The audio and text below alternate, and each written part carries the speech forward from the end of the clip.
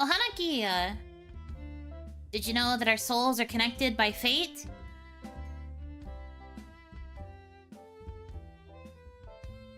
What do you know? I'm Yuno Hanaki, the one and only Oran from Mialoon. Welcome in, everybody. Hope you had, if you were here for the first stream I did today, I hope you had a nice little break from listening to me yap. If this is your first time seeing me today, hello, Ohanaki, welcome in. I hope you have been having a good Tuesday. Welcome, welcome. Feels like I only just saw you. I know, the rare Yuno Hanaki double stream experience finally returns to us. Enjoyed your meal instead? Fate doesn't fill the stomach. Oh, yeah, no. Our souls are also, connected by our stomachs occasionally when we have the same taste in food. I had a good dinner. I made ramen. It was pretty yummy. It was my last pack of Shin Ramyun. I usually get it in like a big box, so I have a lot of them. But I used my last pack today. So 07, that ramen got me through the winter.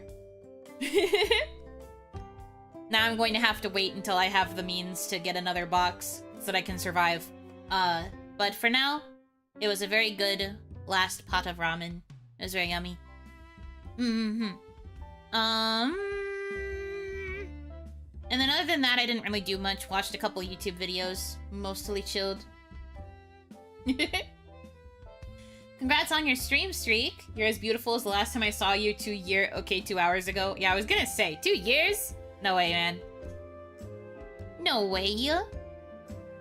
But yeah, dinner was good. I chilled. I rested my voice, so I feel a bit better, vocally speaking, too. Probably also because I had soup. So, my throat feels a lot better than it did, which is a big win for me. So, for this stream, we are playing Bloom. Bloom is also free to play on Steam, if you're interested in picking it up. This one is more of an Amare, which, if you guys have listened to me yap about Otome before, you would know what that means. But for those of you that are not familiar, Otome is specifically if you are playing as a female main character and all of your romance options are guys. Amare is if you can choose the gender, although it usually is still a femme presenting MC, and if all of the love interests are multiple genders, like if it's not strictly male love interests. This game has a female love interest, I think, and maybe one of the love interests is non-binary, I'm not sure. So, technically also an Amare. Thus, technically not fully an Otome, but can still be celebrated because there is elements of Otome through the fact that you can date guys. So from what I know of the premise of this one, we are running a cafe, and when the cafe starts to struggle, financially speaking and like business-wise, we choose a business strategy that aligns with one of the other love interests in the game. So then we basically work with them to try and make the cafe turn into a booming business. So we're mixing work and romance, I suppose, in a way. Other than that, I don't know too much about it, coming into this pretty blind here. But I'm looking forward to giving it a try. Like I said, it is free on Steam. It's actually, like, I think it just released 2 days ago. So the game is technically finished. I was told by the devs in an email, however, that there are some aspects that are not quite, like, fully finished yet. They kind of had, like, some issues finishing some things in time. So a couple routes have some aspects that are, like, slightly incomplete. Everything's there narratively, but it's mostly, like, art stuff that's technically still missing. They're gonna be rolling out updates later to fix it. I don't know whose route we're gonna end up on because we're playing fully blind here. So we'll see what happens. If we end up on a route where something's incomplete, forgive them for that. But yeah, other than that, I don't think we really need any other preamble for this. Hopefully the volumes are all good. I put it at a volume that's good for me. If you think it's too loud or too quiet, feel free to let me know. But we're gonna go ahead and get started with Bloom. We're gonna lock in. Basically the "you backed me up, so I'm in love with you" trope, kind of. But like also not really. We'll see how it shakes up as we go. Also, cute custom cursor that looks like a coffee press. I like it. It's cute. Prologue, Chapter 0. Thank you. Come again. The bell at the door jingles as the customer leaves the cafe. I sigh, once more enveloped in peaceful quiet. Sunset seeps in through the open windows, bathing the room in soft pink light. A light breeze gently blows the curtains around. With no other customers around, I reach for a cloth to start cleaning the coffee bar. Back and forth, I move the cloth across the counter. Something about the motion, combined with the serene atmosphere, is soothing. The only sounds are the sweet chirping of the birds and the distant rush of water through the street's canals.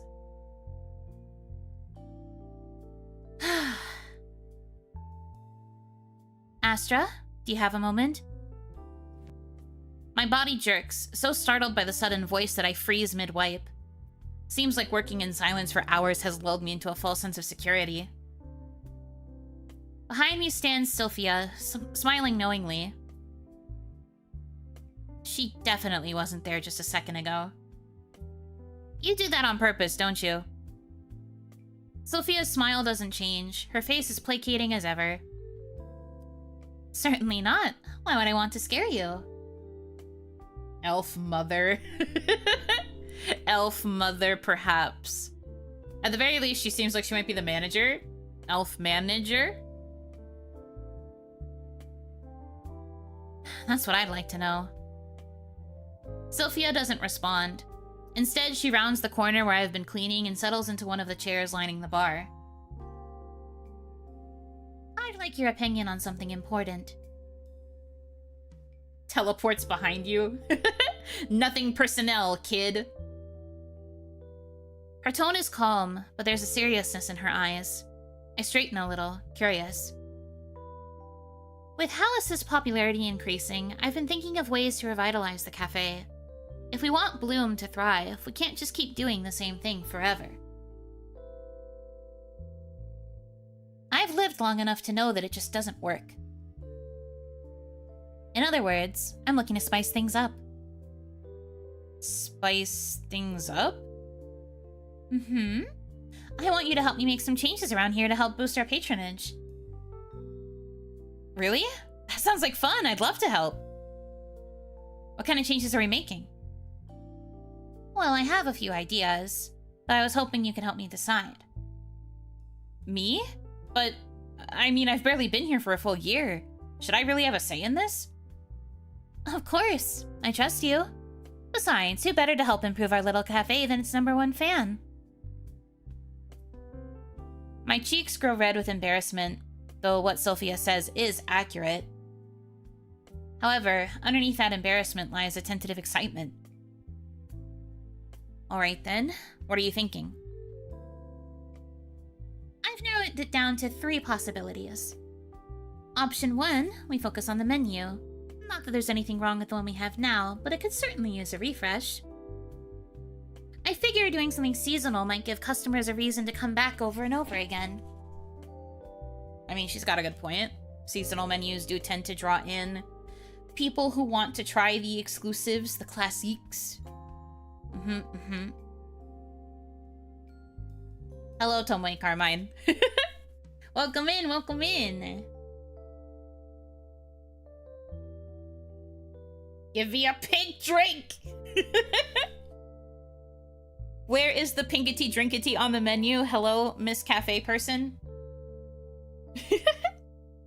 I don't see any pink back in the ingredients list, though. But maybe that'll become a seasonal item. They have to be irregular to understand the difference. Well, if you advertise something as being limited time, I think people will kind of figure out that it's seasonal. Japanese European spring sakura. That's crazy. Option 2, we really hone in on the community aspect of Cafe Bloom. We become a place that not only serves good coffee and food, but a place that creates a space for local artists and creatives together. Option 3, Renovations, stronger branding, actually marketing ourselves instead of hoping people will stumble across us. Or more simply put, the overall atmosphere. What do you think? If I'm being honest with myself, it sounds fantastic. Having the opportunity to work on a project like this, knowing that Sophia trusts me to do it, is the opportunity of my dreams. Can I really do this? To anyone else, this might seem like a simple request, but for me, this is a step forward in my career, a chance to further earn my place at Cafe Bloom. Though it's small and simple, I love it with every ounce of my being. In a short amount of time, Cafe Bloom has become special to me. Every day is fun as I spend my days learning how to make coffee, interacting with customers, and working beside Sophia and Albion, who, despite what one of them might say, are some of my closest friends. Seems like I've made up my mind already. I'd love to help. Great! I didn't have a backup plan if you were to say no. I suppose I could have asked Albion, but... Yeah. Sophie and I share a knowing smile. Good thing I said yes, then. Yes, everything fell into place perfectly. I don't think we have to rush, but I thought it might be nice if we could choose which plan to execute by next week. No problem. I'll do my best to consider each option thoroughly. I already put together a budget to pay for anything we might need, so no need to worry about that. I want one coffee. Can you narrow it down a little? Can you be more specific about what you mean by one coffee? Just don't work yourself too hard. I know what you're like. Ahaha. I think I can manage that. Then we have ourselves a deal. Sophia reaches her right hand out to me from over the bar. My left hand mirrors hers, sealing the deal. What an exciting way to start spring.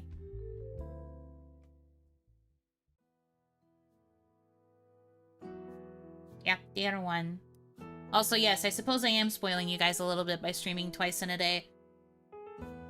It's been a rare occurrence recently, so I guess it's a little treat. Ahem. Warm sunlight filters through the nearby window, the bright rays forcing me to finally get out of bed to confront the day ahead. I sit up and reach my arms up, which sends a pleasant shiver down my spine. For a moment, everything is calm as I let myself slowly adjust to being awake. The conversation I had with Sophia is slowly coming back into focus, and the weight of what I've been asked to do is starting to sink in. I lean forward to rest my elbows on my thighs with my hands laced together on my lap, thinking. Drawing in more customers. All of the options Sophia gave sounded great. How am I supposed to pick just one? If I'm going to choose, then I have to make sure I consider each idea carefully. I've got a week to decide. I wonder if Sophia told Albion already. He works at the cafe too. Maybe I could ask him if he has any ideas. Albion has been working at Cafe Bloom for a little longer than me, and while he is amazing at making coffee, his social skills are some of the worst I've ever seen. Still, it's worth asking for his opinion. At the very least, I'm not going to make any decisions just sitting around in bed. A light knock sounds at my bedroom door. Astra, you up? I made us some coffee. Guess that's my cue. Because Albion online. Albion, more like I'll be online. Rather than talking to customers. So true. I'm up. I'll be out in a minute. You'd better be. Don't let my hard work go to waste. Okay, 1 minute, I promise. 1, 2, 3, 4. The sound of Quinn counting down fades into the background as they walk away from my bedroom door and into the kitchen. I chuckle to myself, knowing that Quinn will seriously count for the full 60 seconds. I should hurry. Quinn will be sad if I let their coffee go cold. Recently, Quinn asked for help in learning how to make coffee, though I'm not quite sure why, seeing as they don't seem to like it very much. In the beginning, the results were disastrous. Each cup was either seriously watered down or horribly bitter, but they've slowly been improving. The thought of fresh, warm coffee, no matter how mediocre, fills me with just enough energy to get dressed in record time. The window over the kitchen sink is open, letting in the fresh spring breeze. Outside, I can see cobbled streets and hear the birds chattering in the trees. My eyes catch on Quinn, who stands at the counter with 2 mugs in front of them. And 60. Here, come sit. I think you'll like this one. I followed all your many, many instructions to the letter. Awooga. Yeah, we've got a non-binary icon here. They are very pretty. This is also the character I used for my thumbnail. So cute. Quinn pushes one of the 2 mugs closer and gestures at it with an open palm. I grab the mug with both hands, letting the warmth of the coffee seep into my palms. The feeling is so relaxing that my eyes start to fall shut. Would. I mean, true, would.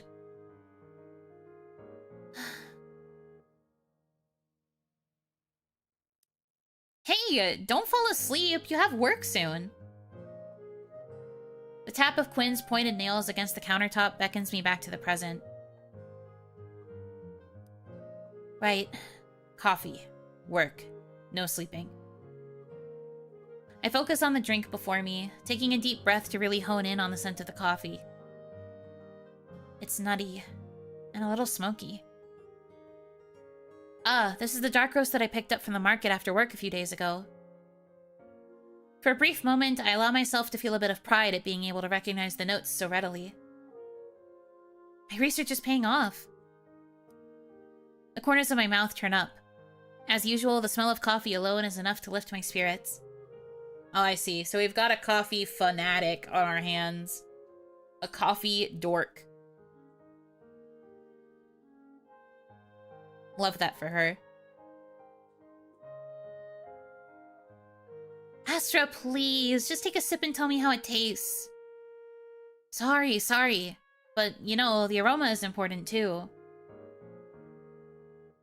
I can tell a lot just by smelling it, and the... Yes, I know. The aroma tells you things that your tongue can't, blah, blah, blah. Trust me, with my sense of smell, I get it. I really do. But you're taking forever.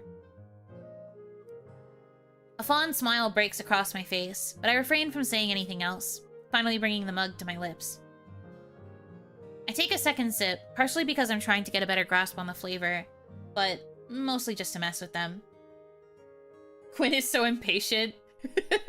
I mean, have you seen them? They've got that, like, anxious, bouncy wolf energy.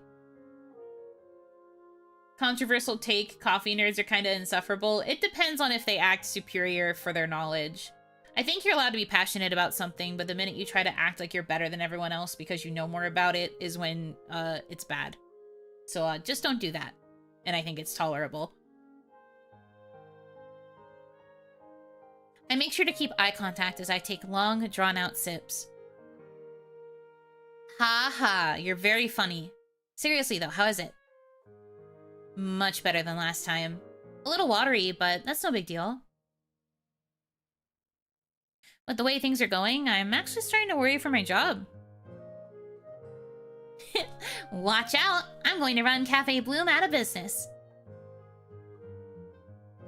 Quinn finally takes a sip from their own mug, but in contrast to my own sigh of contentment, their eyebrows pinch together and they open the icebox. Ugh. Actually, on second thought, I think you should keep your job. I don't know how you drink this stuff black. It's like drinking tar.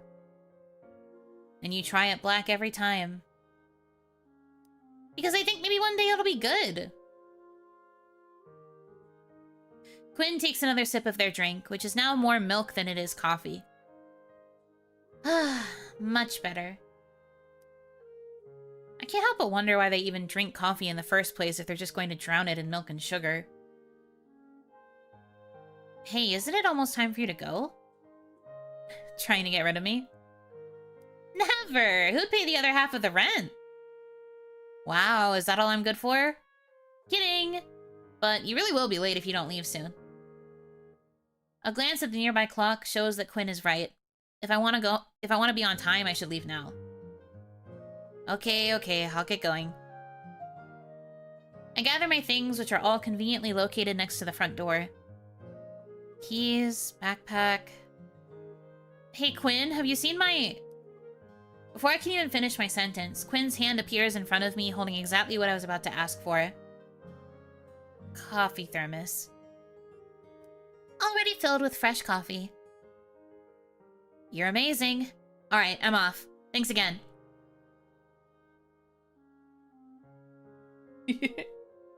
You're welcome. Have a good day at work.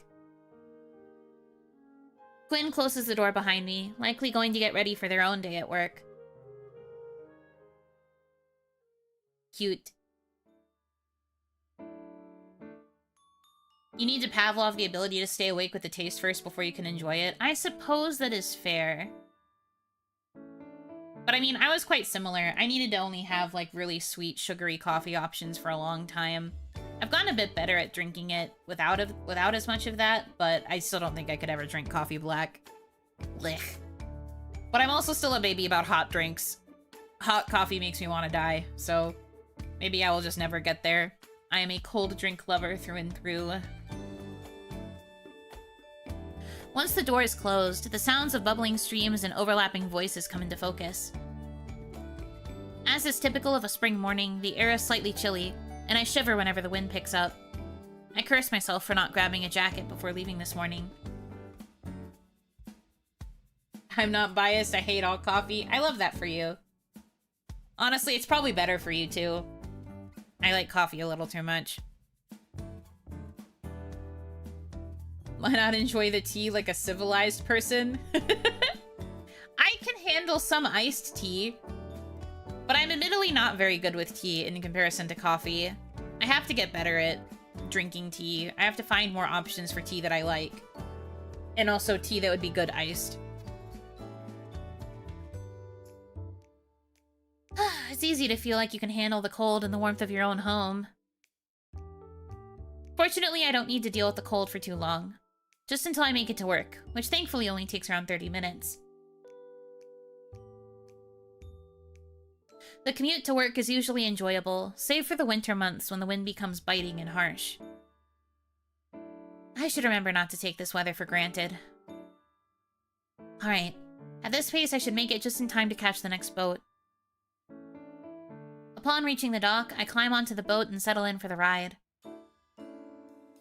The ferries make transportation a breeze and also give me a chance to gather my thoughts before work, so I often look forward to it. I lean against the railing of the boat to admire the view of the city streets arcing out in front of me. Are we in Venice? I don't think so. I believe we are in a nondescript fantasy area.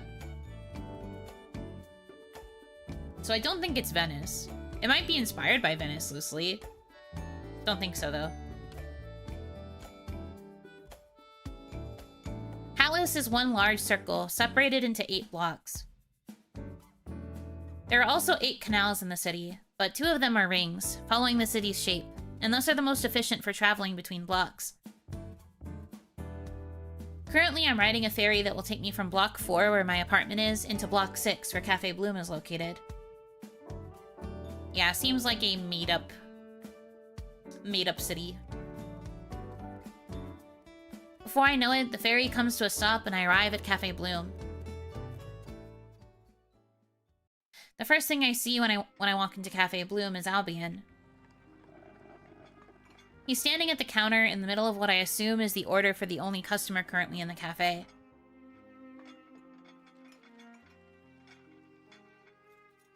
Ooh, handsome. I really like his hair. Bless me. Ugh.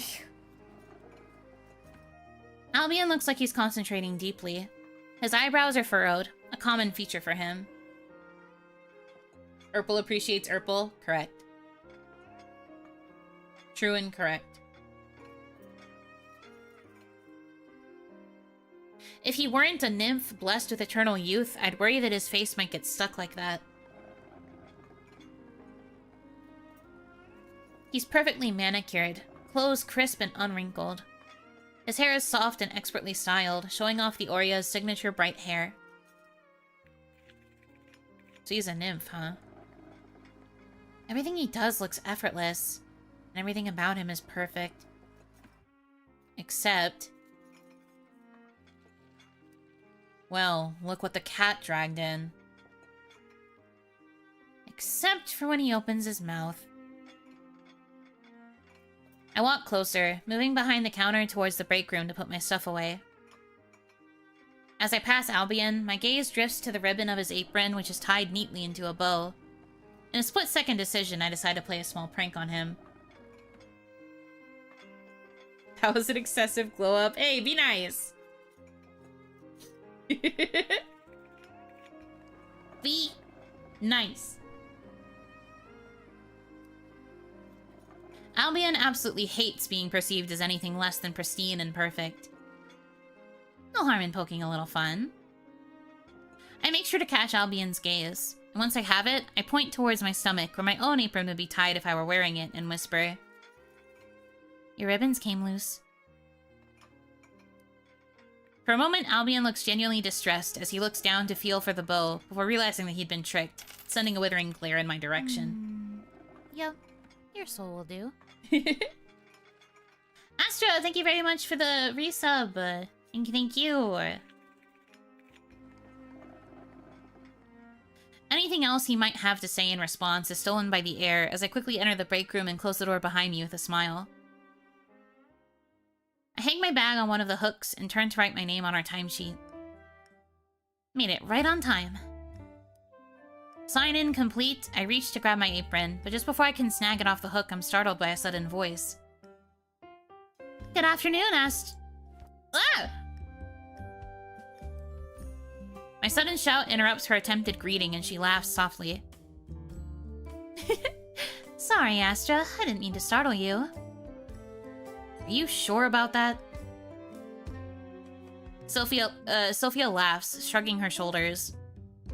Think of it as training. You're too easily startled. Training for what? My question is ignored as Sophia deftly changes topics. Something she's quite adept at. How was your morning? Was Quinn's coffee serviceable today? Yes, actually. They did a really good job. In fact, if things keep going like this, you might have a new employee soon. Please, you and Albion are all I need. I have the best baristas in Hallis. A laugh escapes me and I grin widely.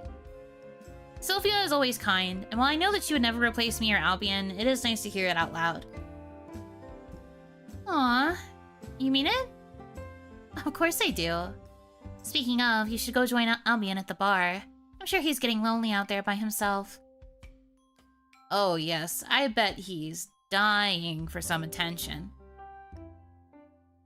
Sophia and I lock eyes, our poker faces only holding for a brief moment before breaking into twin grins.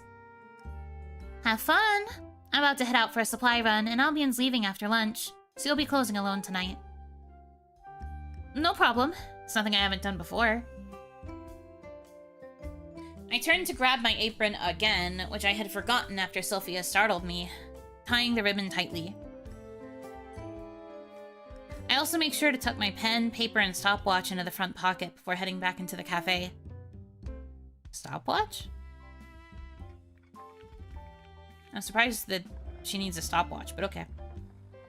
Albion is still at the bar, though it seems he's finished making the lone customer's coffee and has moved to doing some light cleaning. I see a few dishes in the sink, so I move to get a start on those while Albion continues to wipe down the countertops. And here I thought I might make it through an entire shift in peace. Peace is overrated. You would say that. Behind me, I hear the bell and the sound of Albion welcoming in the next customer. I make it to the sink and pull on a pair of bright pink gloves to begin my work on the dishes that piled up before I arrived. I fall into a rhythm, One that frees up my mind enough to travel along the same path that it had tread this morning. What's the best way to appeal to more customers? As it stands, we have a fairly loyal and consistent customer base. Whichever of Sophia's options I go with, I should keep in mind the core experience that our regulars come back for. I could feel a hint of anxiety starting to form in the back of my mind. No, Sophia asked me to do this for a reason. I just have to trust her judgment. Eventually, the dishes in the sink start to disappear, but I continue to be lost in thought. Astra. Astra? Hey, Astra. I feel a sharp pain on my cheek. Ow! You pinched me! I called your name 3 times. There's no more customers and all the dishes are done. What else was I supposed to do?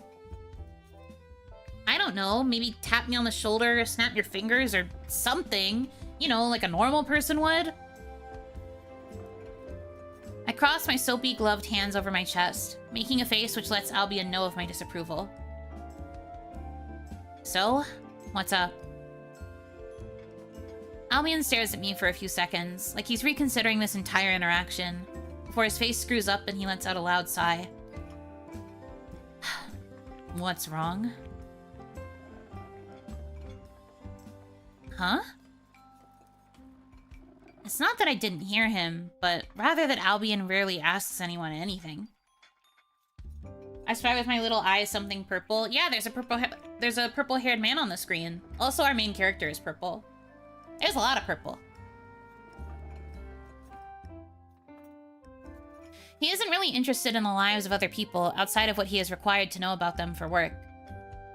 At least, that's what I thought. You were spacing out, just staring at an empty sink. It's starting to get annoying. Huh? Albion's permanent scowl grows more intense, if that's even possible. The strain of asking me what's wrong clearly short-circuiting his brain. Despite my efforts to stay strong, his expression makes me smile, clearing away any annoyance I previously had.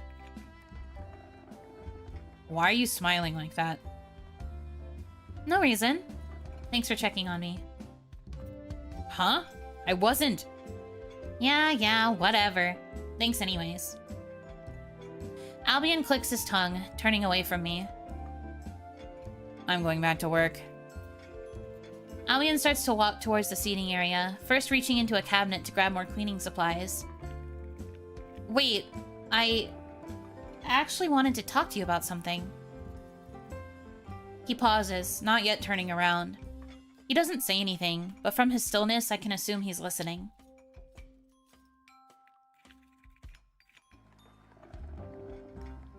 Yesterday, Sophia told me that she wanted to do something to bring in more customers. And she asked me to choose how we go about it.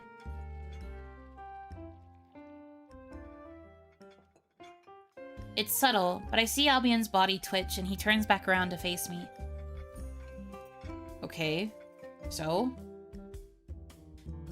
You're impossible. So, I was wondering if you had any ideas. You know, since you've worked here longer than me.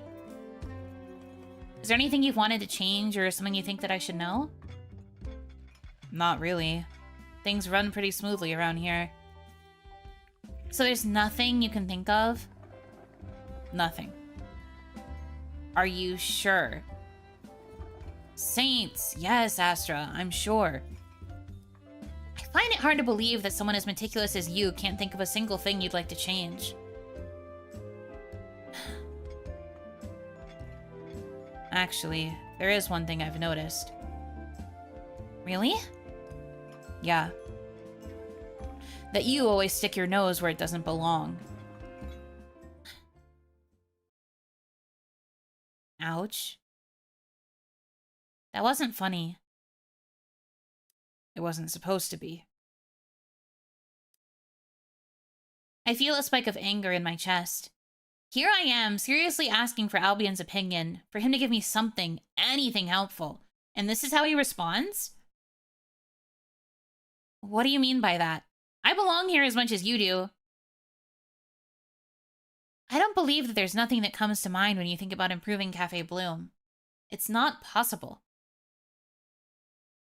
Well, consider it possible. Go pester somebody else with your questions. There's nobody else I could ask, Albion. We're the only ones here. Astra, please, enough. I gave you my answer already.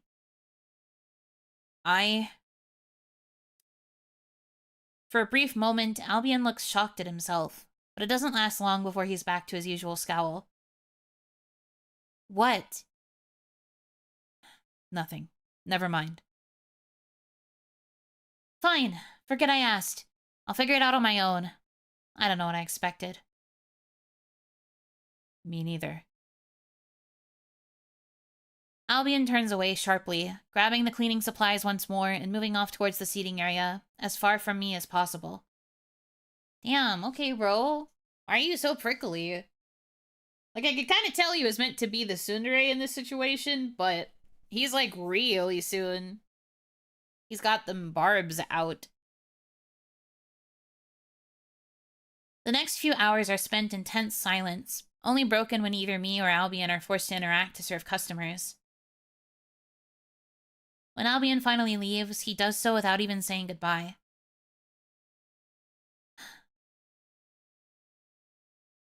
What a bitch.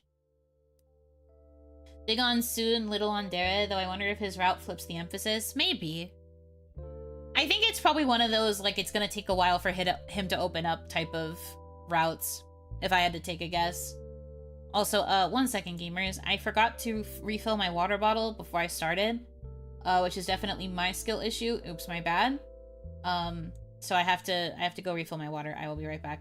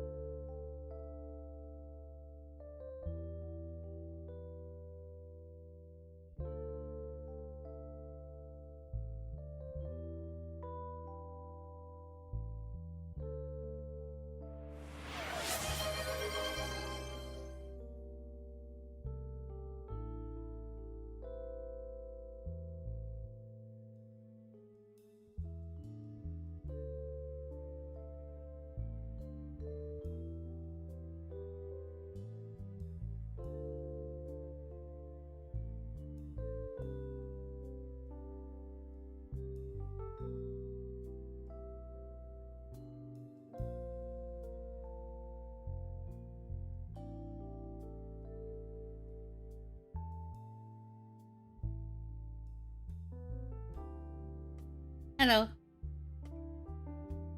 We're so back. Also, thank you for the hydrate redeem. I will take big sip of water. Freshly refilled water. Yippee.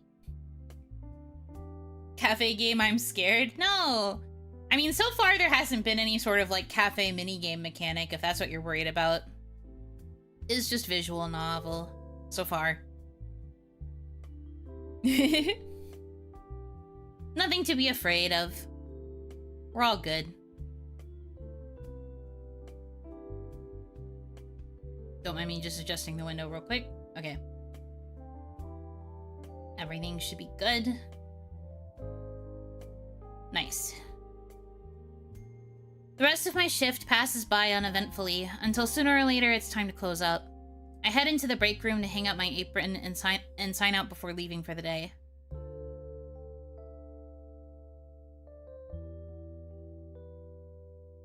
I lock the doors behind me before making sure to tug on them, double-checking that they're locked properly. Alright, time to go. I think there's time to stop by the market on the way. I deserve a little pick-me-up after this morning. It's just about time to stock the apartment anyways. Plus, I want to buy Quinn a treat in return for the coffee this morning. It really had been much better than their previous attempts. Conveniently, my favorite market street is located in Block 5, the perfect bridge between my apartment and the cafe. As a result, I end up going there quite often. I walk slowly, enjoying the fact that I don't need to rush, taking the time to go through the list of things I need to buy. The sounds of voices grow louder and more concentrated as I walk, leading me right to the center of the market. I spot a few familiar vendors, but as usual, there are plenty of merchants and traders that I've never seen before who must have traveled from outside of the city to be here. Though one thing stands out to me. Or rather, a person. Ooh, we got an artist. Cute. Over by one of the storefronts, a man is crouched on the ground, painting on the front windows of a flower shop. Intrigued, I walk closer to try and get a better look at what he's working on. It's beautiful. They're just simple flowers, but the colors and details are so lifelike that it looks like someone captured real flowers and pasted them onto the window. I move even closer, and before I know it, I'm crouching next to the painter himself. I glance over at him, thinking that I should ask him about his work, but he hasn't realized that I'm here at all. The first thing I notice is that his overalls are absolutely covered in paint. When he finally turns to look at me, I find myself looking into the richest, deepest eyes I've ever seen. The color found in the center of a sunflower. Caught red-handed. Are we having a staring contest? Because if that's the case, you gotta tell me first, otherwise it's not fair. The man grins wickedly, and I realize that I had definitely been staring, and not just at the painting. Okay, I'm ready now. 3, 2, 1, go! I can't help but laugh at his delivery, causing my eyes to close instinctively. Huh, I win. You weren't even trying. I wasn't ready! One more time, come on. Fine. But, if I win, you tell me what you were doing. Deal? Deal. The stranger counts down once more, and the staring contest begins in earnest. However, any hope I have of winning is quickly dashed when I feel a quick puff of air hit my face. Hey, that's cheating! Whoa, the winds are pretty strong today, huh? That wasn't the wind. You blew into my eyes. I have no idea what you mean. So, I won. What were you doing? I grumble and glare unseriously at the stranger, but I decide to be honest, despite the fact that he obviously cheated. I mean, I saw you as I was passing through the market and wanted to get a closer look. I nod my head towards the window. You're painting, I mean, not you. Well, I mean, not you. I just mean that... Anyways, your work is really good. I wanted to see the details up close. That's all. Promise. The whole time I explain, the man's face doesn't shift at all from the grin he wears. If anything, his smile only grows wider. After I finish speaking, he takes his right hand and wipes it roughly against his overalls before sticking it out for me to shake. My name's Felix. You? Astra. It's nice to meet you, Felix. Sorry for sneaking up on you. No worries. I'm flattered, honestly. I'm happy to hear that you like my work. He gestures at the windows behind him. I love it. Do you do this full time? Yep. I have my own studio over in Block 2. I take commissions to do just about anything. Murals, portraits, windows. If it's got anything to do with painting, then I'm your man. Maybe it is the way Felix is still grinning, or maybe it's the way he seems so approachable, but I dredge up enough confidence to ask him another question. So, where can I find you? Hoping to see me again? Is that a crime? I don't know. It depends. Are you gonna follow me around watching me work all the time?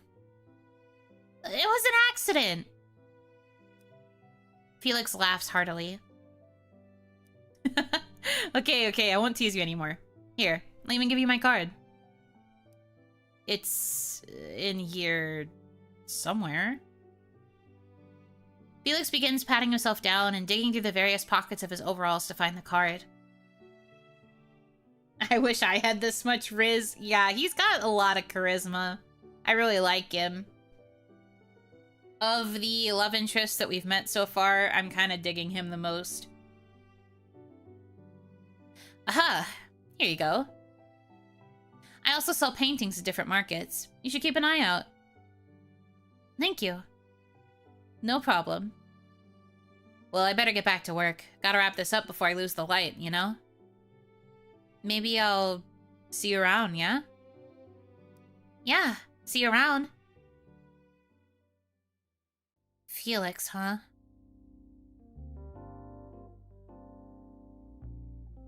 I look down at the card in my hands. Something to consider. Alright, back to running errands. The rest of my time at the market passes uneventfully, and after an hour or so, I'm weighed down by the various bags of produce, meat, and a special jar of honey for Quinn. The only thing left to do now is find a carriage. Should be easy enough. Within the next few minutes, I flag down a carriage headed to Block 4, and soon enough I'm back at my apartment. The apartment is quiet when I walk in, meaning that Quinn must not be home yet. Yes, a Hanaki again! Welcome, welcome. They're probably staying late. Again. As the owner of their own boutique, Quinn makes their own schedule, and often stays late, either making sure everything is running smoothly or just talking with customers and coworkers. Guess I'll make us some dinner. Quinn should be home by then. With that thought, I start preparing to make dinner. And by dinner, I actually mean breakfast, since that's Quinn's favorite meal. I'm hoping to show Quinn how much I appreciate their serious interest in making coffee. Especially because I can't think of any other reason for them to do so other than to make me happy. Quinn has a way of making people feel truly loved. Trying to one-up Quinn in that respect is an impossible game, but making breakfast for dinner feels like a good start. After thinking about it for a few moments, I settle on making something simple that still uses the sweet ingredient I bought. Honey pancakes it is. I fall into a comfortable rhythm, finding myself lost in the motion of whisking and flipping 6 perfect pancakes. 3 for me, and 3 for Quinn. Or maybe 2 for me and 4 for Quinn? They can eat much more than I can. Yeah, let's go with that. As I cook, I use the time to reflect on my day, knowing that when Quinn comes home, they'll want to hear everything.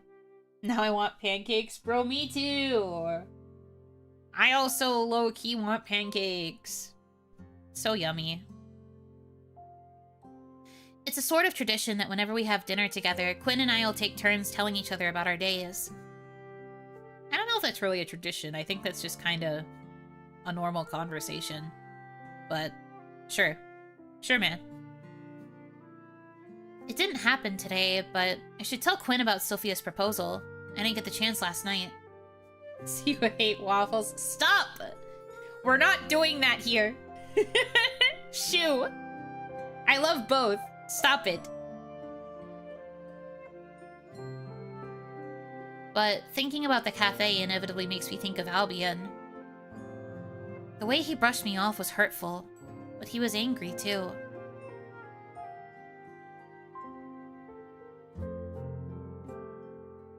First choice. I didn't think we were gonna get any choices here.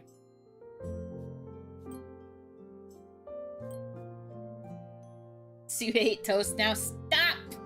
Stop it! Stop! We don't do that here!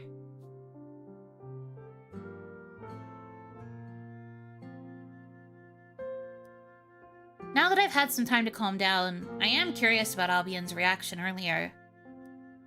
I mean, sure, he's stubborn and inflexible, horribly blunt, easily annoyed, and constantly scowling. But even so, the way he reacted earlier seemed out of character. Back when I first started working at Cafe Bloom, I made plenty of mistakes, but I had never heard Albion raise his voice like he did today. I've known Albion for almost a year now, and yet it seems that I still know next to nothing about him. I'll have to talk to him sooner or later, so I suppose there's no use thinking about it too hard. As I reflect... Oops, my bad. I hit right-click by accident, so I guess that pulls up the pause menu. Good to know. As I reflect, I watch the last pancake cook on the stove until it browns enough for me to flip it over. The door swings open, and Quinn walks into the apartment. Yuno hates carbs and other slander. I was going to say... You can never say that I hate carbs. I love those things. Oh, wow. It smells amazing in here, Astra. They gasp, quickly shutting the door and dropping their bags to run up behind me. Pancakes? I laugh, placing the final one on their plate. Your timing is perfect. We can eat together. I found a really nice jar of honey at the market this evening, and I wanted to make you something in return for this morning.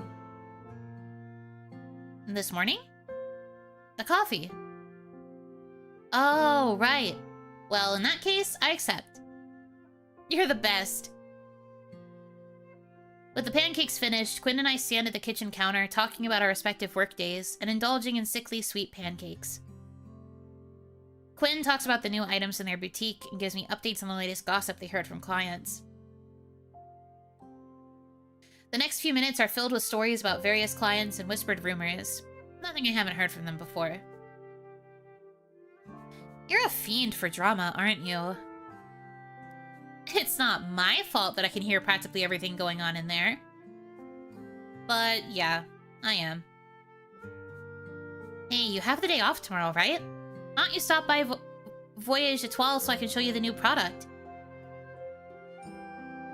Alright, I can stop by after I get coffee in the morning. At Bloom? Maybe. You know what you like, that's for sure. I'll take that as a compliment. It is. Okay, your turn. Tell me about your day. Well, this didn't happen today, but yesterday Sophia actually asked me to help her in deciding on a plan to get more customers into Cafe Bloom. Really? Astra, that's great news. I think this is right up your alley. You love Cafe Bloom. If anyone can do this, it's you. Will Albion be helping you?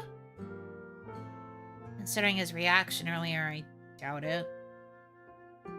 No, I don't think so. I tried to talk to Albion about it to see if he had any ideas, but he didn't seem to want to talk about it. Well, I don't know Albion too well, but he doesn't seem to be very good with that kind of thing. Maybe he just needs time. Regardless, I have every confidence that you can do this, with or without Albion's help. And of course, you can always come to me if you need anything. Thanks, Quinn. I'll keep that in mind. If Albion changes his mind later, then that would be great. But if not, then that's okay too. I tell Quinn about the rest of my day, regaling them with the story of how I met a painter at the market. Somehow, I only have to deal with some light teasing regarding our encounter. By the time the two of us are done chatting, our plates have long since been empty, and the sun is well and truly gone. Alright, I think I'm gonna call it a night here, Astra. Thanks again for the pancakes. They were delicious as always. Of course. I'm glad you enjoyed it. Night, Quinn. Night-night. I should get some sleep, too. Tomorrow's a day off, but there's no harm in being well rested. The dishes can be done in the morning. Sleep claims me quickly and quietly, marking an end to the day. God, I wish that were me. I wish I could fall asleep that easily. What the heck? I wake up naturally. No alarms, no knocking, no surge of adrenaline caused by the idea of being late. I take a few long, deep breaths, enjoying the lack of responsibility ahead. The last 2 days have introduced exciting new developments into my life, but I'm desperately looking forward to having a full day to do whatever I want. It's still fairly early, only 7 AM according to the clock next to me. Plenty of time for what I have in mind. But first, a quick stop at Cafe Bloom for coffee. It's inevitable that I'll run into Albion, but despite working there, it's only on my days off that I truly get to enjoy the atmosphere of the cafe without worrying about customers. I refuse to change my routine over a little disagreement. Of course, Albion doesn't really get it. He doesn't understand why someone would want to see their coworkers outside of work. The cafe is like a second home to me, so it's natural to want to spend time there, even on days off. I guess so. I don't know if I've ever really felt that way about my place of work. The one time that I worked in like a customer service gig. I never really wanted to like enjoy any of the amenities or whatever. I was usually just like, nah, I'm outie. I go home now. After that, the plan is to go to Quinn's boutique to check out the new product they got recently, before going to the markets for lunch.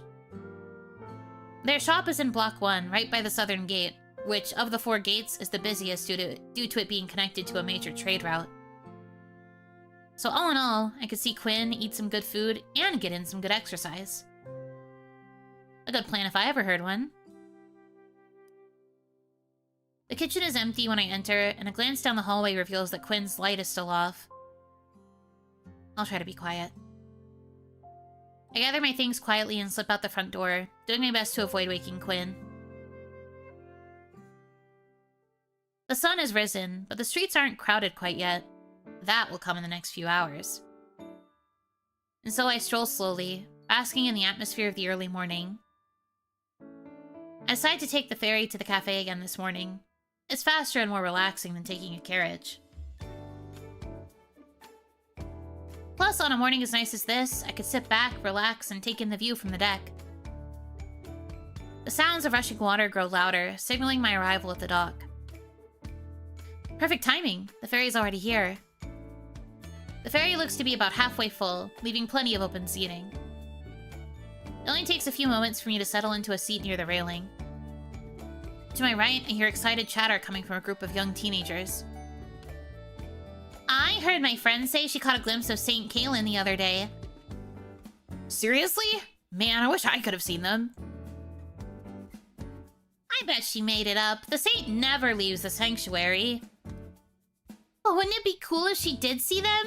Imagine getting to meet the great St. Kalen in the flesh. Or better yet, see them flying over the city. Apparently other cities' saints make appearances all the time. Lucky. They continue, gossiping about other various sightings related to the saint, but nothing they say is new information. There's a constant stream of rumors regarding Saint Kaelin, but at the end of the day, no one had really seen them with their own eyes. It's always my friend said, or I heard from so-and-so that each of the integrative cities has a dragon saint who lives among them, but our saint, the water saint, hasn't been spotted in over 2 decades, after access to the sanctuary was cut off. That's a lot of lore to just slap in here. Okay. Hold on, the game has a glossary. Do we got anything? Integrative. Right. Built and developed specifically to be home to both humans and various magical races. 5 major and official integrative cities in the country of Eldoria. Other cities, towns, and villages exist where humans and magical races live together, but because those places were not designed with the intent to house multiple races, they're not classified as integrative. Fair enough. Sure.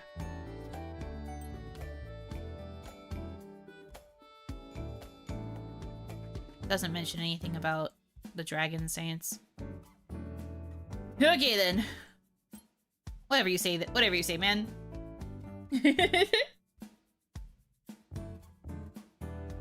You always gotta be careful when you're introducing lore.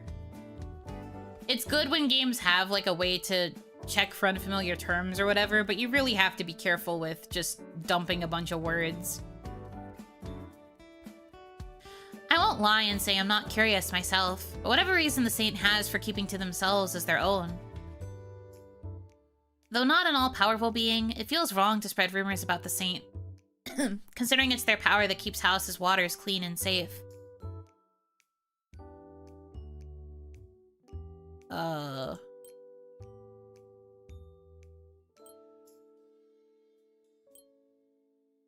It would be nice to see St. Kaelin at least once, or there's no point in playing into rumors. I don't know, man.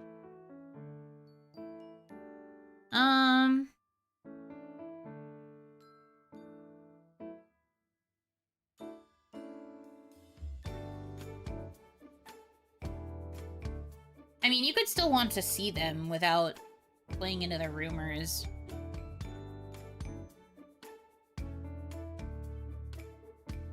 We'll go with that. Oh, I got a blue heart. I guess that's an affection level boost for him. Sure. The ferry rocks slightly as it comes to a stop, jolting me from my train of thought. Quickly, I stand up to disembark before making my way to Cafe Bloom. When I reach the cafe, Sophia is standing outside, unfolding chairs and setting them up on the patio for the day. After a moment, she spots my approach, pausing her work to call out a greeting. Oh, good morning, Astra. Good morning. Are you working today? I could have sworn today was your day off. No, you're right. I just came for some coffee. Well, you came to the right place. Go on in. I need to finish setting up out here, but Albion's inside. He can help you out. Alright. The bell rings when I enter, and Albion looks up from what he's doing, the furrow of his brow becoming more obvious once he sees who it is. Morning. Am I the first customer today? Well, we did just open. Right. Tension hangs in the air, filling it up like a balloon. I know I should say something. If anything, just to get rid of this horrible atmosphere. I have no idea what I should say. Maybe sorry? Sorry for what, though, I'm not really sure. Maybe I can just pretend nothing happened. I don't have time to think about it too much more, as the bell rings again and Sophia comes striding in, dusting her hands off. One thing to note about Sophia, she's a master of reading the room. What is this?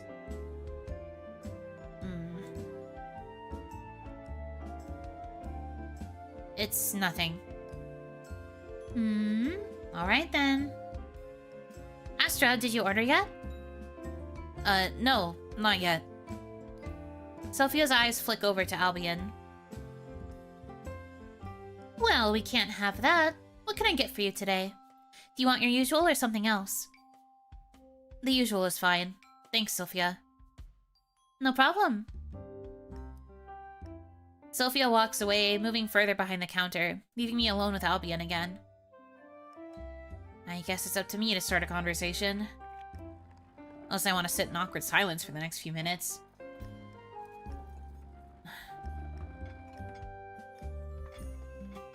So, what's up?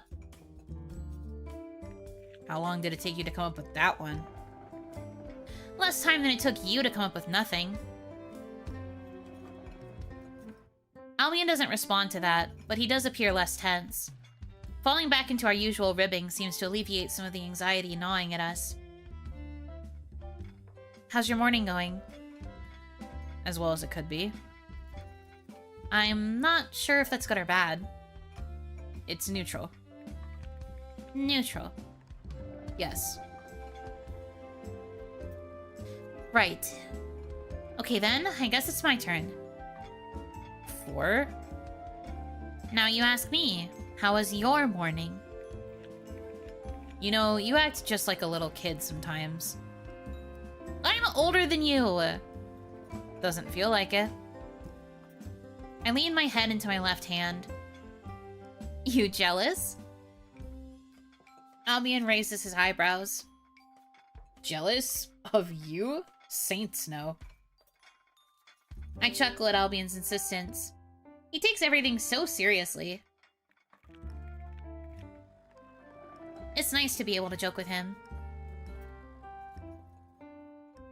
The sounds of the coffee maker come to a stop, and Sophia makes her way back towards the bar with a mug in hand. Soon my usual is placed in front of me. A hot and steaming cortado, equal parts espresso and milk, and the perfect way to kickstart my day. Thanks, Sophia. You're quite welcome. I reach for the cup, ready to take my first sip when a plate slides into my periphery. I look up to find Albion avoiding eye contact with me. Still avoiding my gaze, he speaks up. Breakfast. My treat. It's true that I haven't eaten yet. Thank you, Albion. He nods before walking away, disappearing around the corner of the bar. There it is! There's that dairy! There's that dairy part! It finally showed up. It's been 84 years. So true, man. The blush. Yeah, he looks so flustered. And he also does that cute thing where his ears also blush. I love when a character has a blush that reaches their ears. There's something about it that's very charming and cute to me. That's precious. Cutie.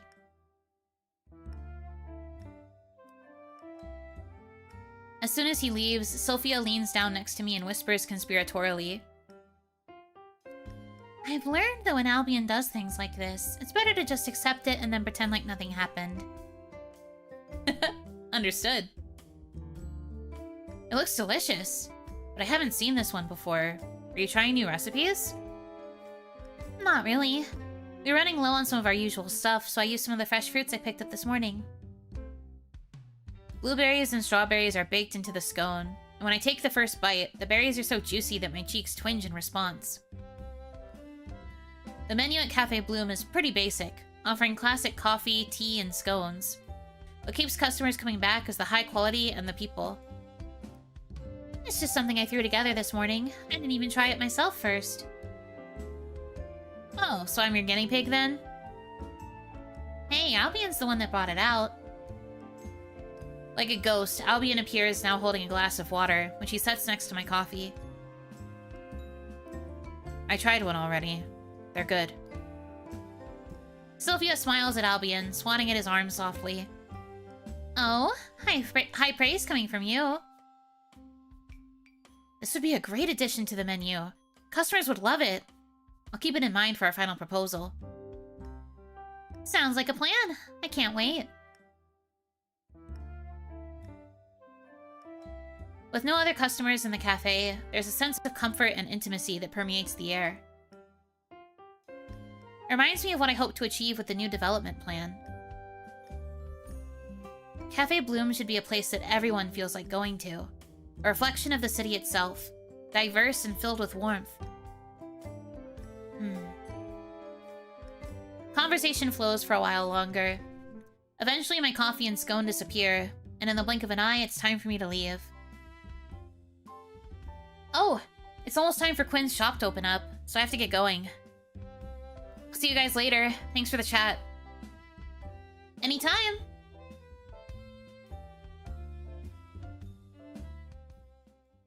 Okay, now to go see Quinn. Quinn's shop is located right near the southern gate, making it a prime location for an accessory and clothing boutique. We established this already. It's doing that thing where they repeat things a lot. It's okay, though. I guess they just really want to make sure you remember certain aspects. At least that's what I will choose to believe.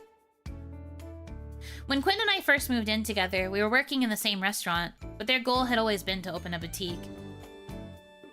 Almost a year ago now, Quinn had finally opened their own store in a good location, quickly becoming a local favorite. Though I suspect a large part of their customer base are just trying to get Quinn to notice them.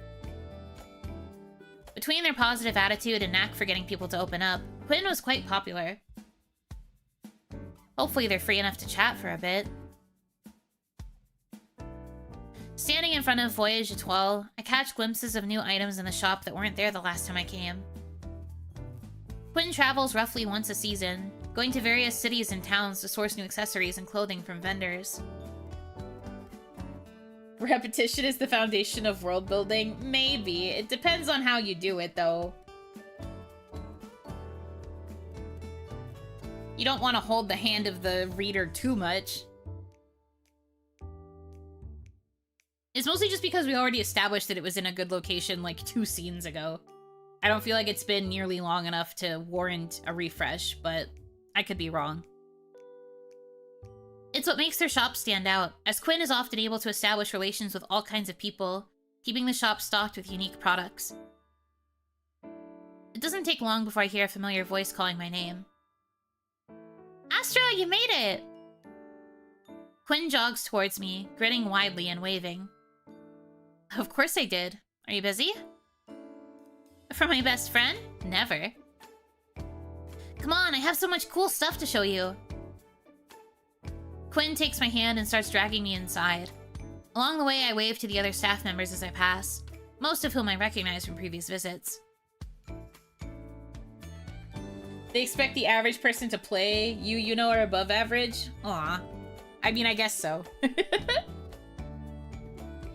I guess. I do feel like I am sometimes more critical than most. I do my best, though.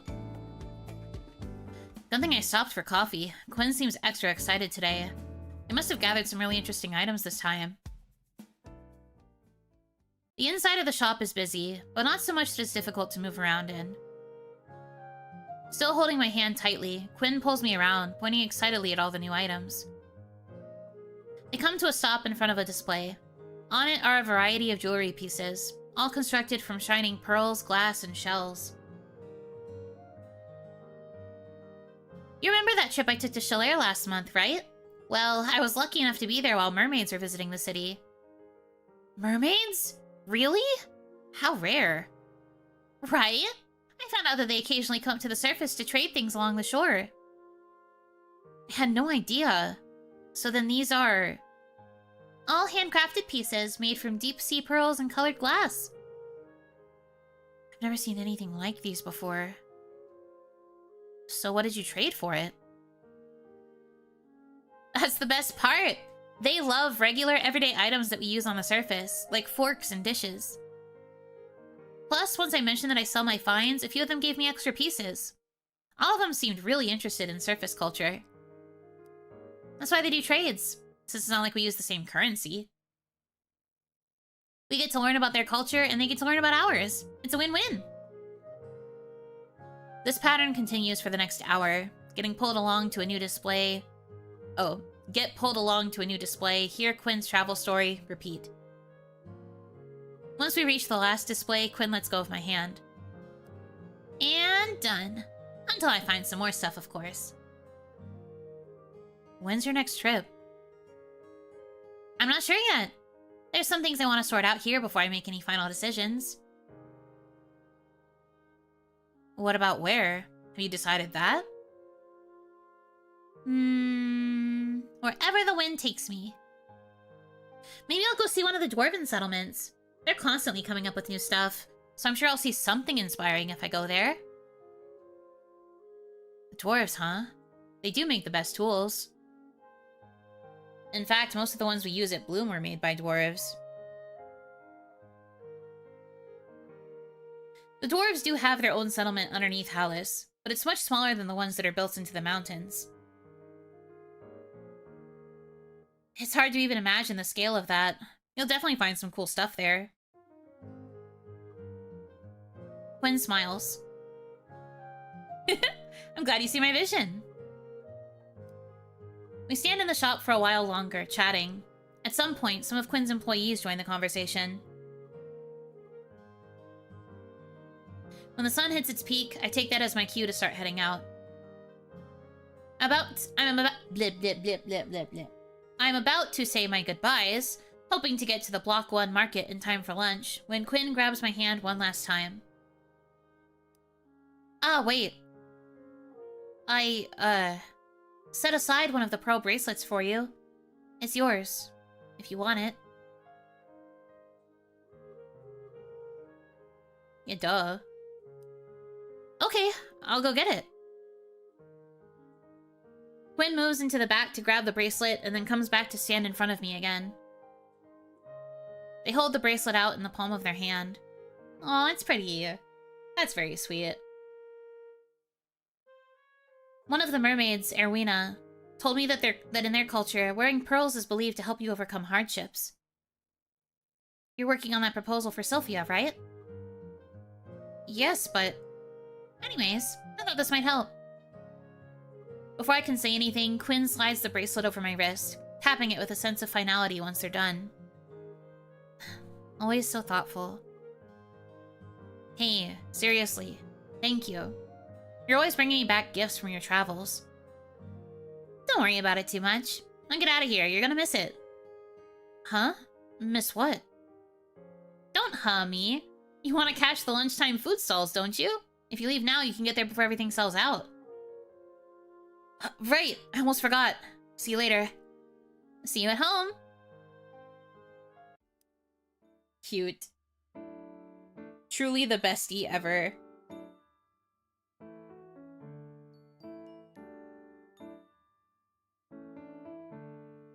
After I leave Quinn's shop, I decide to walk around the rest of Block 1, which has more shops than the other blocks. The main road is lined with market stalls, taking advantage of the increase in tourists that the city experiences every weekend. I could wander here for hours. With so many different races from both inside and outside of Hallis, the selection at the markets is limitless. With my mind set on finding lunch, I simply follow the smells of food to find where vendors have set up shop for the afternoon. I end up in a cluster of stalls selling various local specialties from nearby villages. Lines are already starting to form, so I quickly scan the area, though it's hard to really see anything. I stand on my tiptoes, attempting to see over the crowds to get an idea of what looks the tastiest, when a hand on my shoulder makes me jump. God saints! What? Whoa, sorry. Didn't think I'd scare you that bad. They reach out and grab me by the shoulders, steadying me. You okay? Yeah, I'm okay. When I look up from my feet, I find myself face to face with none other than Felix. Well, this feels familiar. He takes a step back. Although, I guess it's more my fault this time. Here for lunch? Yes, actually. What about you? The same. Well, sort of. I'm actually here selling some paintings. But I was getting hungry, so here I am. My studio is getting a bit cluttered, so I'm selling a bunch of paintings to make some room. Really? I'd love to see more of your work. Sure, I can show you after we get something to eat. Actually, I happen to know where to get the best grilled salmon. How about I take you there? The best, you say? That's some high praise. It's the truth. Come on, I'll show you. Only if you want to, of course. I don't want to ruin your plans. I wasn't really planning on anything in particular, if I'm being honest. I don't see why not. Not to mention that this could be the perfect chance to get to know Felix better. Sure, either way. Great, then follow me. Felix weaves through the crowd with a sense of familiarity. He moves around people with ease, while also occasionally glancing back at me with a smile to make sure that I'm keeping up. It doesn't take long to reach Felix's destination. There, I see a werefox making some final adjustments to his stall. He looks up as we approach, and smiles in recognition when he spots Felix. Well, well, well, if it isn't my favorite customer. The werefox moves out in front of the stall with his arms crossed, looking at Felix playfully. After a moment, his hands move to rest in his pockets, and his eyes flick over to me. Oh? Who's this? This is Astra. She's looking for a good place to eat, so... Wow, free advertising! Thanks, man. The werefox's attention then shifts fully over to me, and I get the feeling that I'm being scrutinized. Finally, they stick their right hand out towards me, initiating a handshake. Nice to meet you out, Astra. I'm Velvet, or just Vel for short. Felix doesn't usually meet up with people when it's not related to work, so forgive me for being shocked. Whoa, hey, I hang out with people outside of work. Oh yeah? Who? You... And don't say me, I don't count. Well, that's not fair. Point proven. Velvet takes his attention off of Felix, shifting his focus back to me while pointing back at Felix with his thumb and rolling his eyes. Felix makes a wounded noise. So anyways, Astra, I assume you were promised some food? Yeah, Felix told me you make the best grilled salmon. I sure like to think so. Give me some time to get everything going and then you can see for yourself. Keep Felix company in the meantime, yeah? Velvet walks back towards the stall again, patting me on the shoulder as he walks away. They seem nice. A little overfamiliar, maybe, but nice. Felix glances over at me, looking only mildly put out. I need you to know that I totally hang out with other people. Though, I suppose Vel is the only one I'd consider a real friend. Sure, I believe you. It's true! The both of us dissolve into laughter, the scene resembling something very similar that happened just the day before. It feels natural to be around Felix, like we've known each other for much longer rather than a single day.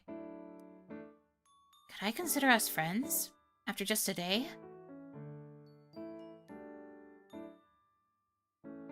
That's a heavy question.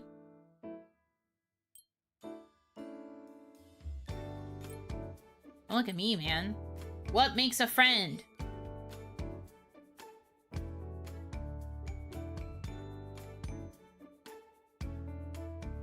I mean, I think it's fine. Sure, why not? Well, you can add me to that list. Suddenly, the easy atmosphere that has been building up between us vanishes, and Felix's grin falters for a split second. Yeah, I guess I can.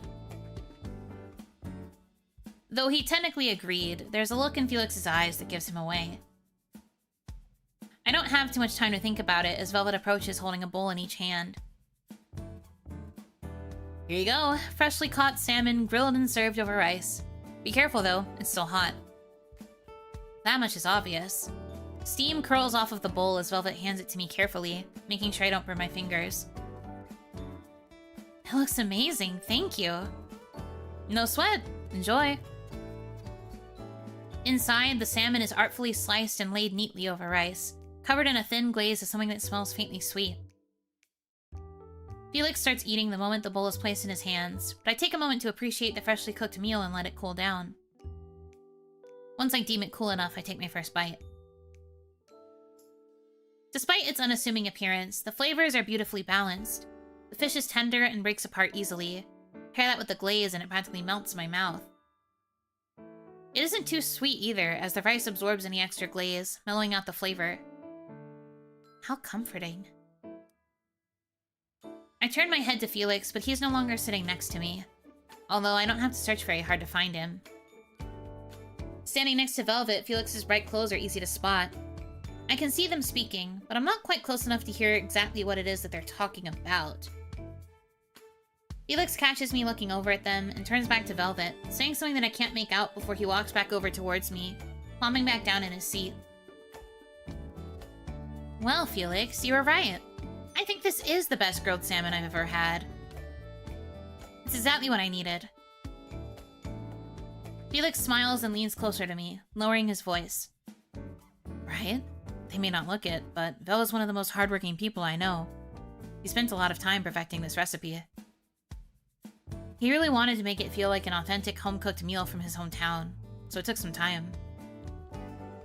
From behind his stall, Velvet lifts his head up, ears swiveling in our direction. He makes a face and points towards the top of his head, clearly indicating that he can hear us. Seriously? They still heard that? Tell me about it. My roommate is werefolk too, and nothing escapes their senses. How am I supposed to spill his secrets now? Velvet shakes their head in resignation before going back to work. At this point, the smell of Velvet's cooking has started attracting enough people to start forming a line. Now they're fully set up, it's clear that Velvet's food is really quite popular. I finish up the rest of my meal with a satisfied exhale, and since Felix is already finished, it seems like we're about ready to leave. Felix stands up and looks down at me. Well, I should head back to my own stand now. You still coming? Yeah, of course. Just give me a moment to go pay Velvet first. Felix makes a face and sighs loudly. No need. And they said it was their treat. I believe their exact words were, tell your new friend that her lunch is on the house. In exchange, let's hang out again. What? When did that happen? After I finished eating. Huh. Well, alright. You don't have to hang out with him, though, if you don't want to. It's not like he's gonna force you. I'm not against it. In fact, I'm a little curious, too. If you say so. Let's get going. As we turn to leave, I catch Velvet's eye as they're dealing with customers and I wave. His hands are busy, but he winks with a smile before getting right back to work. Together, we wander towards where Felix had set up his things. Ugh. Give me a second, I'm stretching. This common route feels like it's gonna be pretty long. It might be a while before we actually get to figure out whose strat we're picking and what's gonna happen.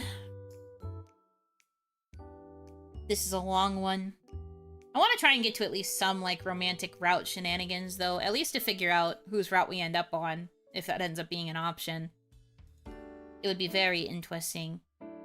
I don't know if I really have time to stream the entire route, though. It feels quite long. It could also just be that I'm reading slowly. I haven't figured it out.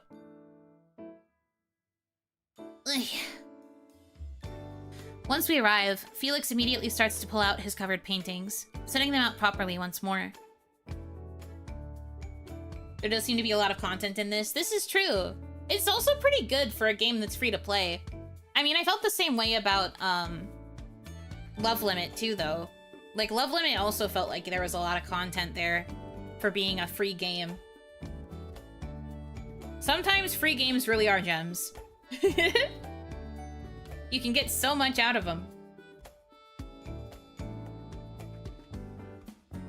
Looking around, Felix's stall shows a wide range of paintings in various sizes and subjects.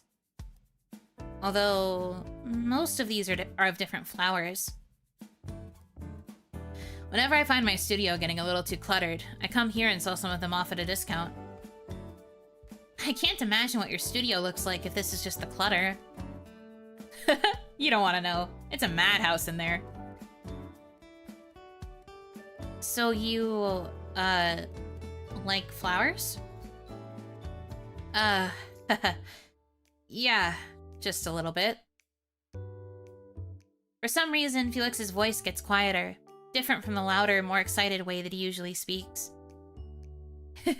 Right, just a little bit then. I find myself painting them more than anything else. He said he'd paint anything if asked, but there's a clear bias here. Each of the paintings are beautiful in their own right, and just like the ones I'd seen yesterday, they feel full of life. Felix, these are amazing. When I look at them, it almost feels like you've captured a moment in time. Thanks. I enjoy painting flowers the most when they're in full bloom, but it's difficult. I have to try and catch them at the right time. Felix looks sad when he says this, but when he catches me staring, he smiles. It'd be amazing if more people could see these. Have you thought about displaying these somewhere? Like in a gallery or, let's say, a cafe?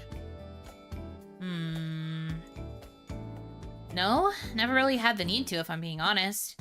I get enough commissions as is, and the markets fill in the gaps well enough. Truthfully, I was thinking that some of these would look beautiful on display in Cafe Bloom. Would you be open to it? Why? Got something in mind? Maybe. Alright then. Well then, maybe I'd be open to it. Fair enough. I should give this some more thought. I should start going back soon. I've got to start heading home, but thank you for letting me see your work. No problem. I'm always happy to show off.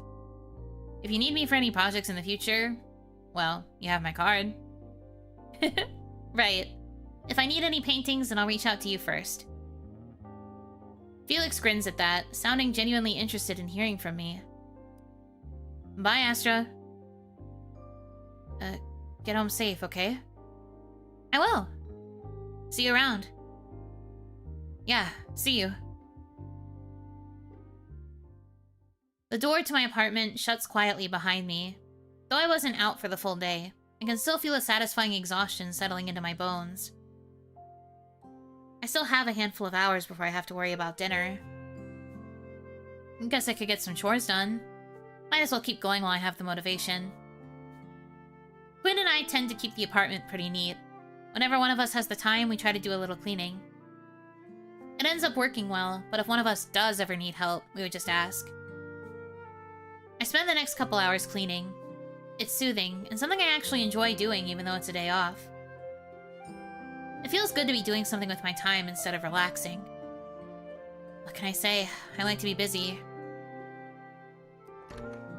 The front door clicks open as I'm finishing up the last of the chores, and Quinn steps into the kitchen, exhaling loudly.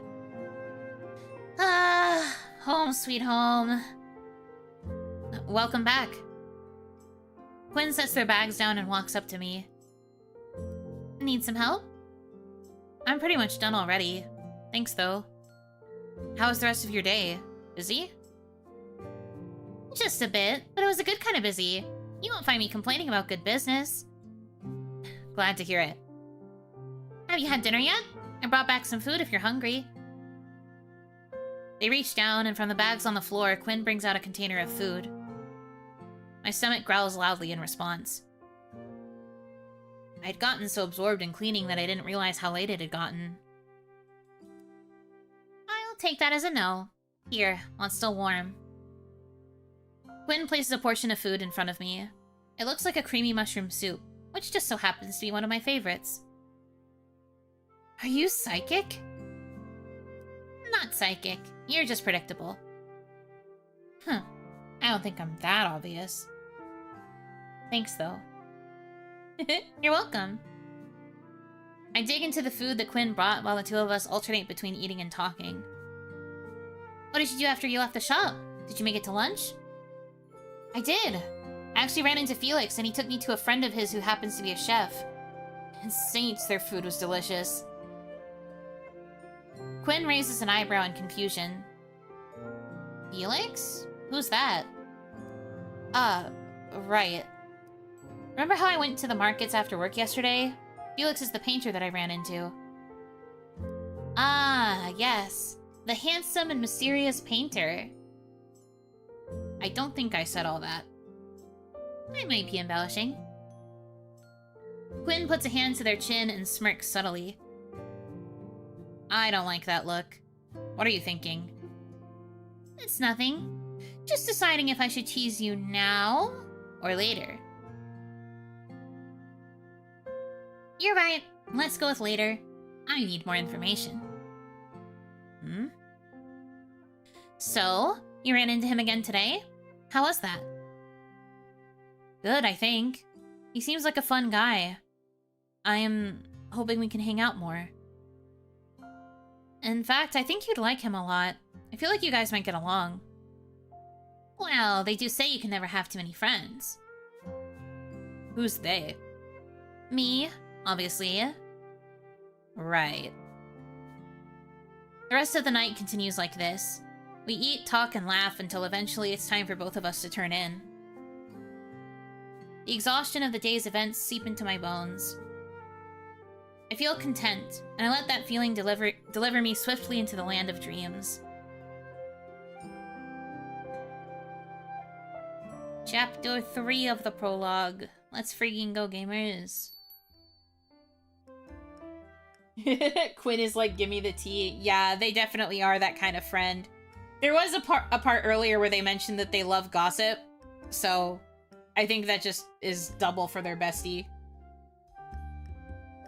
Pretty funny.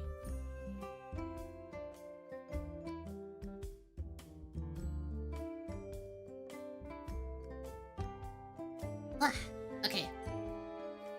The bell of the cafe rings, echoing in the silence of the early morning. Today is Saint's Day, the day that the water dragon Kaylin was born. A customer so soon after opening? That's rare. Entering the cafe is a beautiful water nymph, with long flowing hair and eyes clear as a mountain spring. Good morning. She looks around, and between my surprised expression and the empty cafe, she appears to reconsider her entrance. Apologies. You are open, right? Yes, we are. How can I help you? Oh, perfect. I was hoping you could help me with a special request. Depending on what it is. Sure. The woman smiles, a faint thing. Today is my friend's birthday. I want to bring them something special. They have a soft spot for anything warm. Oh? Being born on Saint's Day is a good omen. At least that's what they say. It certainly is an auspicious day.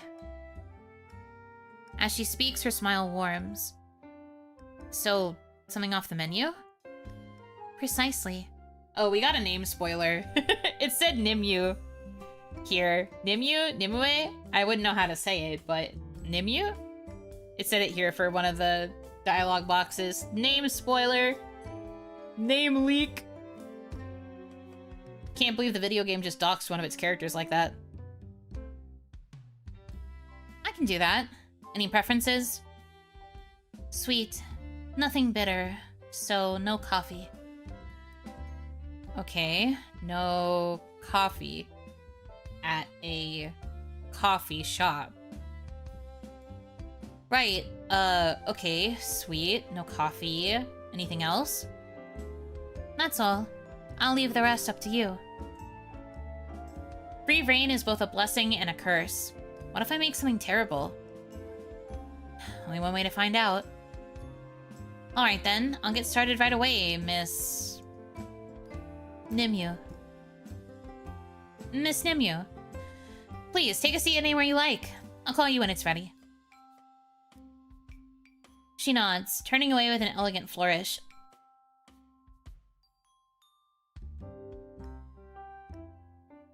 I do agree that her design is very cute. I love women.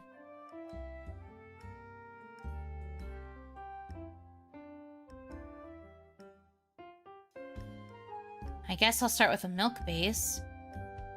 I recall a memory, back when I had just finished school and before I met Quinn. It was the first time I had spent my birthday alone. I remember making myself a drink.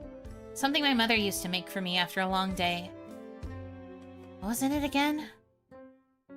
My hands rummage through our seasonings and syrups. My hands gravitate towards the cinnamon, vanilla, and honey. I think this is it. The ingredients certainly sound nice, but I still feel like it's missing one last thing. Oh right, tea! Our signature black tea jumps out at me. Similar to a lush wind fog, but sweeter and with more milk. The process to put it all together is nothing too different from anything I usually make, and so it doesn't take me much time to put it together. Miss Nimue, I finished. I hope your friend likes it. It's been some time since I made this particular drink. I'm sure they will. Nimue takes in her surroundings with a small smile. This is a beautiful place. I'd like to bring them here myself, but I'm afraid my friend can be quite stubborn. Ah, a creature of habit? She nods. I can be the same way sometimes. Oh, and take this as well. I reach toward the display cabinet, carefully placing a chocolate croissant into a brown bag. On the house. Are you sure? Positive. Enjoy the rest of your day, Miss Nimue, and tell your friend I say happy birthday. I think I just might. Thank you. Astra. Astra, then. I'll pass your message along. With all the grace of a flowing stream, she disappears through the door of the cafe. The lights in the cafe are dim as the sun begins to set. Albion works quietly beside me, diligently cleaning a coffee tamper. I sit at one of the tables, using my break to soak in the serene calm and eating a delicious scone that Albion had forcibly given me. I lift my head up from where it rests on my arms. A cloaked figure steps into the cafe and steps directly up to Albion at the bar. Welcome in. My apologies. I'm looking for someone. Someone who works here. Astra. Albion's eyes slide over to me in what I think is him asking permission to tell this stranger who I am.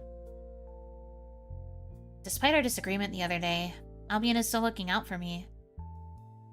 He's giving me a choice. Do I want to talk to this stranger? Yeah. They look cute to me. Curiosity wins.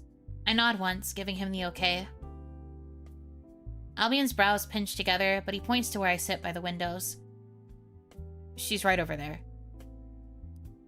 The stranger follows the direction of Albion's finger. When our eyes meet, I see a split second of shock cross over the figure's face. Thank you. I can't think of anyone who'd be looking for me, which only makes me more curious. Hello. Their clothes are oddly ornate and formal. An outfit of gold chains, delicate details, and smooth lines. I wonder why they're so dressed up. You are Astra? The one and only. You are the only Astra in Feldoria? Oh, well, probably not. It's just a figure of speech. I see. So, can I help you? How do you know my name? Yes, I suppose that would be jarring. One of my nymphs came here recently. Nimue. One of their nymphs? Nimue. Ah, yes, the Naiad. I remember now. She told me that you were the one responsible for my offering. Your offering? A gift, she calls it, but an offering nonetheless. Suddenly it clicks. You must be the friend she told me about. Ah, yes. If you're here, then that must mean you liked it, right? The offering. At least I hope that you liked it. I guess you could be here to tell me how terrible it was. It was delicious. The croissant as well. I came to thank you in person. Oh, that's nice of you. The flavors were just like something I used to have many years ago. I did not think I would ever taste it again. For that, I thank you. I will remember your kindness, Astra. They came here just to thank me? Who is this person? Well, it's not on the menu, but if you come back, I'd be happy to make it for you anytime. Truly? Of course. Everyone is welcome here. Even under the shadow of their hood, the smallest of smiles can be made out. A kind offer. I will consider it. They say it with a subtle reverence. Their features are soft, and their eyes gleam. It's not the kind of gaze I'd normally expect from a stranger. I must go now. Thank you, again. And without lingering, the stranger turns away. As they leave, I catch a whiff of lavender. Hallis really does attract people from all over the country, huh? My gaze flickers over to Albion, who looks away sharply. Not that he'd admit it, but he was probably watching to make sure nothing happened. Break time's over. Get back over here. Coming.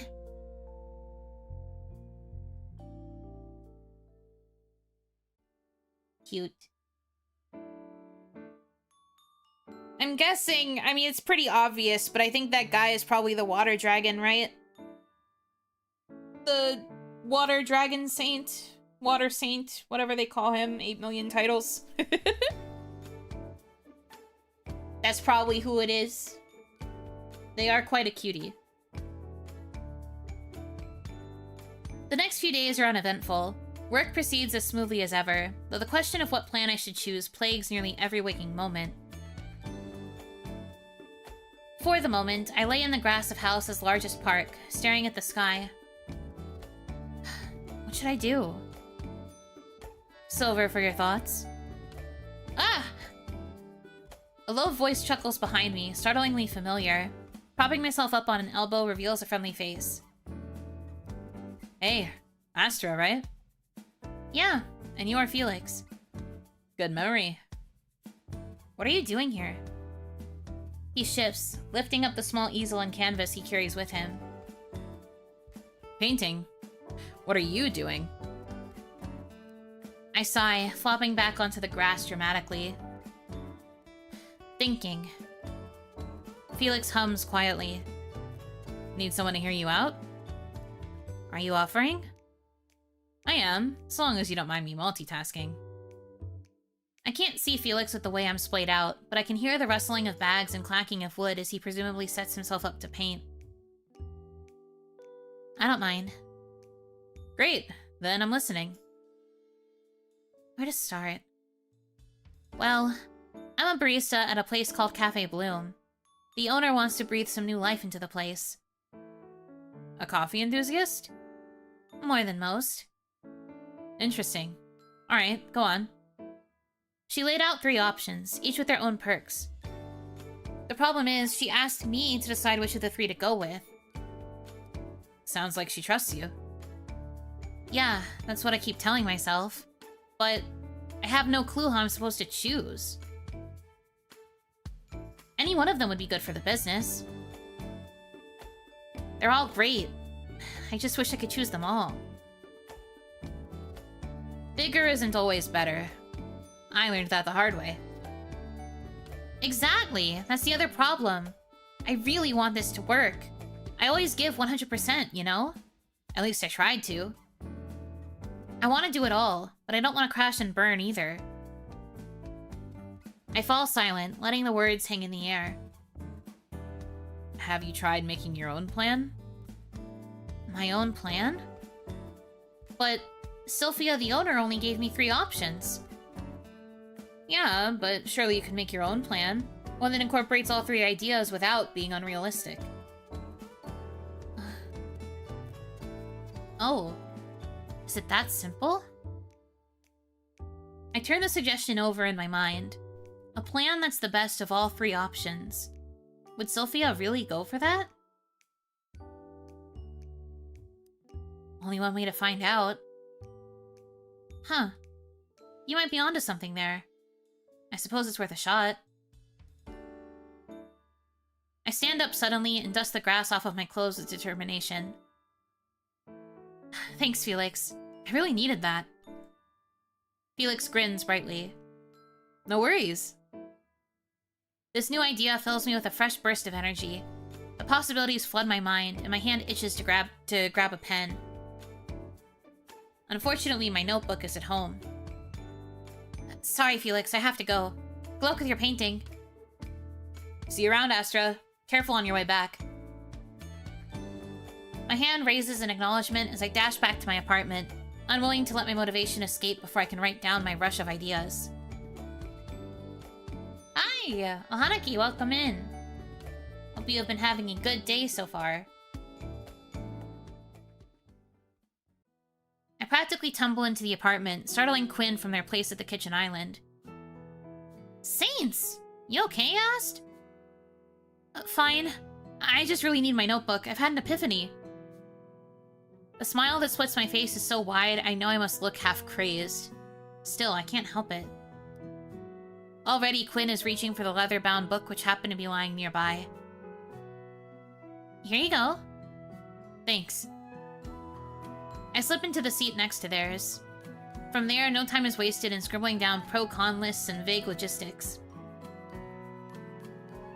Whoa, you weren't kidding! Is this for Bloom? Yep.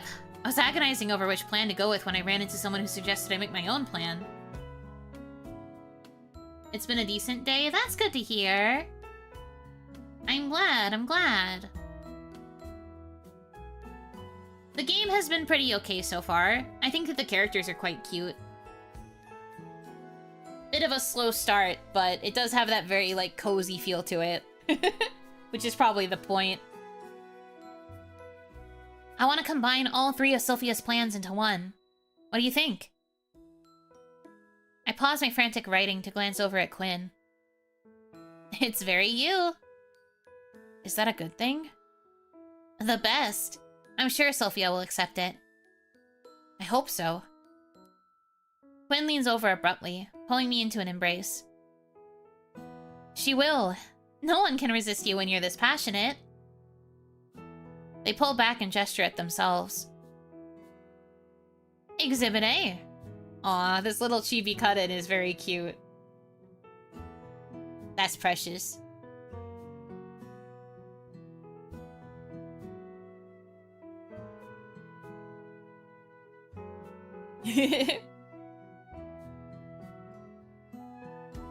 I'm just following my heart. That's a bigger strength than you realize, Ast. Not everyone can do that. My eyebrows furrow at Quinn's admission. Not because of what they said, but because of the look on their face when they did. I open my mouth to question them just as they exclaim suddenly. Oh, I almost forgot. I heard some more rumors today. Heard or eavesdropped? Quinn waves their hand dismissively. I just happened to be nearby. Besides, it wasn't personal information. It was about our elusive saint. Seems they were spotted in the city again. People say that all the time, Quinn. There's a St. Kaelin sighting every few months or so, but never any proof. You're right. But the traveler in me can't help but hope. I have so many questions about dragon culture. You'd be more likely to catch a glimpse of the saints in Chalair or Valanche. Even so, I believe one day our saint will appear. Hopefully in my lifetime. For your sake, I hope that's true.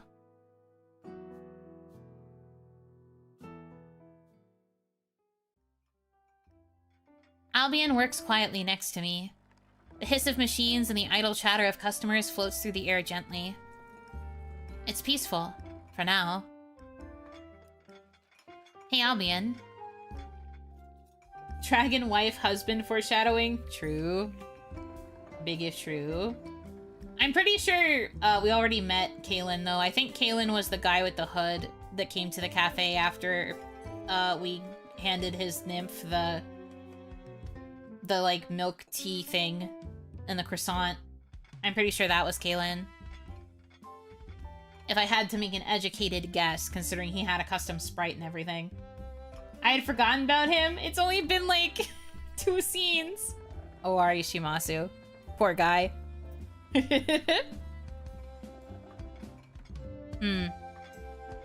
About the plans for the cafe. This again? Astra, I really don't want to talk about it. Why? Because things are fine as is. I don't understand why we need to expand. We're not necessarily expanding, just making a few adjustments. And what happens when you make so many adjustments that the original was lost? There it is. I feel like I've scratched the surface of Albion's hesitation. The people are ones who make this place what it is. All Sophia and I want is to open these doors to a wider community.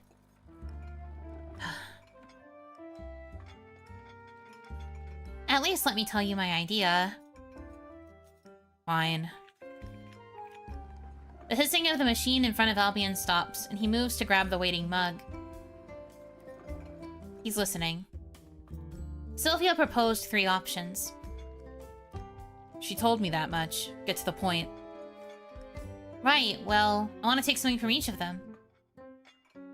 His movements pause, then resume as if nothing is wrong. Great. It is great. At least I hope so. It's not some grand scheme like you think. Then what is it? It's how we all win. The changes are small, concentrated in 3 key areas. We start marketing, have a mural painted, and tweak our menu. We're not uprooting anything.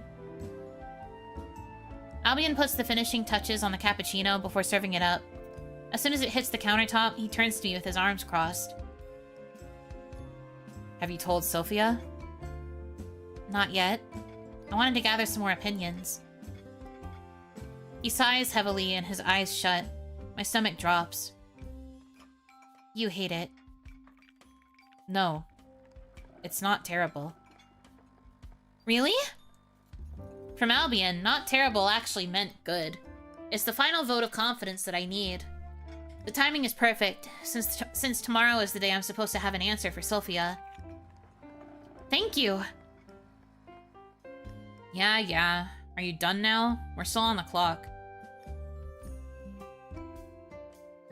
He's just like, whatever. I don't want to keep talking about work in the workplace. Hate this guy. The next day, Sophia pulls me aside to ask for updates about the development plan. Astra, do you have a moment? Sophia sits at the bar facing me. The cafe is empty, outside of Sophia and myself, so her question isn't really necessary, but I answer it anyway. Of course. About what we discussed. It's time to make your choice. I want to hear what you think. My heart skips a beat. As it was before, the first option is to focus on our menu. Add seasonal treats, new items, new coffees. Something to keep customers excited every time they visit. The second option is to turn the cafe into more of a community space. We could host events, bring in local artists, create something alive and ever-changing. And finally, we could focus on marketing. Renovations, a stronger identity, and come up with something that makes us stand out from every other cafe in the district. A bold step forward.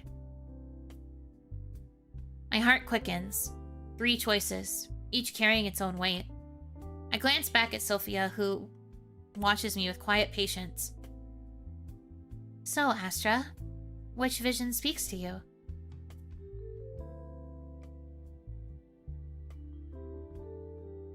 I can't click it! No! I see.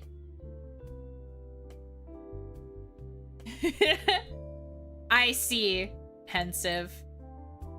I imagine that that's because choosing that unlocks like more secret routes opposed to the ones that are considered more common. But man, she was so determined to have her mixed plan. I'm being forced to not choose it. This isn't me. This isn't my choice. I'm sorry. Piss me off. Gatekept. Yeah, literally gatekept. Literally 1984.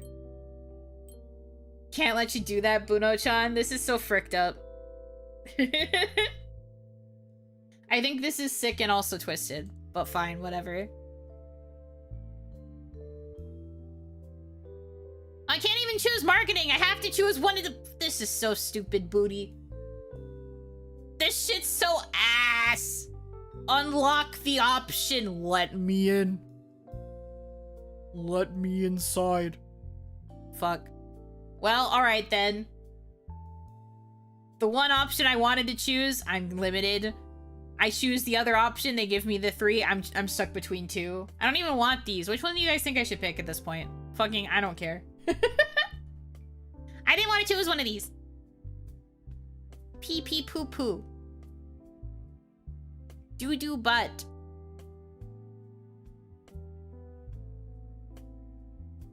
Artist gallery is probably Felix, if I had to guess. And then new menu items and seasonal treats. Maybe it's Albion. Maybe it's somebody else. I don't know. Casting lots. Despair. I cannot believe I am being gate kept. I'm being walled. Ultimate games do this a lot, though. There are a lot of times where certain characters, like certain options that would get you a particular route, will just be locked until you do a different route. So this is unfortunately common. I just didn't expect it to be locked this hard. 2? Okay. Looks like we're going for the community space. Alrighty then.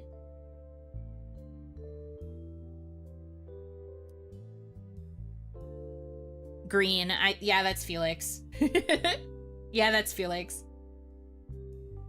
I want Bloom to become a community space, to bring in local artists and keep it lively. Bold, I like it. I'll reach out to a few contacts. Wow, and they're just slapping us right in. Okay. Yeah, this is our confirmation. We're on the Felix route now, baby. I mean, that's fine. I think of the love interest, he was the most interesting. But it's pretty funny that we're just instantly there. Boom.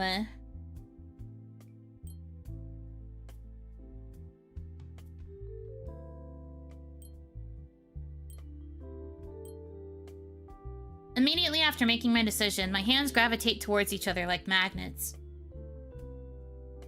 I feel the weight of Felix's card in my pocket.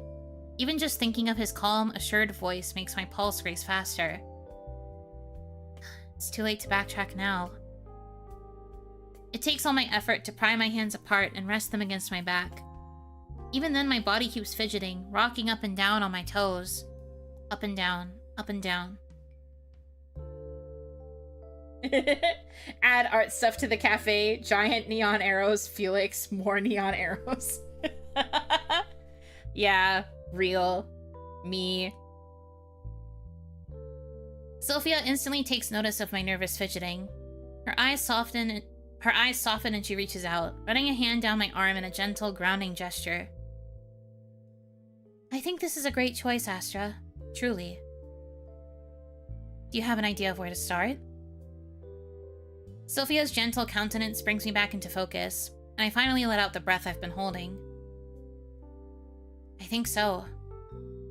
You should reach out to them. We could use as many people as we can get our hands on. I can? Of course. You'll be taking more of a management role for this project. It's a perfect chance for you to gain some experience. No matter how often it happens, I'll always be grateful for the way Sophia reassures me. But management?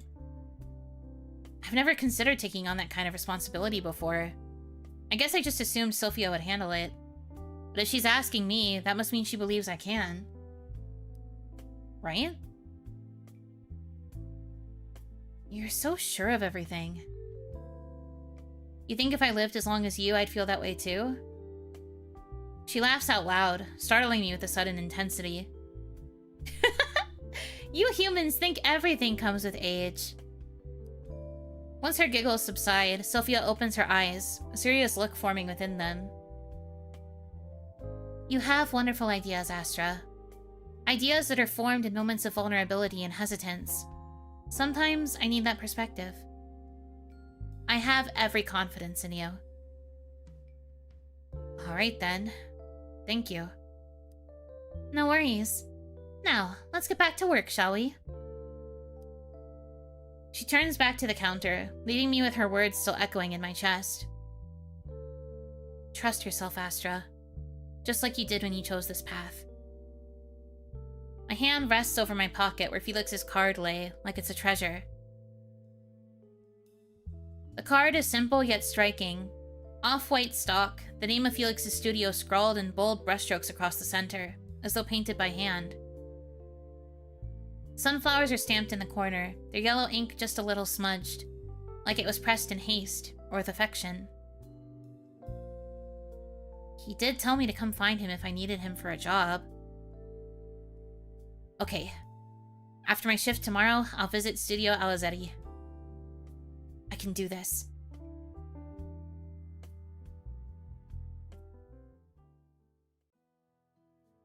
The kitchen is cold this early in the morning. A cup of coffee sits between my palms, heating them, the contrast causing little shivers to sneak up my spine. Last night I tried to sleep, but my itch to write down all my ideas drove me out of bed. Oh, I've been there. I literally keep a notebook and pen like close by my bed whenever I get really fidgety, and then I will like flick on my light and I'll scribble down all of my thoughts to try and clear my brain out.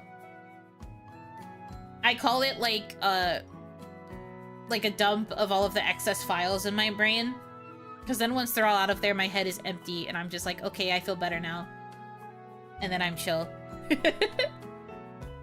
So I relate.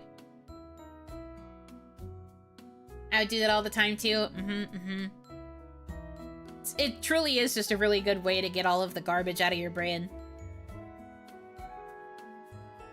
As I sip on my brew, I stare at my worn notebook. A mess of notes are scrawled across the page. How often should we rotate artists? Where should work be displayed?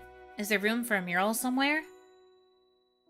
Lots of questions, but not many answers. Setting my mug down sends a small splash of coffee onto my notes. Oh, oops. I slide the notebook away, reaching for a nearby towel to wipe up the small mess when Quinn steps into my line of sight. That poor notebook. With all the coffee you spill on that thing, I'm surprised it's still legible. Quinn yawns as they settle into the stool next to mine. Good morning. Morning.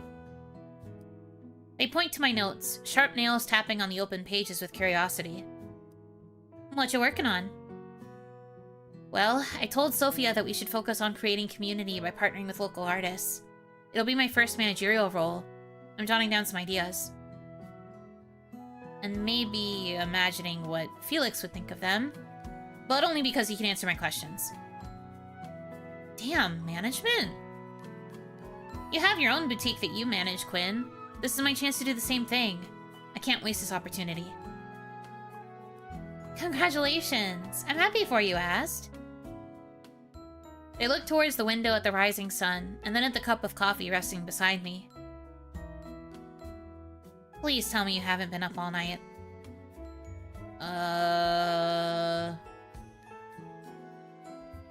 Quinn groans. Ast, really? How many cups of coffee have you had? 2? Their eyes narrow. Okay, fine. It's my 3rd. Do you at least have time to nap before work? Nope. Speaking of, I've actually got to head out now. Besides, I don't think I could sleep even if I tried. My mind keeps running at 1,000,000 miles a minute. I might as well be productive. Or maybe it isn't just my mind. Maybe it's the way my chest feels lighter whenever I think about Felix's card waiting in my bag. As silly as that sounds. And Felix. I can picture him so clearly.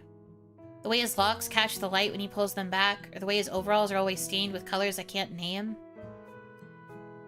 He looks like he carries a piece of the sun with him. She's got it bad, like, pretty quickly after going onto the route, huh? She fallen hard? Yeah, that's what I mean. She's already waxing poetic about this guy. She went from just being his friend to being like, oh, Felix, kya, kya. It's a little fast. It's chapter 1, ma'am. Of how many? I don't know, but it's chapter 1, ma'am. Please, walk in. Uh-huh. You know you're gonna crash later. Oh, absolutely. But I've decided that's a future Astra problem. Quinn sighs fondly, shaking their head and pushing my notebook back towards me. What am I gonna do with you? I'll be fine. Their tail swishes low behind them, brushing the floor, but they give me a smile of encouragement. I down the rest of my coffee and stand up, but not without also grabbing my notes, which I make sure to toss into my work bag. Okay, I'm off. With all of my things gathered, I walk straight to the front door and turn the handle. I hear Quinn call out to me just as I take the first step outside. At least eat breakfast when you get there. I will. Caffeine runs through my veins, filling me with enough vigor to tackle the day ahead. Today it's just Sylphia and I. Customers flow steadily into the cafe. Never really too busy or too crowded. A nice middle ground. Off to the side, Sylvia sits with a business advisor discussing my proposal for the cafe. I wish I could hear them better. Over time, I've gotten used to making coffee to the point that I don't have to think too hard about it. Right now, I'm using those hard-earned skills to multitask and listen in on Sylphia's conversation. Not that I plan to make a habit of eavesdropping, but it's times like these where I envy Quinn and Velvet's sensitive hearing. Astra? Yes? She smiles. When you have a second, why don't you come join us? Really? I clear my throat. Yes, of course. I'll be there in a moment. Right now, I've got to finish this customer's order. I pour milk into the cup carefully to create my signature flower, before finally serving it to the waiting customer. Oh, cute! After I finish, I head to their table. Stiffly, I seat myself next to Sylphia. There's a rigidity to my movements that I can't quite shake. Mr. Elwood, this is Astra. She's the one who will be managing this project alongside me. When I'm not around, she'll be your point of contact. Nice to meet you, sir. I look forward to working with you. As do I. Now, back to what we were discussing before. A word of caution. I think that we should consider reevaluating the scope of this project. The proposal certainly sounds wonderful, but I worry about what we risk in making so many changes at once. I understand the logic, but how are you supposed to transform anything without taking risks?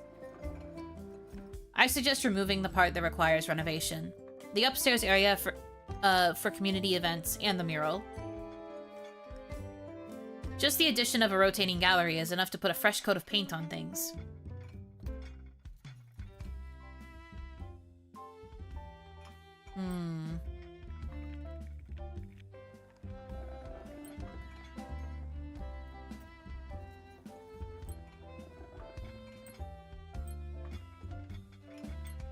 Keep quiet and listen or bring up concerns.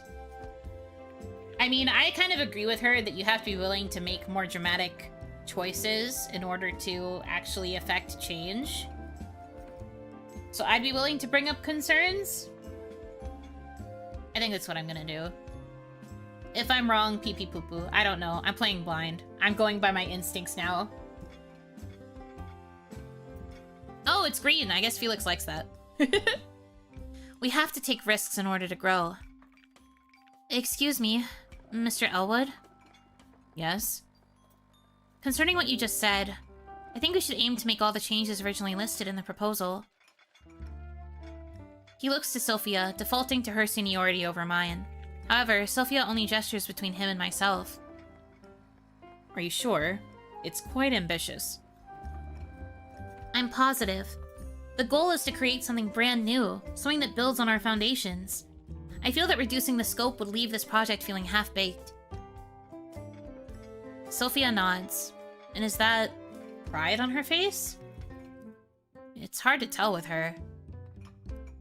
I agree with Astra. Let's continue with the plan as is. If something comes up later, then we can discuss cutting it down. With a course of action decided, the rest of our talk goes smoothly. I leave with a mountain of new work to tackle. Meetings with suppliers, artists, and designers see my schedule packed with things to do. But at the edges of my mind is a wave building, threatening to overwhelm me. This is no time to be anxious. I can do this. There's only one more task for today. My heart keeps stuttering. Too much coffee? I pull my timepiece out from my apron, smoothing my thumb across the glass. 1 more hour. Maybe I could ask to leave early? You seem distracted. What's on your mind?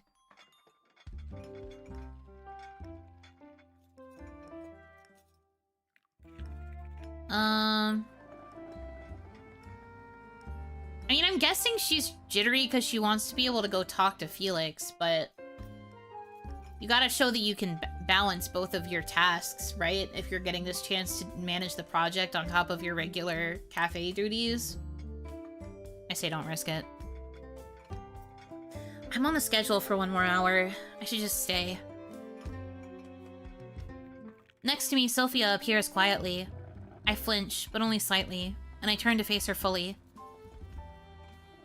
When I leave today, I'm going to reach out to my contact to discuss partnering with us. Oh, how exciting. You know, if you need to leave early to work on the proposal, all you have to do is let me know. In fact, if you like, you can go ahead and leave now. I can take care of things here. Consider it part of your shift. Really? Are you sure? I insist. Work you do on the outside of the cafe is still work. Now go on. Before I can think it over further, Sophia is already ushering me towards the break room.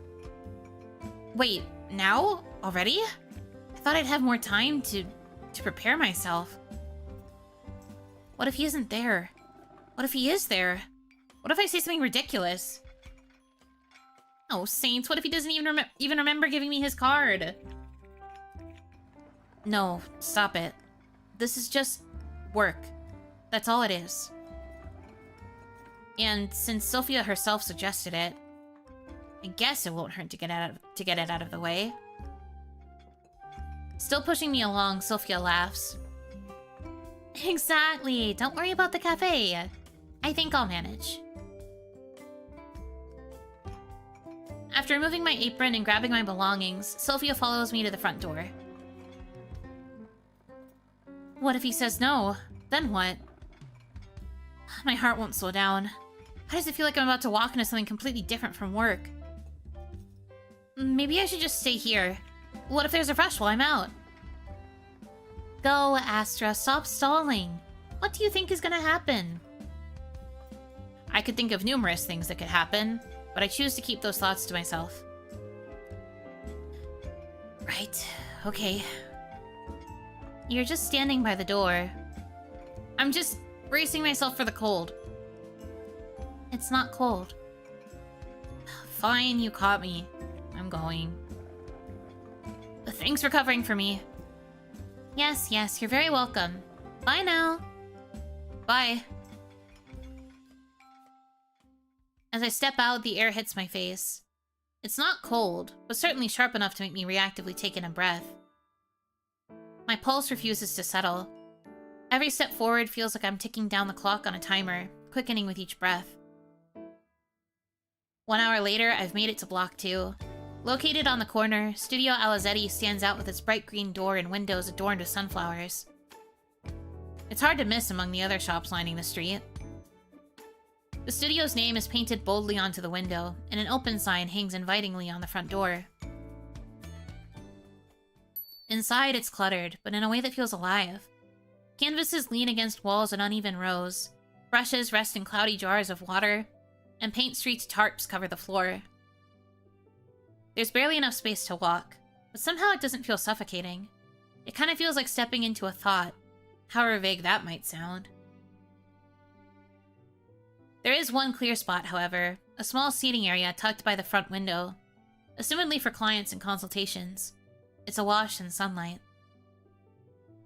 Bathed in that light, Felix lounges on a couch with a sketchbook open across his lap. He taps a pencil against his lips absent-mindedly, eyes unfocused, like he's a million miles away.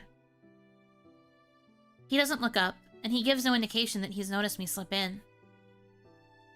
I think back to last week when Felix startled me at the market, and an idea starts to form. Sneaky, sneaky. Payback time. I tiptoe forward, careful not to let my shoes squeak against the paint-streaked floor.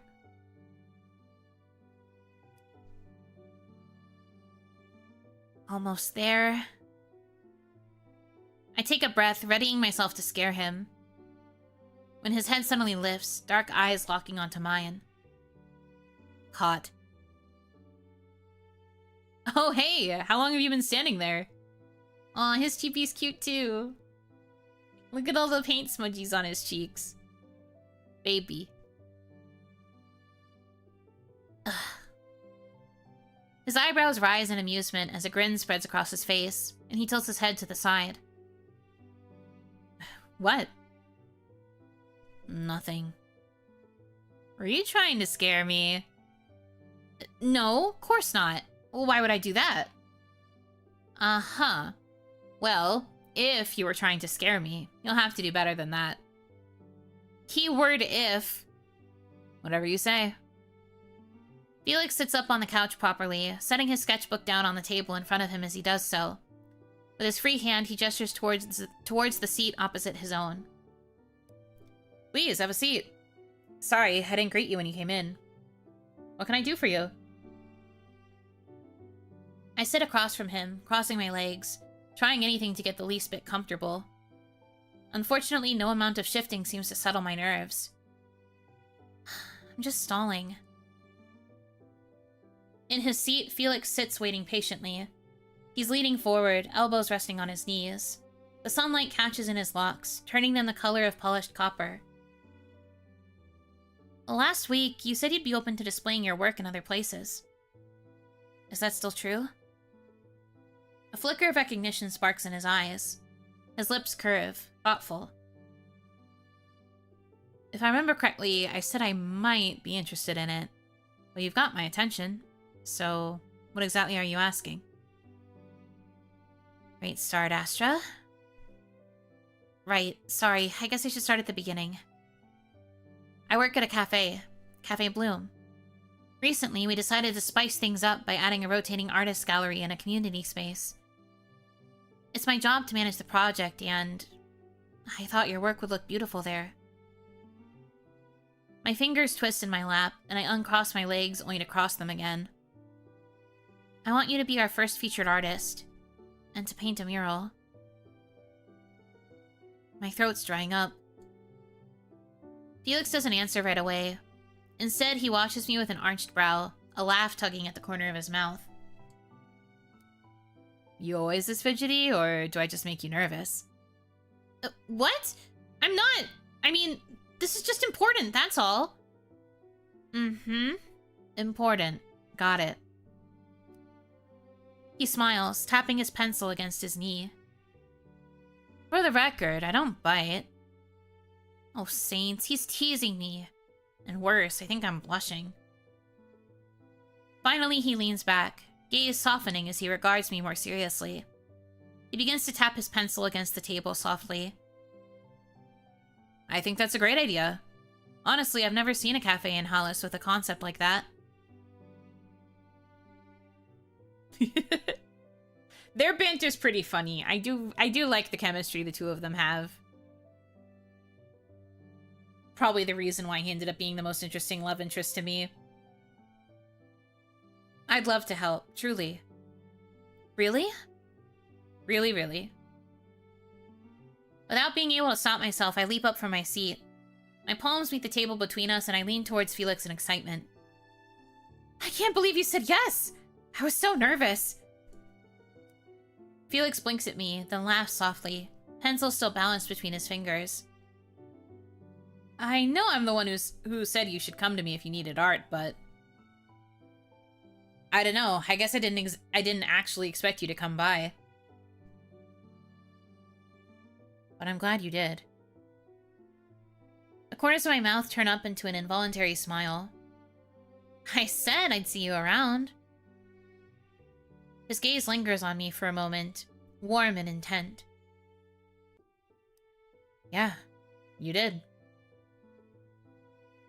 The silence between us stretches, the tension growing. When Felix finally breaks it, it's with a small clearing of his throat, seemingly grounding himself again. So, what do you need from me? Why don't we set up a meeting? Now that I have you on board, I can work on brainstorming some more ideas. Maybe a few days from now would be good? Felix nods, picking up his sketchbook and flipping it open to a blank page. He scribbles down a few basic notes, speaking up again while he writes. We should set up a meeting at the cafe, if you don't mind. I'd like to see the space myself. His voice is light, but there's a flicker of hesitation in his eyes, as if expecting to be turned down before I've said anything. Of course. Alright, give me a sec. He rises, moving with careful ease through the jumble of canvases and paint cans, stepping around them expertly like he's walked this path 1,000 times before. Practice makes perfect, I guess. Across the room, I can see Felix flipping through yet another notebook and mumbling to himself. After a minute or two, he sits back down in front of me, holding the new notebook. How's this Tuesday? Looks like I have an opening around lunchtime. That sound okay? Tuesday, huh? I have another meeting that day, but it should be over by lunchtime. It should be fine. More than fine. Absolutely. Thanks for agreeing to help, Felix. You don't have to thank me for taking on a job, you know. But you're welcome. He flashes me a grin so bright it nearly knocks the air from my lungs. He stretches out a hand towards me. Looking forward to working with you, Astra. Oh, Saints, that's lethal. My heart pounds in my chest so loud I'm afraid he might hear it. Maybe Quinn was right. I think I did have too much coffee this morning. I shake Felix's hand. His grip is firm and his palm is pleasantly warm. I have to suppress the shiver that threatens to run through me. My pleasure. The sudden chime startles us both. Felix releases my hand quickly, an apologetic smile tugging at his lips. Coffee, totally the coffee, girl. Yeah, girl, the coffee. The coffee is causing your elevated heart rate. It's definitely not the very handsome man in front of you. That would be my next client. Sorry, Astra. It's okay. I have a meeting with a supplier soon anyway, which I need to get ready for. Sorry for dropping by without notice. You're welcome anytime. See you Tuesday? Yeah, see you then. Bye, Felix. Bye, Astra. Be careful on your way back. I will. I step out of Studio Alizetti with my heart still hammering and excitement bubbling in my chest.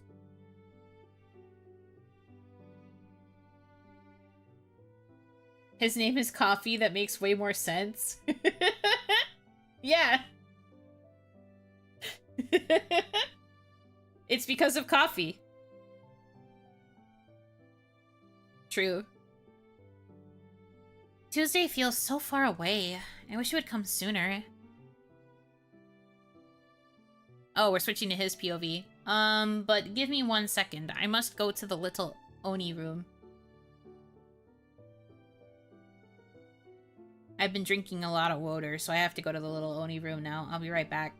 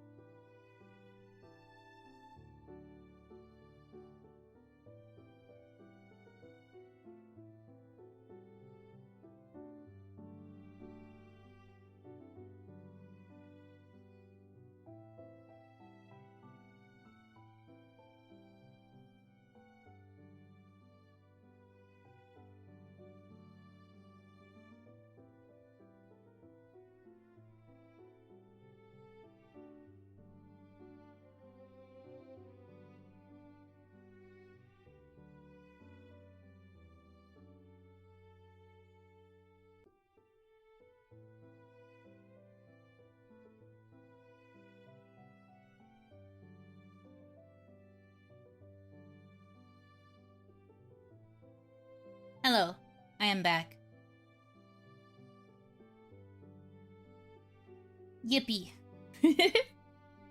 Okay. Yes, thank you for the welcome backs. I'll try to go for like another hour or so. I don't know how far we'll really get with me going for another hour, but we'll see how it goes. I guess I should say like an hour minimum. We'll see how my voice is feeling by then. Because I also have to get up early in the morning, so I don't want to stay up too late in case it really makes it difficult for me to get up, but we'll see what the vibe is. I'll keep you updated once it's been about an hour. Anyways. His eyes follow Astra as she walks out the door. Unconsciously, Felix's fingers start drumming against his thigh.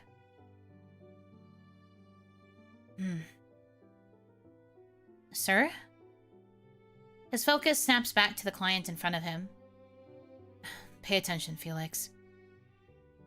Felix lets a smile take over, trying to put himself back into work mode, something he feels guilty for even having to do.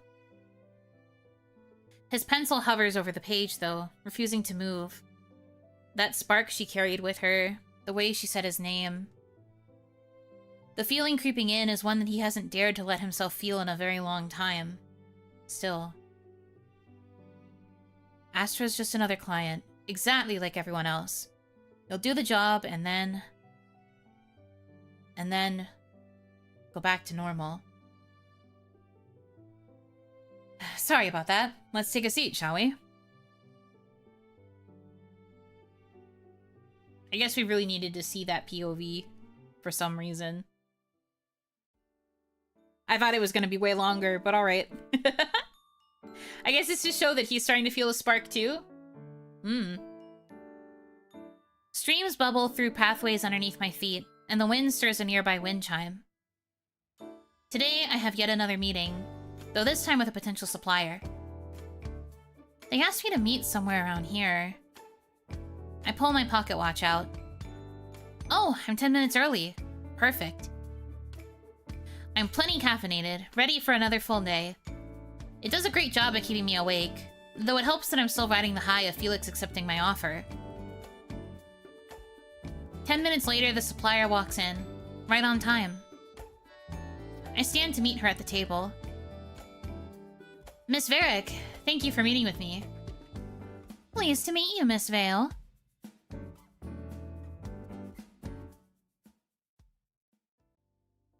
When the meeting is finally over, I let out a grand sigh. My body slumps back into my seat, drained. That was a lot more involved than I thought. Hello there. Wait, I recognize that voice. Velvet? What are you doing here? They chuckle. I should be the one asking you that. This is my restaurant. Oh, huh. The werefox sets a menu down in front of me with a self-satisfied grin. In big, bold letters, the word Vels is written across the top. I point at the menu indignantly, letting out a playful scoff. This could be anyone. Sure, if that makes you feel better. It does. I saw you come in earlier, but you seemed busy. A business meeting? I'm managing a project for work. I had no idea this was your place. It was the client's request. Oh yeah, I thought I saw Juliet come in. Juliet? As in Juliet Varric? Do you know everyone in Hollis? Velvet laughs and then winks. Irrelevant. I heard you hired Felix for your cafe's new venture? Tell me more. Don't you have to work? They shrug. It's my place. Besides, it was almost time for my break anyways. I guess I can't stop you then. How kind of you. So, you saw Alizetti, huh? It's a bit of a wreck in there, isn't it? You didn't trip on anything there, did you? Surprisingly, no. I keep telling him that he should at least clear a path for clients, but as you saw, that hasn't happened. He seemed pretty used to it. Of course he did. He's been living there for over 7 years now. but I still think he could stand to organize. I tried to do it myself not so long ago, but it was back to square one within a week. Velvet laughs, and there's a fond smile on their face that shines even through the exasperation in his voice. How long have you known Felix? A little over 2 years now? Feels like forever, though. He turns his attention to me and smirks. I'm happy he seems to have found a new friend. I don't think I've seen him so comfortable with another person since we met. So Felix really doesn't have many friends, even though he seems so sociable.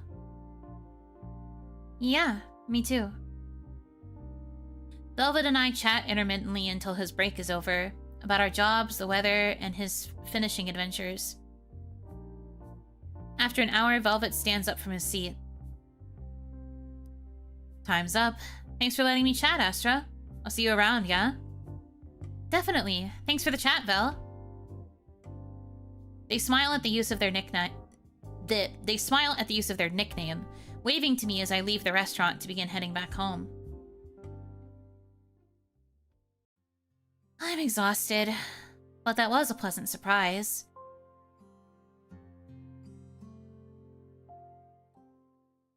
Tuesday comes with little fanfare. Miss Varick left a few minutes ago. Right in time for yet another meeting. No talking with Felix hardly feels like work. It's almost noon. Felix should be arriving soon. Someone clears their throat loudly behind me. Astra, are you done with that? Done with what? The creamer. I glanced down to see the container clenched tightly in my hand. I didn't even notice I was still holding it. I blink, trying to focus. Oh, Saints, get it together. Right. Here you go. Albion takes the creamer from me and turns to walk away.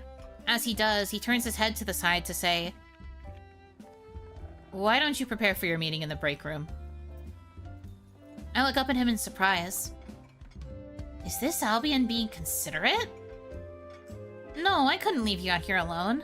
I'm fine, promise. You're not exactly helping me out here. Just go. Ah, there's the Albion I know. All fine, I'll get out of your hair then. Thanks. Albion ignores me, already back to work, and I take that as my cue to slip away. In the break room, I take the time to gather all my notes, but it isn't long before Albion is opening the door to let me know that Felix has arrived. Some guy covered in paint just showed up. My traitor's heart skips a beat. Thanks, Albion. I'll be out in a minute. Can you direct him to a table towards the back? Once again, Albion doesn't respond.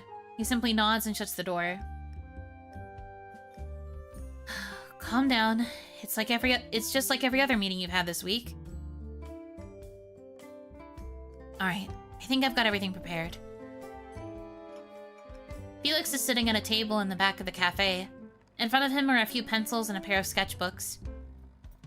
I sit across from him, joining my own notebook and pencils with his. You know, it feels different seeing you here instead of running into you by chance. Hope I didn't keep you waiting. Nope, all good. Your coworker even gave me this coffee, on the house. Albion did? Tall, quiet guy, right? Yeah. Didn't say much, though. Huh, okay then. Seems like we're all set. I open my coffee-stained notebook and slide it towards him, pointing to a set of circled notes. The general idea is that we partner with different artists, highlighting various businesses around Hallis. Felix leans in, resting his chin on one hand as his eyes scan my messy handwriting.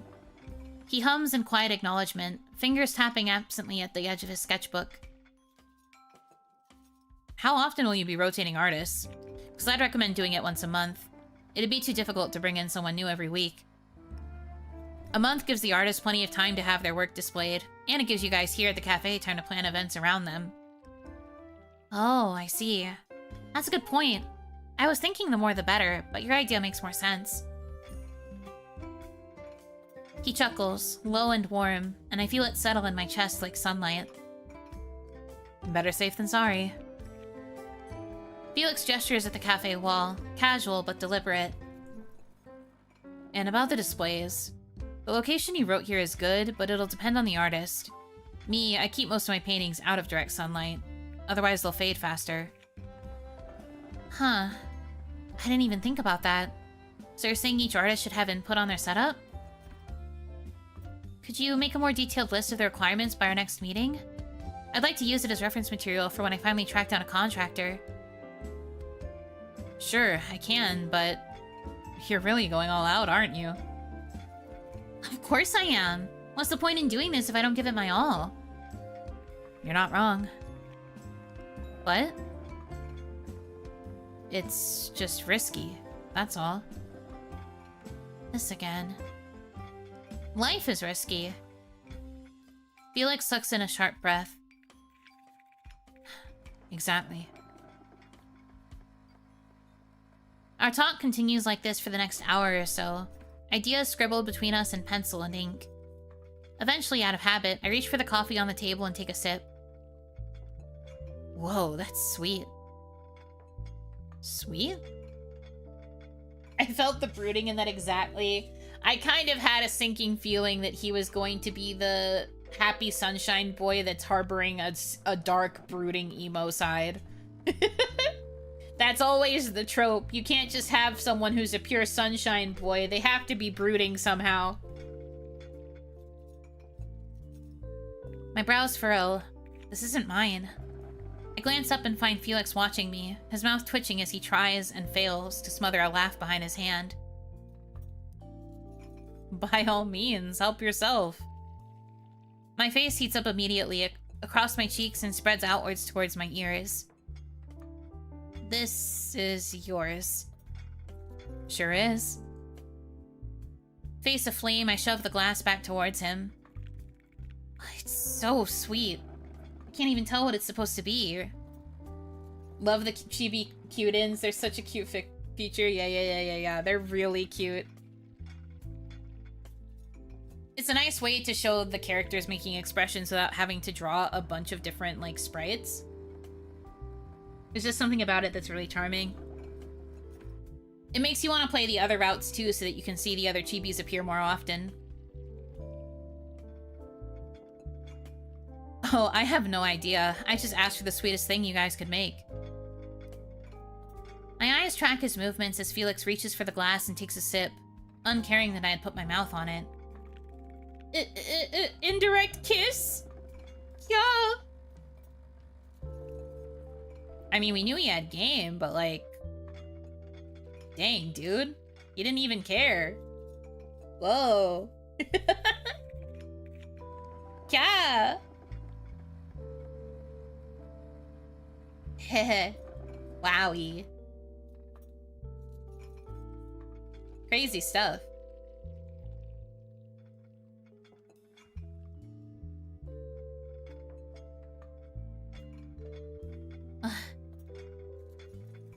It's delicious. If you say so. The silence between us buzzes with something unspoken until I tear my gaze back to my notebook, desperate to smother the warmth in my chest with something more practical. I think that just about covers everything for today. I'll consult with the owner about what we discussed, and then we can set up another meeting. If that sounds alright for you.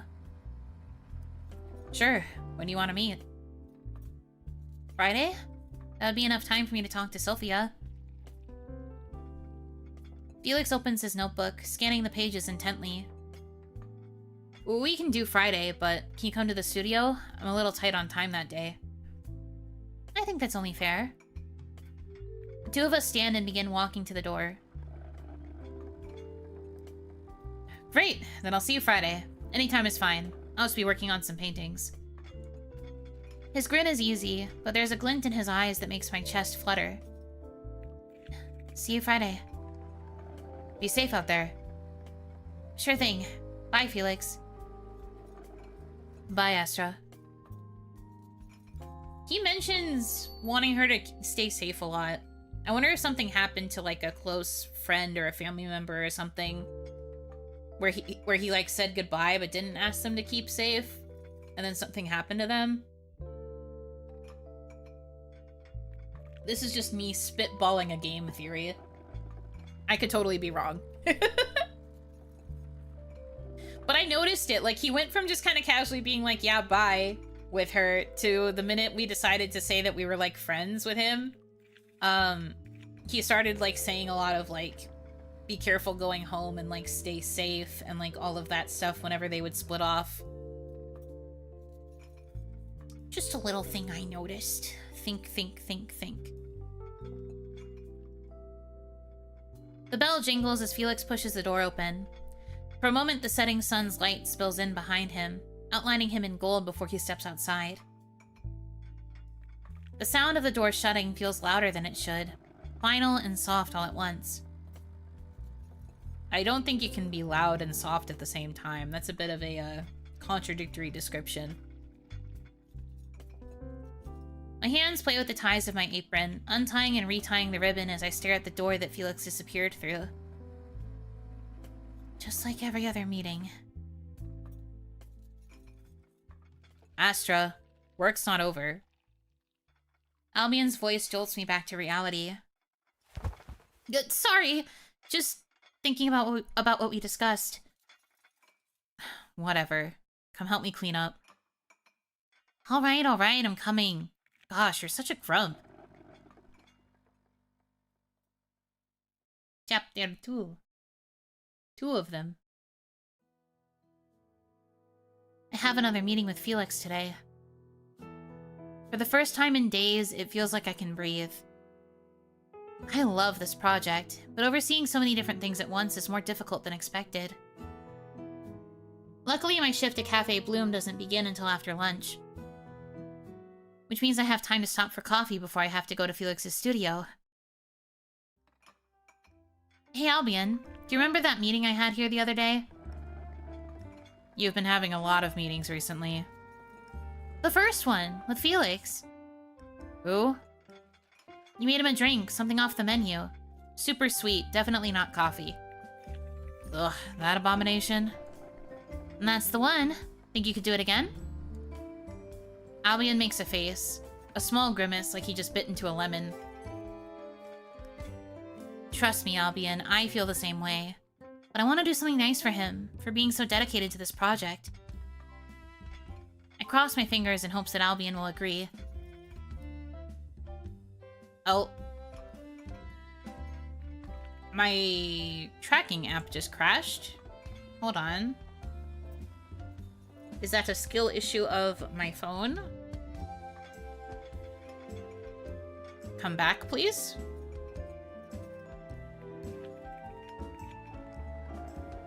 You know, in Deep Thunk, the fact that it froze with me having my mouth open too is kind of messed up.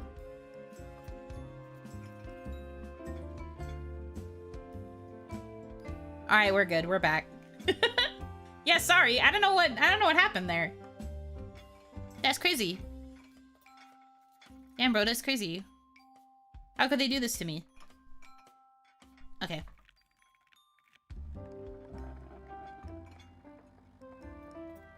Let me finish doing some clicky of stuff around me. Alright, there we go. He likes sugar, not coffee, but fine. Thanks, you're the best. Also a cortado for me, the usual. Please. As is typical for Albion, I get no verbal response, only action. The bubbling of brewing coffee and the sounds of metal fill the void. While I wait, I sit at a table to look at my notes one last time before the meeting. Then when Albion finishes the order, he sets it in front of me without so much as a glance. Done. Thanks. Will you be here later? After lunch? No. Sophia's coming in. Ah, okay. Then I'll see you next time. Albion nods. With coffee in hand, I begin to second-guess myself. It's just coffee. Nothing more, right? I hope it's not too much. The sign to Studio Alizetti is flipped to open. I step inside, one hand carefully holding 2 drinks in a tray, which unfortunately are no longer hot. Within the studio, a large canvas dominates the room. Felix sits on a stool before it, brush in hand, concentrating intensely. From where I stand, I can see splashes of color and vague shapes that don't quite form anything yet. A half-formed thought waiting to bloom. Felix? Oh, Astra. Good morning. Morning. I come bearing gifts. For me? For you. I set both drinks on the nearby table. Behind me, I hear the clatter of Felix's brushes, then the quick shuffle of footsteps. As I turn, he's already reaching for the cup. At the same moment, I move to hand it to him, and our hands collide. Their hands accidentally touched. Whoa, romantic. A smear of bright pink paint streaks across the back of my hand. The contact is brief, but it's enough to send a spark up my arm. Sorry. Oh man, that heartbeat's loud, brother. Wow, coffee sure is making me go crazy. No, it's alright. I pull my hand back, staring at the paint like it's something alive. It's still wet, glossy in the light. My heart beats louder than it should be. Yeah, girl, you might have to go to hospital, because that was crazy loud. It was also galloping in my head. I don't think a heart is supposed to be doing that, even when you're, like, really... Even after a lot of exertion or, like, big doki doki. I don't think it's supposed to do that. But then again, what do I know? Hospital. Yeah. That heartbeat was crazy. Hospital.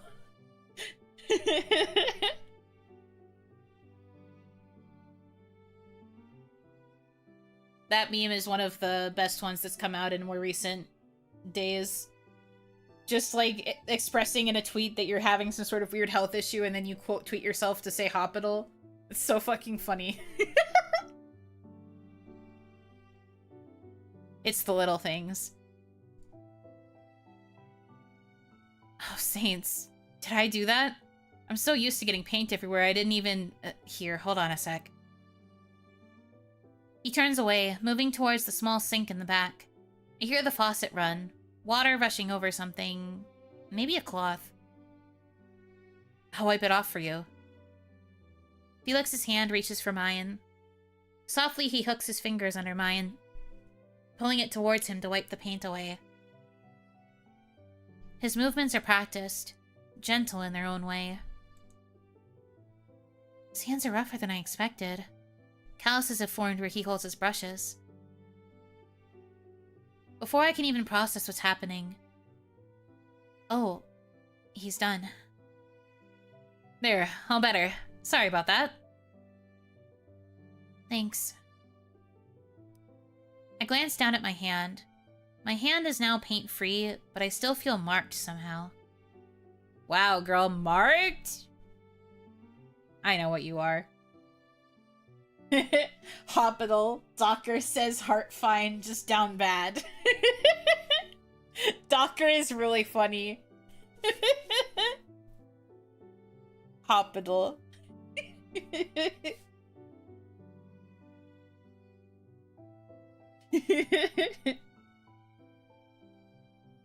There's a faint warmth clinging to where his fingers touched, like my skin hasn't realized the moment's passed yet. Felix, on the other hand, seems entirely unfazed. He stands, sipping his coffee with a grin on his face. You remembered my coffee order? How could I forget it? I hesitate to even call it coffee. Hey, if it has coffee in it, then it's coffee. I mean, that's technically true, but what you have completely disregards the integrity of... I look up only to see a mischievous grin sitting on Felix's face. I realize that I'm being baited into discussing the schematics of coffee, which I do not have time for.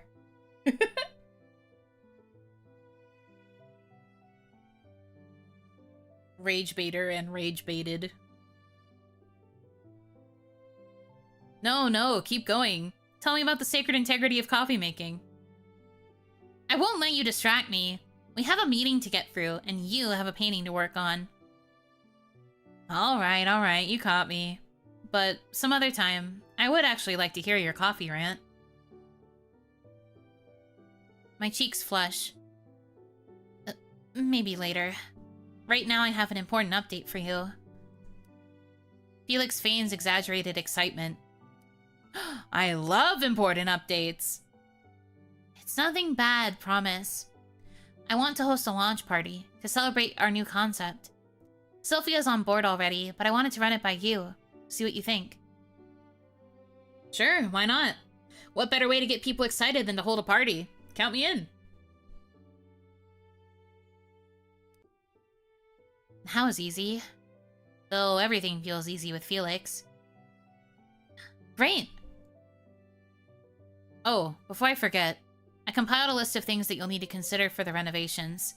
Lighting concerns, temperature, and materials. He hands me a set of carefully handwritten notes. Are you handling all this yourself? I flip through the pages. Sophia helps where she can, but for the most part, yes. Felix nods absent-mindedly. I see. Thank you. This must have taken you a long time. It was nothing.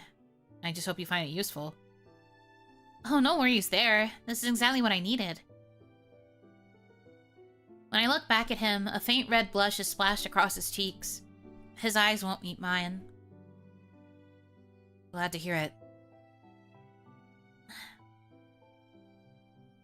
The rest of the meeting goes smoothly. We stray off topic a few more times, but I don't mind. Time spent with Felix is easy, as natural as breathing.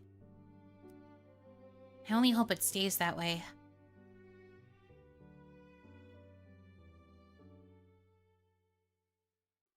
Felix and I lounge in Studio Alizetti again, sunlight spilling across half-finished canvases. Our conversation drifts as easily as the morning breeze, ideas bouncing between us back and forth. Oh, that was a mega flag. I was gonna say, if only it could stay like this forever. Hey, Felix, you wanna go grab the red paint for a second? You might need to paint something in this room red. Ay. Okay, my turn. Close your eyes and imagine this. That empty wall near the front door. What if, and stick with me here, you let me paint a mural of St. Kalen riding a unicorn? As requested, my eyes are closed, but the image of the noble water saint riding anything causes me to giggle uncontrollably. Felix's voice joins my own, time stops, and for a moment nothing else matters. Nothing but unbridled joy. You don't even know what the saint looks like. I'll make something up. That'll be what draws people in. It's not like they'll be able to prove me wrong. You're ridiculous. The meeting has absolutely gone off course, but the warmth in my chest that I feel when Felix smiles, a mini sun all on its own, makes it worth it. My heart's been doing that thing again. Skipping. I really need to get that under control. Time blurs again. Attempts are made to get us back on track, but for the most part, Felix and I spend most of the meeting talking about anything and everything. I'm starting to think he does it on purpose, but I have to admit his tangents give me a much-needed break from thinking about work. You're not originally from Hallis? Nope. I was born in a human settlement about a day's journey from here. But Hallis has been my home for the past 7 years.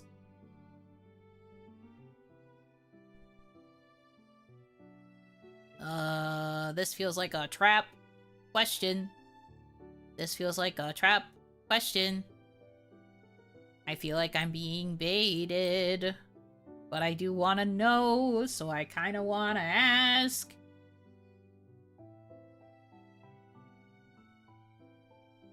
I don't know.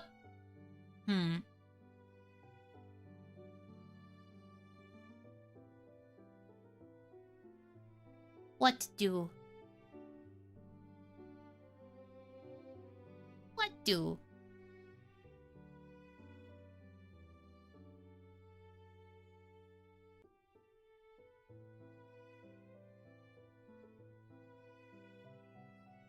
I'm gonna follow my heart and I'm gonna ask. I'm playing blind. If I get a bad ending, that's my skill issue. Oh, good. It lit up. Yay. What made you leave your hometown? Felix's face falls for a split second, but enough for me to catch it.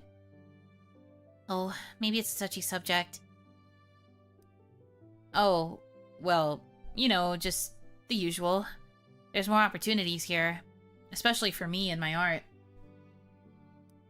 Opportunities like this one.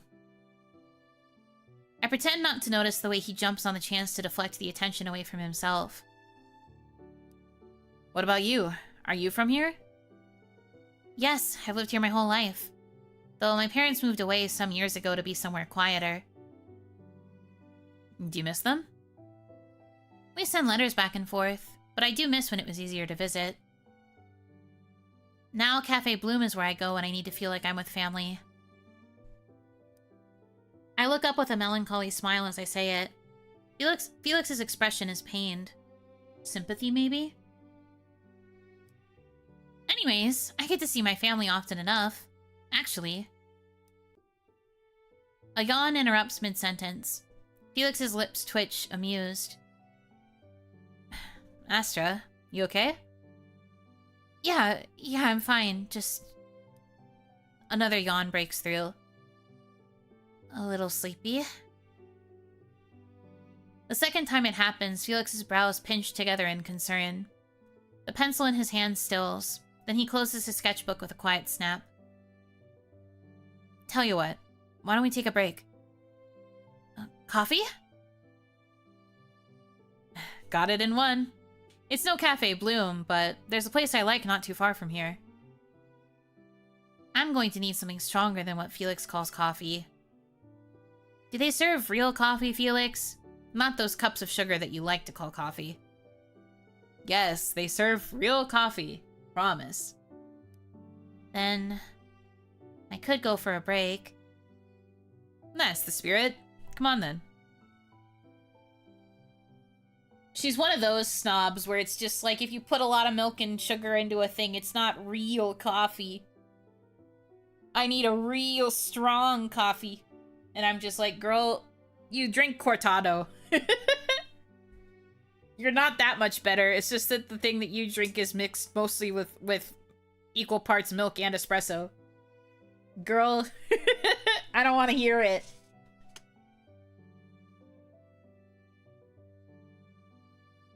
Felix leads the way down the street, weaving through the market's quiet hum until we stop at a small coffee cart tucked between two flower stalls. A cortado, right? Plain, no add-ins? I don't even remember telling him that. He must have picked it up from a previous meeting.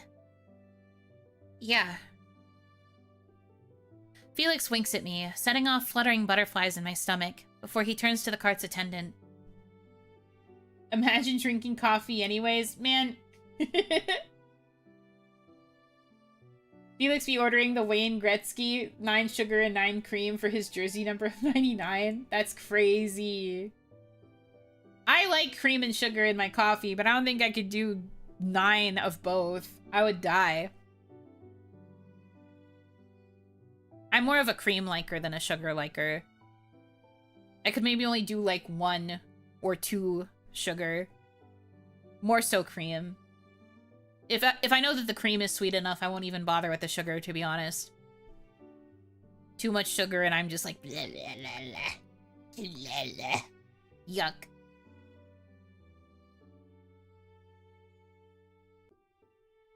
One vanilla latte, iced, and 1 cortado, plain. He looks back at me, eyes gleaming. Anything else? This place also has really good croissants. Oh, sure. Can you add 2 croissants to that? The attendant begins working on the order. I come here whenever I need a pick-me-up while working. You looks like you could use one yourself. His tone is light, but the worry behind it is impossible to miss. For a moment, I can't decide whether to be flattered or embarrassed. You're not overworking yourself, are you? I didn't sleep well last night, that's all. Or the past week? If Felix wants to question me further, his chance is stolen by the attendant's cheery voice. Here's your order. Thanks. I stand off to the side since it seems like Felix has everything under control. As the woman hands everything over, I see her give Felix a sly grin. Her voice is just loud enough for me to hear what she says. And can I just say, you and your girlfriend are the cutest! The two of you remind me of my own partner and I when we were younger. Searing heat flares across my cheeks. My face burns at the notion, and I turn away, trying to pretend that I didn't hear anything.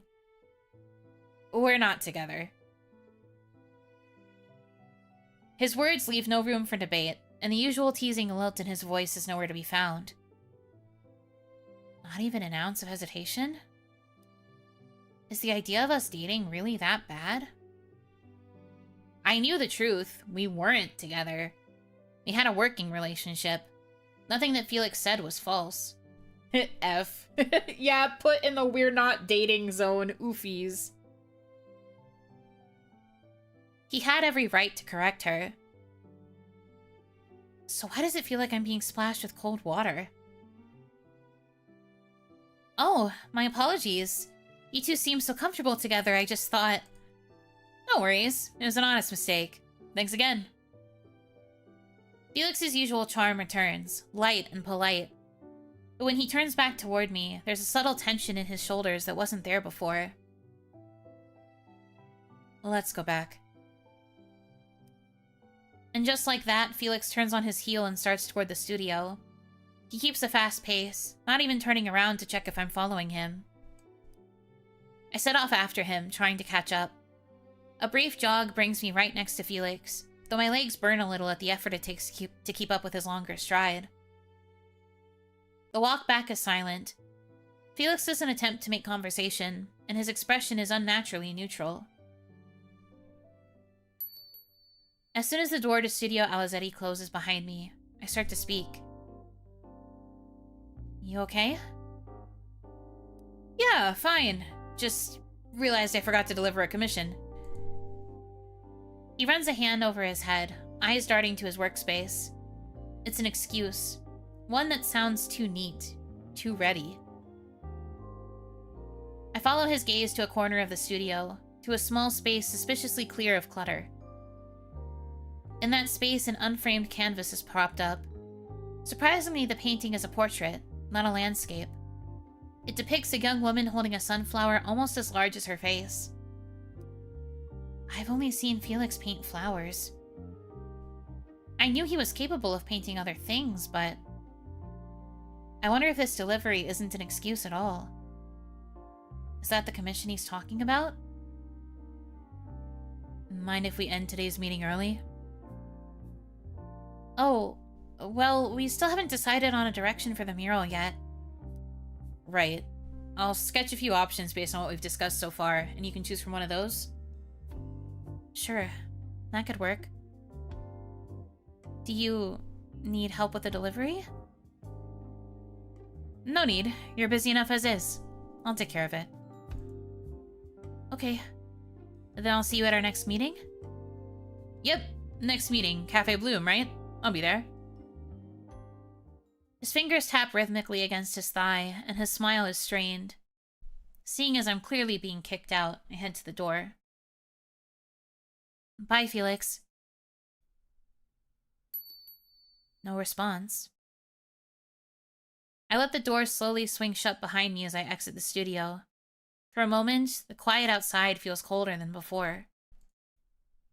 Then a frantic voice calls out, startling me. Be careful going back! Felix stands in the doorway, looking apologetic. I'll see you next week. Yeah, see you. The door shuts again, leaving only the fading chime of the bell and the quiet thud of my heartbeat.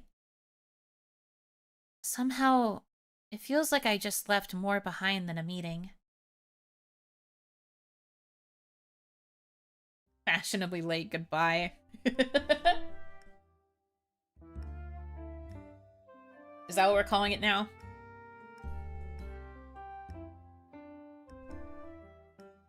The next week week arrives before I'm ready for it. The project has been progressing nicely. Smooth, efficient, if not faster than expected. In all honesty, we would probably be able to wrap everything up soon. The thought settles like a rock at the bottom of my stomach, heavy and uncomfortable. Amidst my spiraling train of thought, the door to the break room at Cafe Bloom opens and Felix peeks his head in, scanning the space until his eyes land on me sitting at the table. Albion forced us to start having our meetings here after the first time. Said we were too loud and bothersome. Good afternoon. I can't help myself. I laugh, covering my grin with a hand. Hey, Felix. He slides into the seat across from me. Got all your notes? Yep, got them right here. Prepared as always, huh? Coffee first? I gesture at the table where 2 cups sit. Already taken care of. Oh, thanks.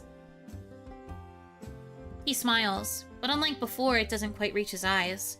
It's distant, like something unspoken lingers just beneath the surface.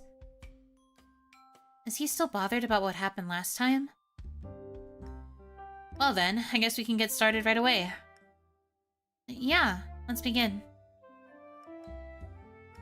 I guess there won't be any distractions this time.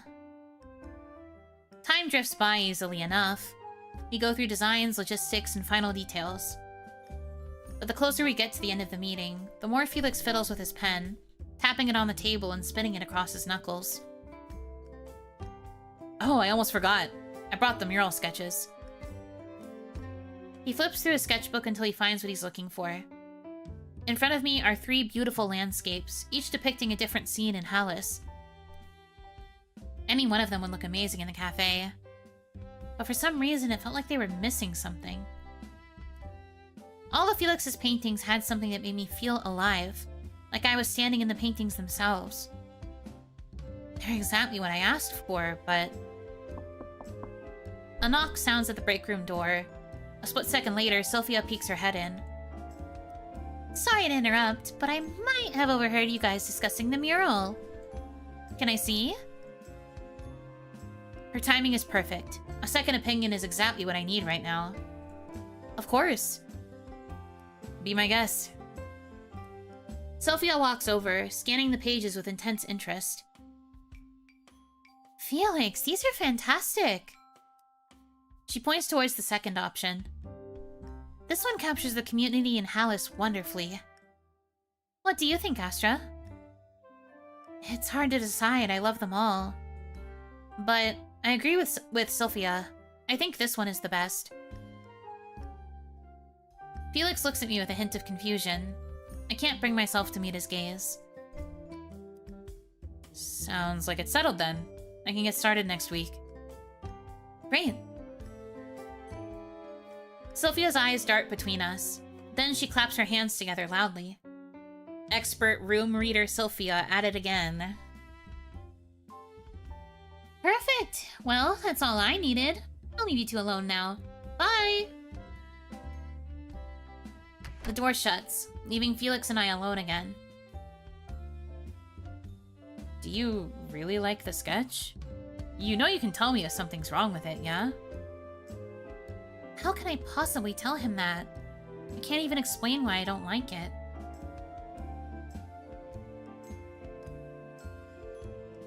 Honesty is the best policy when it comes to otome routes, in my opinion. Whenever I go by just like the blind playthrough method that I do for my first time going through a game, I try to always follow my kokoro. And I prefer being honest to the love interests. I don't really like having to sugarcoat myself or having to lie about stuff that's going on. And thus I hate it when there's a route where I get punished for being honest. I'm just like, fuck you. I want to be honest with them.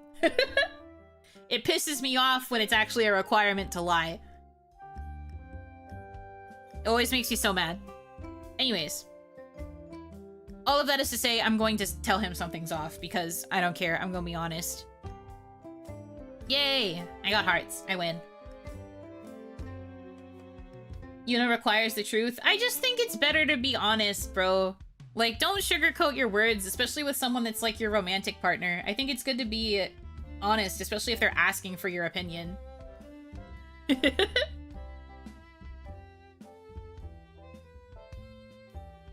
It's just better for everybody involved. And if you can't trust your partner with your real opinion, I feel like that's a bigger problem. Him being surprised you liked it was a tell, I guess. Yeah, but you could still, like, follow her internal narration where she's like, how could I tell him that? That wouldn't be fair of me. And I'm just like, yeah, whatever. Pee-pee poo-poo. Nothing's wrong with it. I truly do think it's beautiful. But? I don't know. It just doesn't feel the same as your other pieces. I don't think I did anything different from what I normally do. It's really not a problem. Like Sophia said, it's fantastic. Alright. Then I'll move forward with this one. I pull myself together enough to grin. I can't wait. Was that everything? I go through the list in my mind.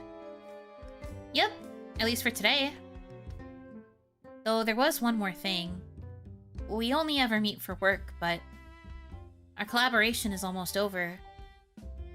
And what better way to celebrate than to invite him to dinner? Actually, I have one last question. He pauses, hand halfway to his sketchbook. Sure. What's up? My heart beats faster, my body finally catching on to what I'm about to say.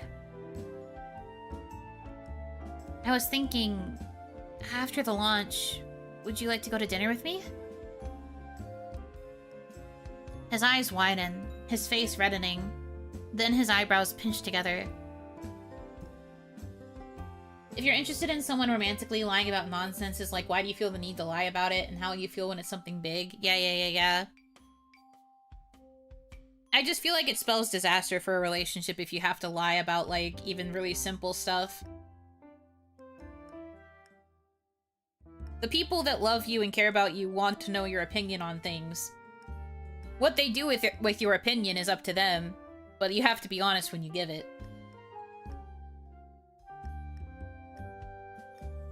Honesty is the best policy. I want to celebrate us finishing this project. And I also just want us to keep hanging out without having to worry about work. That's... Astra, He shakes his head. That can't happen. My heart drops. I thought we were becoming friends. That we were... I don't dare to finish that thought. We are. We were. But, Astra, I can't...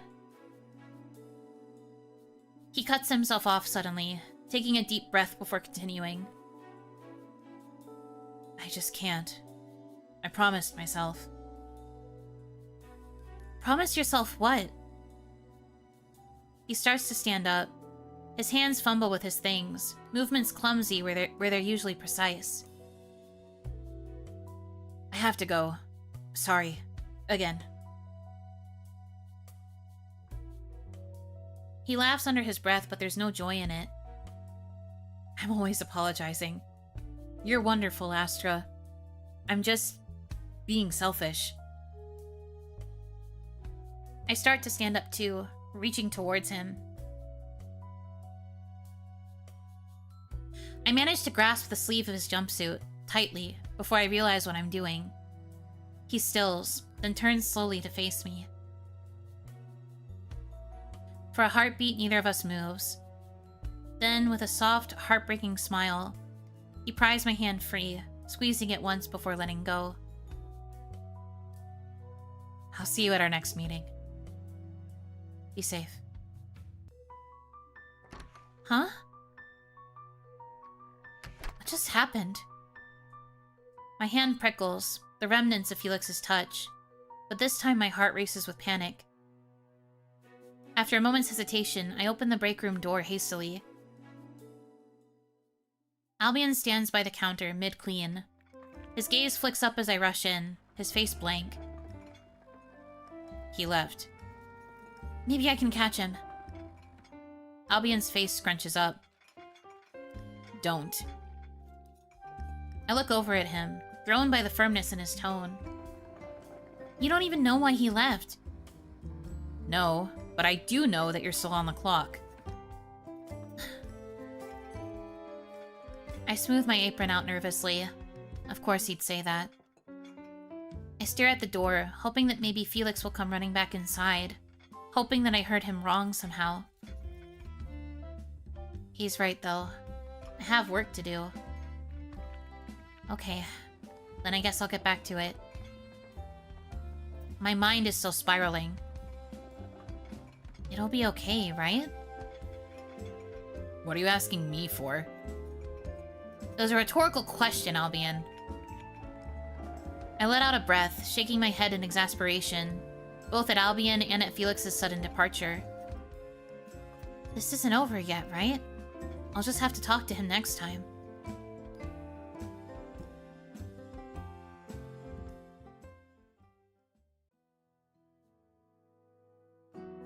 Walking into the kitchen after running errands almost sends me into shock. Two people sit at the kitchen island, one of which I expect, Quinn's ears swiveling towards the door as it opens, their head following immediately after. The other is unexpected. Velvet's bright orange tail sweeps the floor beneath them. He too turns to face me as I walk into the room. What's happening? Morning, Astra! We were just having a chat.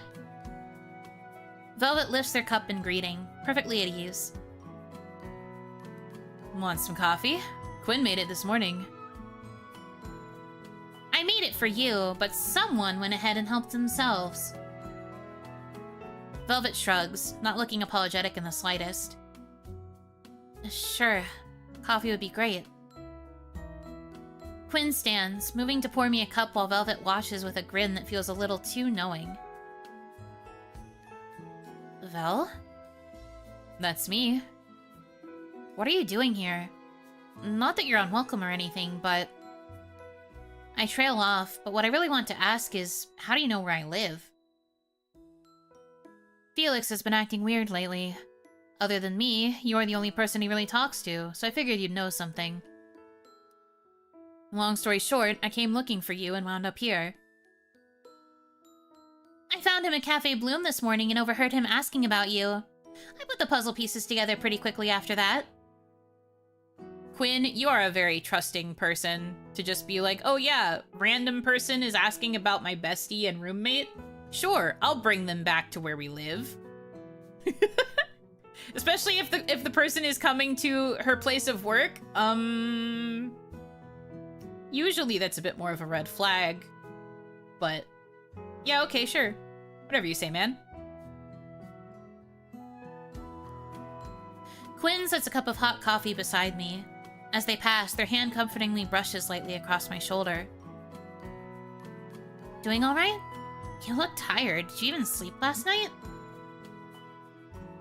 Honestly, between reading contracts, managing suppliers, deliveries, meetings, my regular shifts, and now Felix, sleep has been hard to come by. But Quinn doesn't need to know that. I'm fine. Vel, you said Felix has been acting weird. I think I see Quinn make a face at the mention of Felix's name, a trace of sadness making its way through, but after a blink it's gone. I must be seeing things. Why would Quinn be sad? Yeah, he won't tell me what happened though. Was hoping you knew. I consider the last time I saw Felix, the smile that didn't reach his eyes, the way he said goodbye without really saying it. I'm not sure I know what happened either.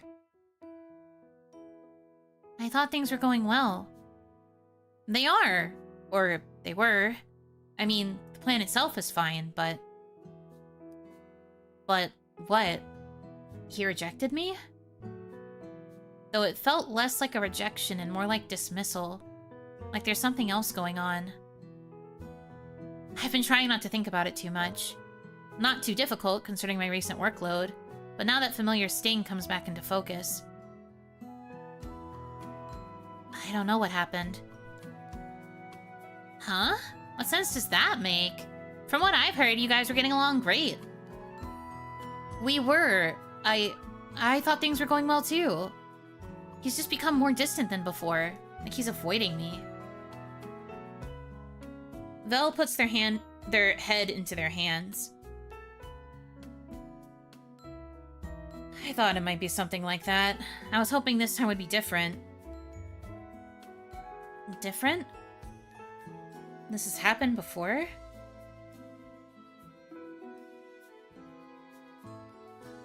What do you know? Vel lifts his head up, appearing conflicted.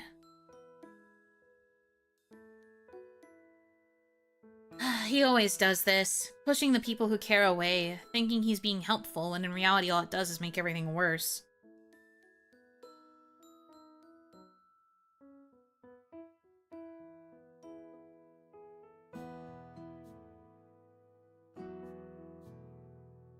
When things are going well, he starts pulling back.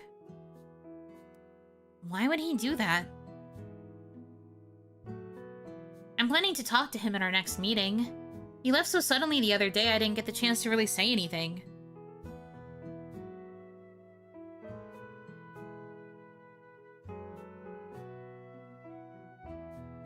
Sounds about right. Quinn sighs, the sounds of their nails tapping the counter vaguely registering next to me. You've always been much more forgiving than me, Ast. We don't have to agree, but I won't give up until I get a proper explanation. Quinn smiles, a little bittersweetly. That's one of the things I love about you. You don't give up on people. Not on the people who matter, I don't. How sweet. Oh, Saints, I forgot you were here. Vel laughs, standing up and stretching their arms up overhead. I like this blushy sprite for Quinn. This is cute. I like that blushy. Oh, the wolf ears also blushy. I guess the art direction is that anytime a character blushes, their ears blush, even if it's top of head ear. That's very cute. Sorry. I'll make my way home now. Thanks for the coffee, Quinn. And Astra for the information. And just like that, Velvet is gone, leaving me and Quinn alone in the soft morning quiet. If this Felix guy says anything to you again, just... You'll be the first to know. Promise. Good. Don't you forget it either. I'm ready to go anytime.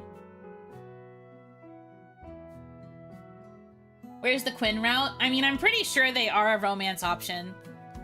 I just don't know what their choice would be tied behind. It might be one that we don't get to unlock until later.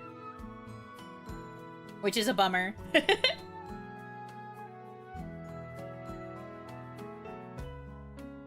I chuckle softly, warmth finally replacing the ache in my chest.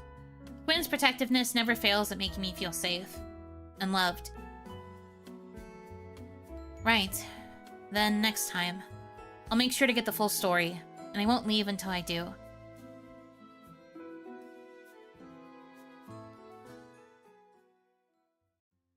I wake up later than normal to a soft knock on my door. Before I can respond, Quinn slips in, careful not to make too much noise. Astra, you don't have to work today, do you? My head pounds, but I turn my head slowly, where I can vaguely make out Quinn's form moving closer. A weight settles next to me on the bed. A hand comes to rest on my forehead. Worry creases Quinn's brow upon feeling the heat. You're sick. It's just a headache. It'll pass. You haven't been sleeping. I can hear you get up in the middle of the night, you know. I've been waking you up? Quinn sighs softly. Don't worry about it. You should rest. I'll let Sophia know you can't come today. The weight disappears. I reach out to grab for Quinn's wrist, stopping them from leaving. I don't have work today.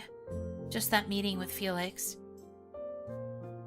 Oh, even better. I'm sure he'll understand that you can't make it. I purse my lips. There's no way I can miss it. If I don't meet him today, I feel like I'll miss my chance to uncover the truth. We still have things to discuss. The launch party is coming up.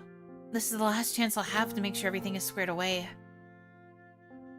Not to mention, I want more answers about why he's distancing himself from me. Ast, you've been working non-stop for weeks. Your plan is solid. You can afford to rest for a couple days. I don't have days to spare, Quinn. You do now. You're not going anywhere like this. It's just a headache. As soon as I think about it, a sharp pain stabs through my skull. I press a hand to it, adding pressure. I hear Quinn suck air through their teeth and they lower their voice. Go back to sleep. I'll go out and buy you some tea and herbs, okay? Okay. I wait patiently, straining my ears for the moment when the front door clicks shut. Sorry, Quinn. I'll rest later. I have to see this through. When I finally hear that familiar click, I ease myself out of bed. My vision blurs, but only for a few seconds. I can do this.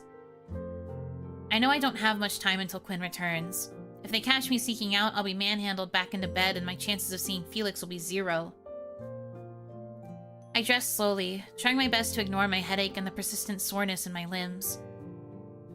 Each movement feels heavier than the last, but I keep going. Because stopping means thinking, and I can't afford that right now. Almost done. Just need to grab my bag. The bag in question hangs conveniently by the door, already packed. Perfect.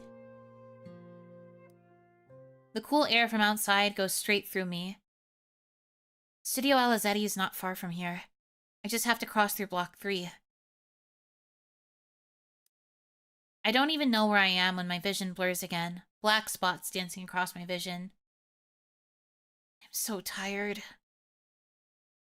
My breathing gets heavier. My body tilts forward. Instinctively, I fling my arms out to brace for a fall. But instead of hitting hard ground, someone catches me. Their grip is firm and solid. Astra? Are you okay? Felix? Felix's arms tighten around me. I must have started hallucinating. I kind of love this trope. Like when you're so determined to see somebody that you care about even when you are sick. I have to admit, it's a fun trope. You don't see it too often, but I really like the vibe. Anything that activates a person's caretaker instinct. Yes, sir. What are you doing out here? Me? You were over an hour late. Saints, Astra, I've been looking for you everywhere. In my fever-induced haze, it takes some time for me to register what Felix just said. An hour? He looks at me incredulously, and he seems to come to his own realization. Have you been wandering around that whole time? His grip on me loosens and he scans my face closely. Are you sick? Just a headache. I hear Felix laugh, but the sound is broken and distressed. Just a headache, right. Where do you live? I'm taking you home. Block 4. Saints, we're in Block 3 right now. How did you even... A giggle escapes me. Illness 0, Astra 1. I made it halfway there and ended up finding Felix. Astra, this isn't funny. What if something happened to you? I don't know what I would do. The delirious part of my brain lights up in joy. He does care. He exhales sharply, and if my vision weren't so hazy, I'd say his eyes were glistening with unshed tears. This is my fault, isn't it? That, of all things Felix has said so far, clears my mind instantly. Not your fault. This is our last meeting before the launch. See? That's exactly what I mean. You're here because of what happened last time. Anger seeps into his voice. You're so... The anger takes a back seat and his voice wavers. Reckless. Taking on extra work, living off of coffee and dreams, and now... Why? Why do you do this? Reckless? I knew I was taking a risk leaving home like this, but I only did it because I knew I'd regret not trying. Huh? Felix, I only... A wave of pain ripples through my skull. In vain, my hand reaches up to clutch at it, an attempt to ground myself. Felix's voice becomes frantic. Okay, we're leaving now. He pulls me into his side, tugging my arm to rest over his shoulders while his own arm wraps around my waist. Sorry, this is the best I can do for now. You okay? I can walk on my own. You can barely keep yourself upright. Come on, one foot in front of the other, yeah? You got this. It takes all my willpower not to bury myself in Felix's warmth, his body a natural shield against the chilly breeze. I feel guilty for thinking it, but this is nice. Now that I've accomplished my goal, it's easy to give in to the overwhelming tiredness that I feel. I barely register the journey home. It's not long before the world starts to blur again. My steps falter. Sleep pulls at me, heavy and irresistible, until finally, I let it.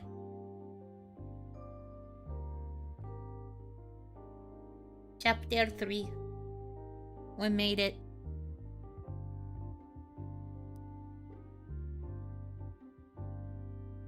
I feel like we must be kind of close to the end, right?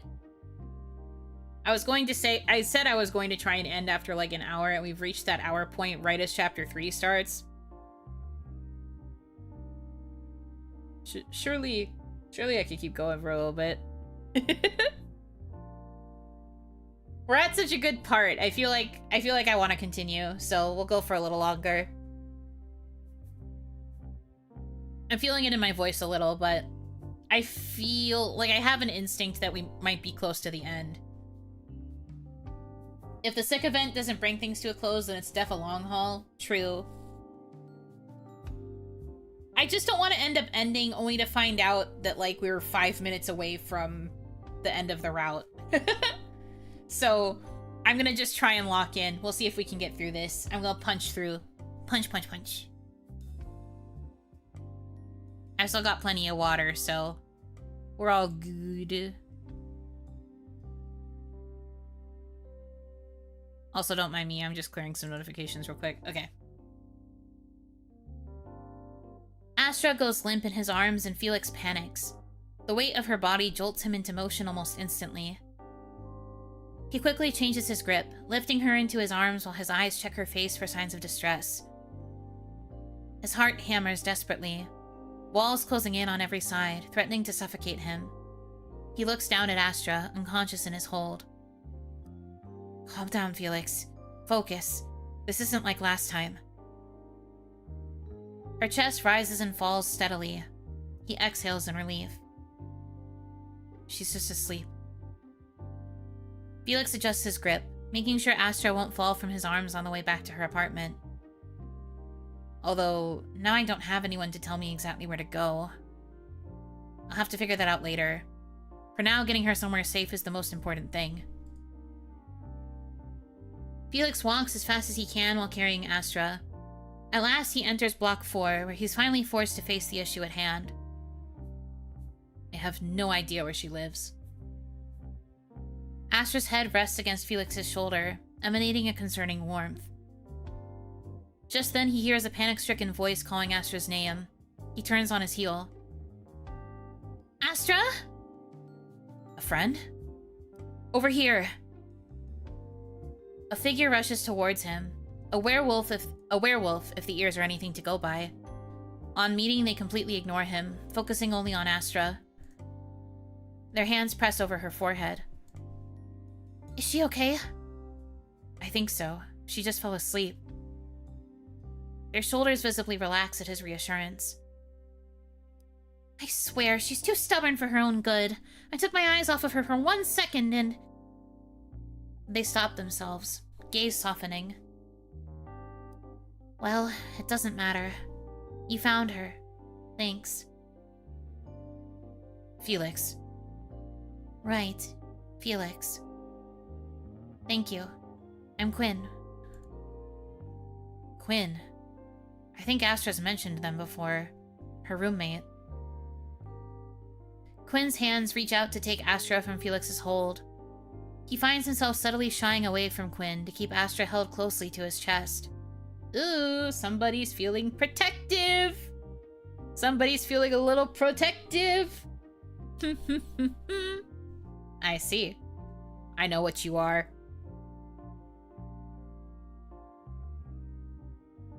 I can keep carrying her. What am I saying? Pain flickers across the werewolf's face. Their hands retreat and their eyes shut. Fine. Follow me. Felix is led to the outskirts of Block 4, to an apartment with a wreath of spring flowers hanging out front. Bright and inviting, just like Astra. Quinn opens the door and holds it aside for Felix to step through. Clearly, it's a reluctant invitation. He crosses the threshold and pauses, waiting for more direction. Astra's room is straight ahead. We can lay her down there. They open the door. Astra's space is calm and lived in. Scattered trinkets, a notebook open to a page labeled Bloom Revitalization Plan, and the faint scent of flowers in the air. Felix hesitates at the threshold, feeling like he's intruding. It's odd to be walking into Astra's space after he tried so hard to distance himself. Each step he takes is one step too far. After ensuring her safety, he would extract himself from her life once and for all. Carefully, Astra is set into her bed.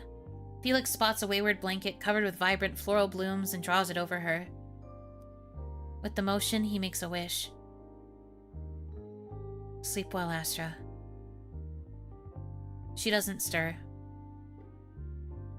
Felix straightens, pulling himself back into focus. He turns back towards the living room to where Quinn stands waiting near the door. Thank you for letting me in. Quinn shrugs, their arms folded loosely. You don't have to thank me. You did what I couldn't. Felix steps forward, extending his hand to shake Quinn's. Still, I appreciate it. Quinn glances at Felix's outstretched hand, their mouth a straight line. They extend their hand, then reach past Felix for the door handle behind him, pulling it open. Astra really cares about you. That's why she tries so hard. Once she decides to pursue something, nothing will get in her way. If your only plan is to wait around until she decides to give up, then you're in for a rude awakening. You should go. She'll be safe now. Felix blinks, then lets out a quiet, tired chuckle. Right. Look after Astra. He steps outside, and the door closes quietly behind him.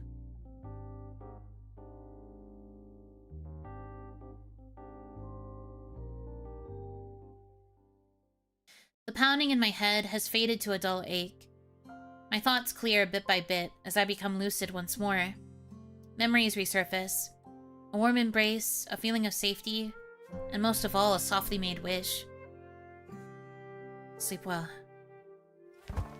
I jerk upright, ignoring how my body protests the sudden movement. The scent of acrylic lingers in the air. Felix? A dimly lit form rests against my bed frame. Quinn, head tilted forward, fast asleep while sitting upright. The faint rhythm of their breathing blends with the soft ticking of the clock. When I whisper their name, they jolt awake, eyes wide with disoriented worry. Ast! You're awake, how do you feel? Do you need anything? I rub the sleep from my eyes. I feel much better now. I'm sorry for worrying you. You should be. Their voice cracks. For a second, I see the exhaustion they've been holding back seeping through. It's rare to hear anger from Quinn, but the kind that hides care always stings the most. I told you that you could rely on me. I would have gone to get Felix myself if it meant keeping you safe. They turn their head away, the line of their shoulders tense. You've been doing that a lot recently, avoiding my eyes.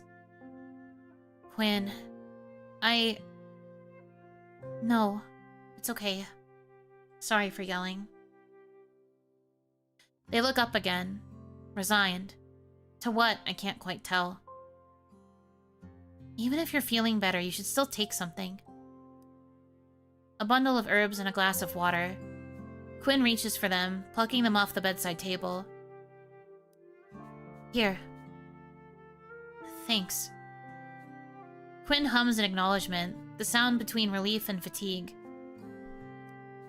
I take the herbs, the bitterness catching on my tongue. Warmth spreads through me, slow and steady. I want to ask about Felix, but is now the time? Quinn must have noticed my expression because they let out a short, unexpected laugh, the kind that slips out before they can hold it in. Your knight in shining jumpsuit went home, Ast. I mentally stumble at the mention of him, and I look away instinctively, pretending to study the water glass instead. Yeah, real subtle. Yes, water. Water, yes, good.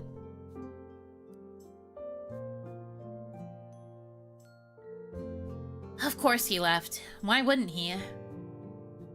Still, he could have woken me up. When I look up, Quinn is staring at me, an eyebrow raised. I wasn't... Yes, you were. Fine, you caught me. Did he say anything? After making sure you were safe? No, he didn't say much. Great. Back to square one, then. You should get some more rest. If you need me, just call for me. I'll hear it. Thanks, Quinn. They nod and move toward the door, the faint sound of their steps fading into the quiet. I lie back, staring at the ceiling until the shadows blur.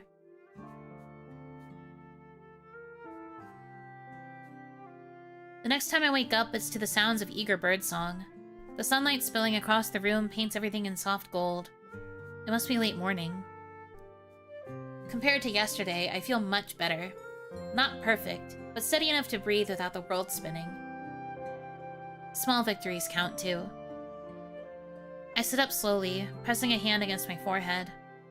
The faint dizziness fades after a moment, replaced by a hollow tug in my stomach. More than anything, I want to talk with Felix, preferably without passing out this time.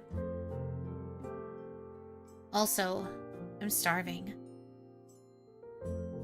I push the blanket aside and make my way toward the kitchen. The faint scent of herbs and something earthy meets me halfway down the hall. Quinn is perched by the counter, and the image of a diligent sentry guarding their stubborn charge flashes in my mind. Morning! How are you feeling? Hungry? That earns me a small, sympathetic smile. You haven't eaten for a full day. I bought you some mushroom soup. One sec, I'll warm it for you. Quinn rises, the stool sliding back against wooden floors. I can do it. Too late, I'm already up. Take my seat. Before I can argue, Quinn is in the kitchen preparing a bowl of mushroom soup, the one from my favorite restaurant. Oh, thank you for the hydrate. I will take a sip of water. I took one just a few seconds ago, but... Always good to take another. Boy, my voice. I take Quinn's seat as instructed. The sound of the spoon clinking against the pot Quinn is stirring is steady, almost rhythmic. It fills the quiet like a lullaby. All the while, I can't help but think about how I want to see Felix as soon as I can. We have a lot to discuss. The thought is so distracting, I almost miss it when Quinn sets the bowl of soup in front of me. But first, soup. She just like me for real. I also prioritize soup. Another full day of rest later, I find myself standing in front of a bright green door. Behind it are the answers I need. The bell jingles overhead. This time, Felix looks up immediately, mid-conversation with Velvet. Speak of the fiend. A nervous laugh escapes my lips. And she shall appear. Surprise! Astra? What are you doing here? We still have things to discuss. The launch is next week. You should be resting. You collapsed on me 2 days ago. I've rested more than enough. I'm fine. For some reason, I don't believe you. Felix's eyes roam over me, perhaps searching for proof that I'm telling the truth. You don't even have your notes. Of course I do. They're right... I reach into my bag, poking around blindly. My fingers brush fabric, a wallet, a pen... No notebook. Okay, maybe not right now. You never forget your notes. You haven't fully recovered. Velvet's eyes flicker back and forth between Felix and I. Oh man, I just remembered I have errands to run. You two have fun, yeah? Vel. Super busy, Fee. Gotta go. See you later, Astra. As they pass Felix, Velvet leans into his space. They mutter something that causes Felix's brows to furrow. Felix looks away, hand tugging at his locks. Velvet backs away, stepping over art supplies as he heads for the door. Be careful. Always am. Bye now. The door shuts and Velvet is gone. Velvet really is a fox, always playing tricks. Yeah, he really do have the trickster energy down. But it's really cute. I really like Velvet. The door shuts and Velvet is gone. Felix sighs and turns to face me. He grins, but it's forced, tense, a wall deterring me from the truth. Tea? I play along, for now. No coffee? I'm starting to think you have a problem. How else can I get all my work done? I say it in jest, but Felix doesn't look impressed. Tea sounds great. Wait for me in the lounge? Okay. The large windows of the studio let in embers of fading warmth. Pink and orange hues paint the studio in pleasant hues. Repetition of hues. Lit. Quinn made me wait until the afternoon before leaving, just to make sure I was feeling better. The air feels heavier with the scent of clay and paint thinner. It's familiar, grounding. I breathe it in, steadying myself. Despite everything that's happened, being in Felix's studio still soothes me. Just as I feel myself drifting off, the soft clinking of mugs brings me back to reality. You sure you're okay? Positive. You were about to fall asleep. I shrug. I've been doing nothing but sleep for the past 2 days. His fingers play along the rim of his mug. Maybe you need a third. It's fine. He looks at me seriously, without a trace of his usual playfulness. No, Astra, it's not. You seriously scared me. Look, if this is about the other day, I've already promised to be more careful. It's not that. I mean, it's partially that, but no. You love what you do, and you're really good at it. Your passion, it's infectious. He cuts himself off with a self-deprecating laugh. But that kind of passion, it's dangerous. You said it yourself. Life is risky. If that's the case, then why tempt it? I pretend to mull over his words, but the answer is simple and comes to me easily. Why not? Why should I sit around letting life happen to me when I can influence it myself? Influencing it is exactly what I'm afraid of. How do you know it won't turn out horribly? I don't. Doesn't that terrify you? Sometimes. But Felix, I'm much happier when I try and fail than when I don't try at all. Sure, I love when things go well, and I always do my best in order to make that happen.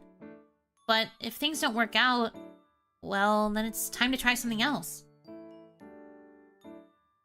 Felix shakes his head. I don't know if I agree. I look him over. He sits with elbows propped up on his knees, leaning forward in contemplation. He tugs at his locks again, the way I notice he does when he's nervous. Something else is bothering him. For a moment, the silence stretches thin. Our mouths open at the same time. Felix. Astra. Sorry, you first. About the other day. I'm sorry. I should have given you a proper explanation. Instead, I ran away. His gaze drops before locking onto mine again. Conflict rages war in his features before he finally exhales, appearing to make a decision. Can I tell you something? Always. He nods. I lost someone really close to me 7 years ago. It's subtle, but he glances over to a corner of the studio, and I realize the painting I saw last time hasn't moved. So it's not a commission. He catches where my eyes have drifted to, and he smiles sadly. She was shy, but she always went out of her way to ask me about my paintings. Almost every day, she would show up at my house holding a bundle of flowers, asking me to paint them for her. And I always said yes. We made big plans. Moving to Hallis, me opening an art studio, her opening a flower shop. I thought we would be more successful in the city. I wanted to paint things that we couldn't find in our village. He clears his throat, and it looks like he's trying to gather himself.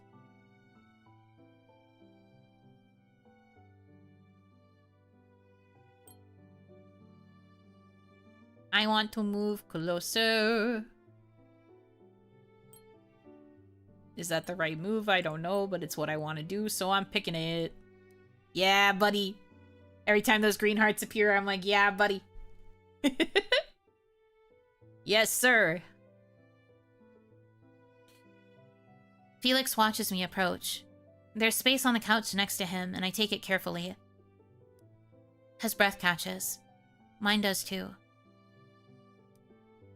When we turned 18, we set off for Hallis, joined a small caravan of merchants headed to the city. But...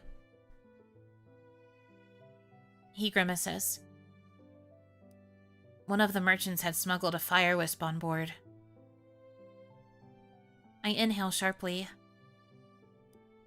While not intentionally harmful, wisps of all elements are wild by nature. It's illegal to keep them as pets or remove them from their natural habitats. It's a well-known fact that they aren't easily contained. Small, but extremely volatile.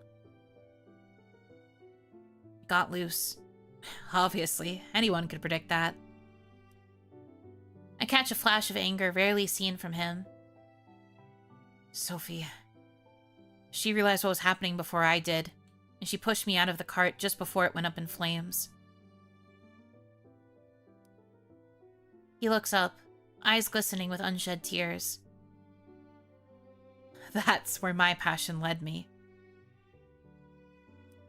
He laughs darkly. There's no humor in it.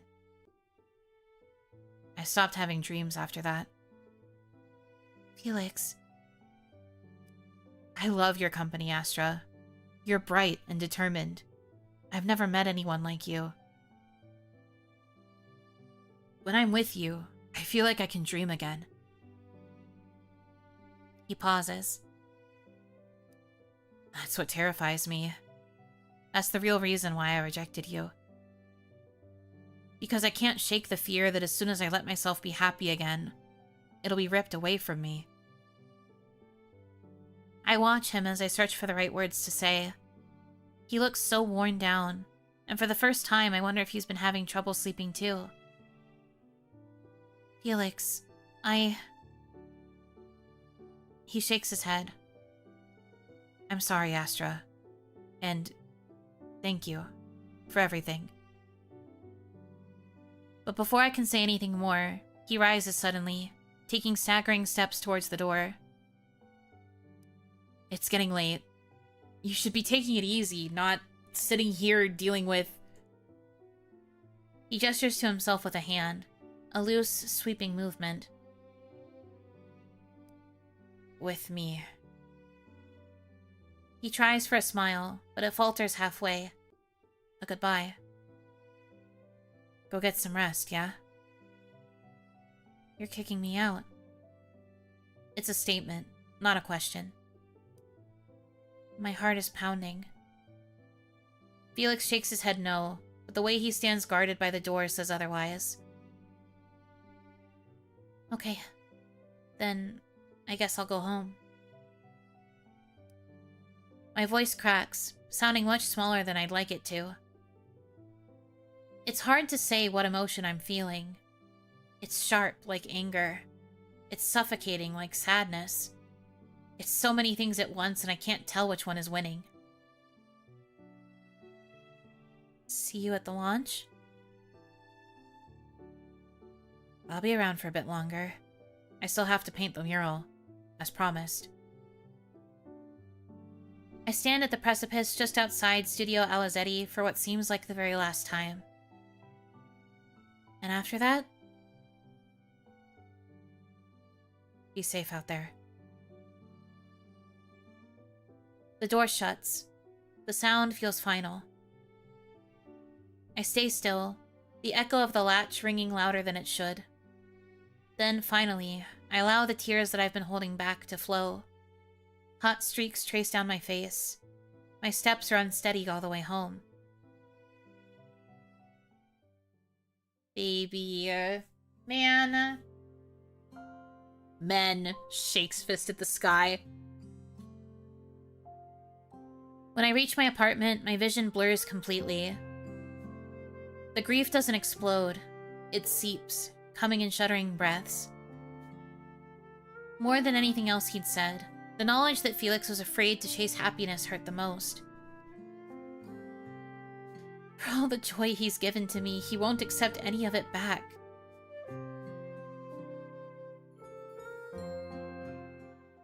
Bruh. Don't lamau at me, you know I'm right. Why are men? Aye. Swear to God, Felix. Let yourself be happy! Ay, ay, ay. Man, plural. Yeah, I need a version of it that's men. I really need a version of it that just has the A crappily crossed out with an E. Men. Maybe I mirror it so it's facing the opposite way. That'd be pretty funny. Anyway. Things are hectic at Cafe Bloom. The usual calm interrupted by countless deliveries and the sounds of drilling. Sophia and Albion help where they can, but as the one who's been coordinating everything, they often have to defer back to me anyways. Next to me, Albion lets out a frustrated breath. This is too much. It's not even done yet. At least wait until we finish to start complaining. He crosses his arms. I liked how the cafe was before. So did I, but now I'll be able to share it with more people. Great. My. Looks like we'll need more drinks. Laura! Thank you very much for the raid. Welcome in, raiders. I hope you guys had a good stream. Let me give you your shout out. Did I spell it right? Yes. But yeah, hope you had a good stream. Hope you had fun. Hello, hello. For those of you that might not know me, I am Yuno Hanaki. I am the one and only Oiran of indie V-singer group Mialoon. I'm a variety streamer. I do a lot of random stuff, mostly yapping. This week, I'm playing a lot of Otome games because it's the Otome Games celebration.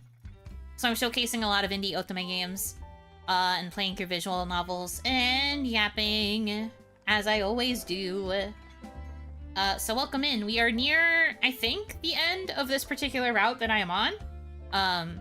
It's been a fun experience. I'm having a good time. It's also very cozy. I'm mostly just sitting here and reading. I'm pretty sure I have become the second monitor relaxation background content. So if you feel like putting me on in the background while you chill, that's great. But I hope you guys had fun. Thank you for entrusting the squad to me. Thank you, thank you. But yeah, that's kind of where we are at. Kind of where we are at, what we've been doing. I was just complaining about men, because boy do men be making choices in visual novels. Men really do be like that sometimes, eh? Anyways, let's get back to it. Yeah, they do. Yeah, they do. I knew you would get me.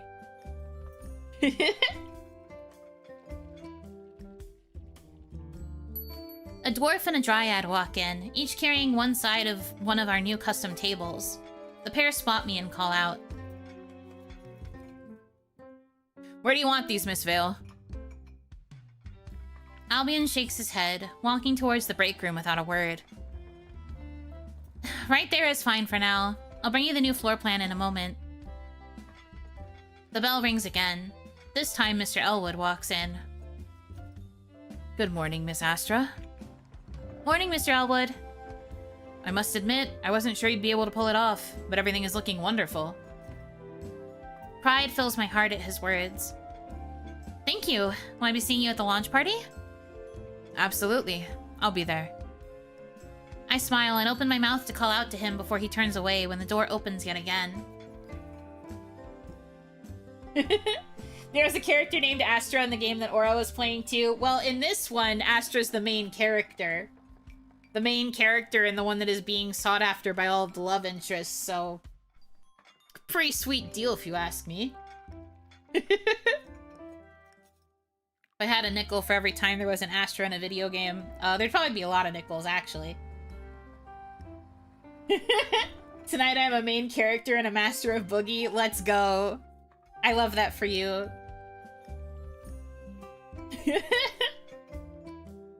I just envision it like the title system in Tales games, and you can just change your title to whatever. So it's like one time it's main character, and now that you're here, it's like changing it to Master of Boogie, and then you change it to something else when you're doing something else. It really do be like that sometimes. Heck yeah. I saw a mines area that reminded me of a certain place in Abyss. Oh no. Not the mines.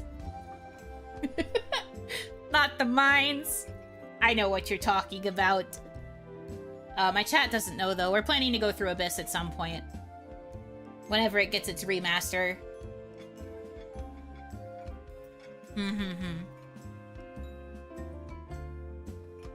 Seeing who it is causes my breath to catch. Felix walks in, carrying a few small buckets of paint. Surprisingly, Velvet trails behind him, carrying even more buckets. Hey. Hi. Felix nods his head towards the empty wall where the mural is going to be.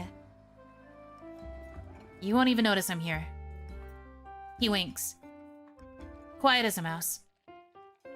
I feel my lips purse. That's... And he's gone. Great! I stare after Felix, weighing my options, when Velvet speaks up.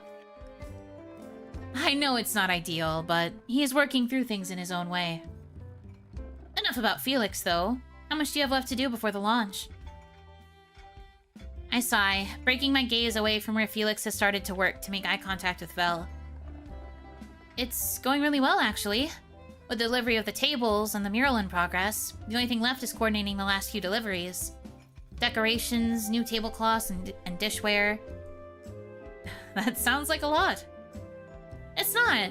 Trust me, compared to all those meetings, this is much more manageable. Vel laughs. I'll take your word for it. Whatever Vel might say next is interrupted by a call from the front of the cafe. Vel? You're holding my paint hostage. Oh, right. Sorry, Astra. I'll see you around, yeah? Yeah, see you. There's no time to waste. I told Felix myself. It's better to try and fail than to not try at all. I tried, and now I wait to see what comes of it. Miss Vale, do you have a moment? I'll be right there. I wonder how it'll turn out. Good end! Let's go! Gamers, I got it! Gamers!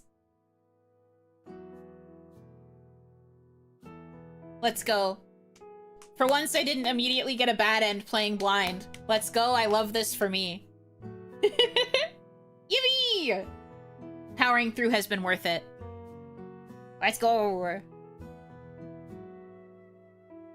The launch party is tomorrow. As excited as I am, I still find it hard to focus. Felix said he'd be there, but... After being avoided for the past week, I've come to accept that Felix will probably vanish after the party. I understand his hesitance, even if I don't agree with it. Astra, how many times are you going to sigh like that before you tell me what's wrong? God, saints! How long have you been standing there? The whole time? They lean against the counter, an eyebrow raised. So, talk to me. I already know it's about Felix. I didn't want to bug you. You don't even like him. What I don't like is how you always seem to be upset after you talk to him. I guess it would look that way to Quinn. Is this Riz? Who are you? It was those shades I put on earlier. I put on the shades when we were romancing Egan in the last game. And now now the residual power of the shades has powered me to get to a good ending in another game. So clearly the answer is I need to wear shades whenever we play Otome.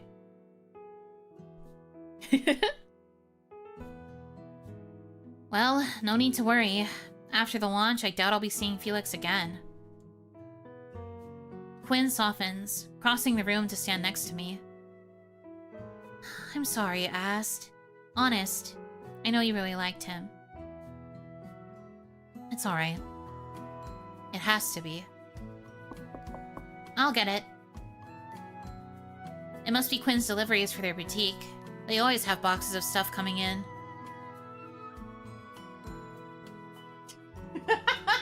Did you put shades on the Ua emote? That's awesome.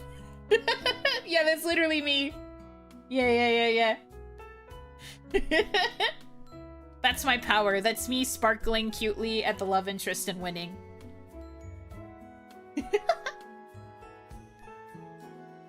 I hear Quinn say something, then a reply. My heart quickens, stuttering when I hear that achingly familiar voice. Felix? Their voices leak into the kitchen, but I'm glued to my seat. A beat later, Quinn returns, not quite meeting my eye. It's for you. I'll be in my room if you need me. Thank you. They retreat quietly, leaving me alone with the sudden, nervous thrum in my chest. The spark of hope that I tried to snuff out reignites, blazing stronger than ever before. Why else would he be here? Oh, that CG's cute. Look at him. Oh, so they went through the effort to put his reflection into the window of the door, too.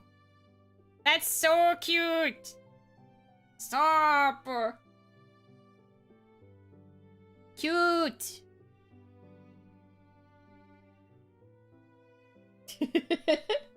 Seeing the wow with the shades is so funny, so distracting. Awesome.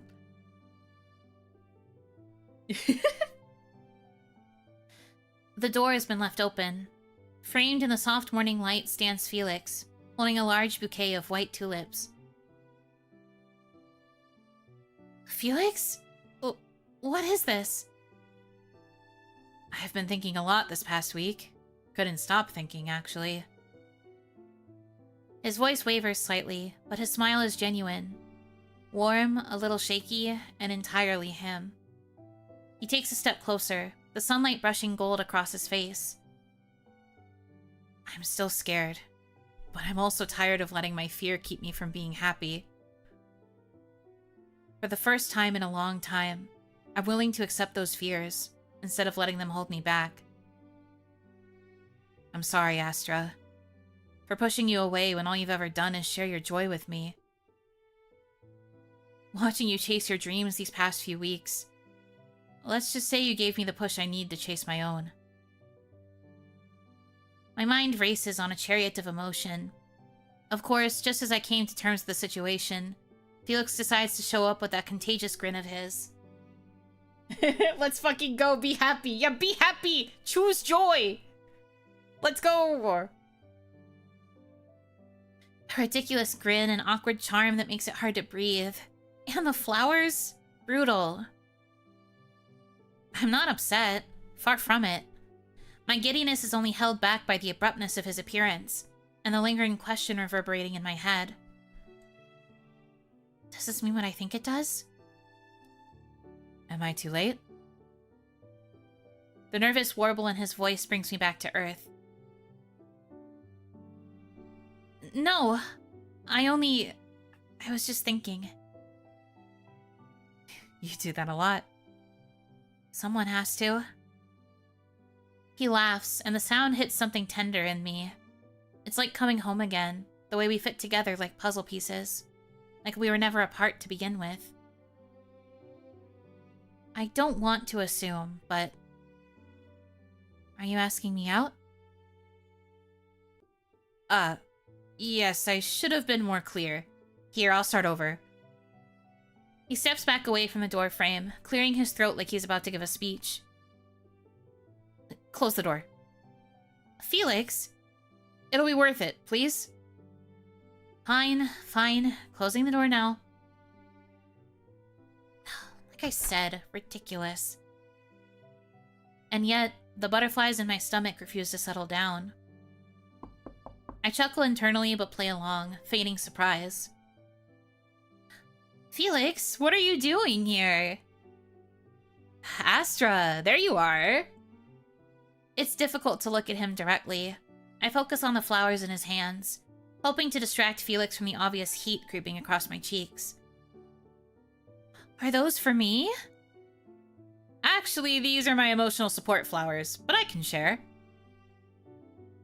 A calloused hand, worn from years of holding brushes, takes hold of my own.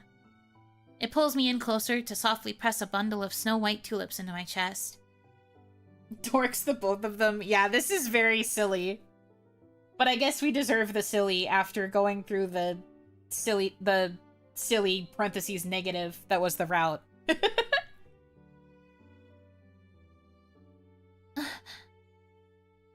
Astra, will you go out with me?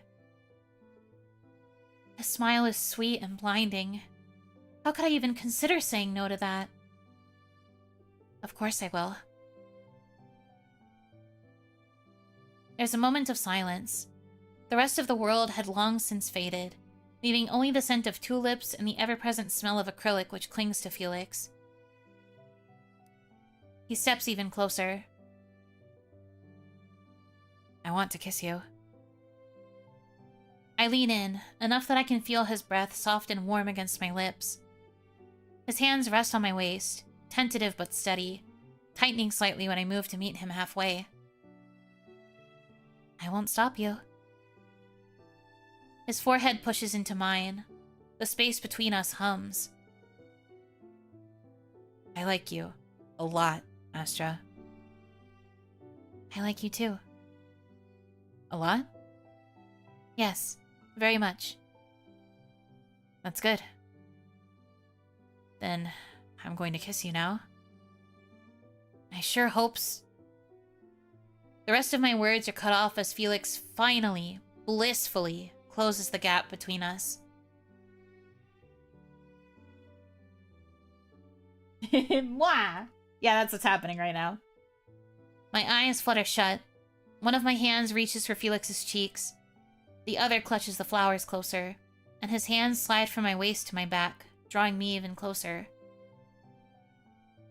Our first kiss is gentle, playful, and mostly teeth. Felix smiles, which makes me smile, ruining any chances to kiss him deeper. Our second, third, and fourth kiss are even shorter.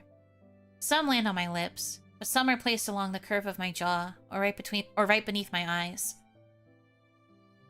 By the fifth, I've lost my breath. Felix breaks away with a laugh. Sorry. Sorry, I can't help it. My heart threatens to burst. It's okay. Neither can I. Gucky. I need an adult. I know, they were kissing on places that were more than just the mouth. Whoa, crazy. I don't know if we deserve to know about that information. Whoa. Yikes. Tugs my shirt collar. Whoa. It's getting spicy in here. Wogue. I like the G at the end. Wogue. There's a certain intonation to that. Hell yeah, man. The day of the launch party arrives. The scent of coffee fills the air before the doors even open. Warm, rich, familiar. Outside, a small crowd has already gathered, their chatter blending with the soft hum of the city. Flowers in bright, vibrant tones adorn each table, their petals catching the light from the cafe windows and casting gentle color across the polished counters and gleaming cups. By the counters, the main attraction of the night awaits.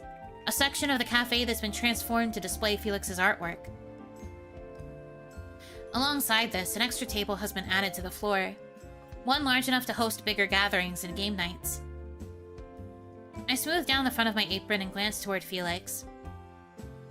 He's standing next to Albion, adjusting and readjusting the new display board. The words Cafe Bloom Launch Party, featuring artwork by Felix Taylor, written neatly in chalk. Sophia unlocks the front door, her smile bright and welcoming. Alright everyone, let's make this day one to remember. The first guests to arrive are familiar faces, our regulars. There's the elderly couple who always share a single slice of cake and 2 cups of cappuccino, the group of students who fill the corner table with laughter, even the dwarven courier who insists on getting his coffee to go, but always ends up staying anyway. Along with the regulars, Mr. Elwood, Miss Varick, and Velvet also make their appearance. They mill around, excitedly mingling with the other guests. Each customer greets us warmly, their eyes wide as they see the new mural and extra displays. This is amazing! You've outdone yourselves this time, Sophia! It seems fate led you here. What a meaningful connection. Nexus Ninja, thank you so much for the follow. Welcome in, welcome in. Thank you, but all credit goes to my team. She gestures toward us, and for a moment the cafe feels alive in a way that words can't quite capture. It is full of chatter, clinking cups, and the comforting rhythm of brewing coffee. Somewhere between brewing and plating desserts, a familiar voice calls from the doorway. Hey, superstar! Look at this place! It's incredible. Quinn, you made it! Wouldn't miss it for the world. You pulled this off, huh? I can't help but steal a glance at Felix. He stands by the display table, surrounded by a small cluster of customers. His posture is relaxed now, one hand loosely at his side, the other gesturing animatedly as he talks about his art. Just behind him is the mural he'd painted. It's then that I notice something different. He changed it. For the most part, it was exactly what we'd agreed on. A depiction of every race, all dining in Cafe Bloom. But the colors are brighter, and within the image there are figures that look suspiciously like myself, Albion, Sylphia, Quinn, Velvet, and finally, Felix himself. He went out of his way to paint all of us together. Proof of our connection. It's perfect. He must sense my gaze as his eyes flick over to me. He doesn't say anything, but he flashes a small conspiratorial smile. Then a wink, so fleeting it could have been imagined. But I know it wasn't. Of course he'd still find a way to make my heart race, even in the middle of work. Yeah, we did. As more guests arrive, the cafe hums with life. The lights seem warmer, the air richer with laughter and soft conversation. For a moment, it feels like everything has fallen into place. The culmination of every sleepless night, every trial, every ounce of effort. Sylphia was right. The cafe really did need this.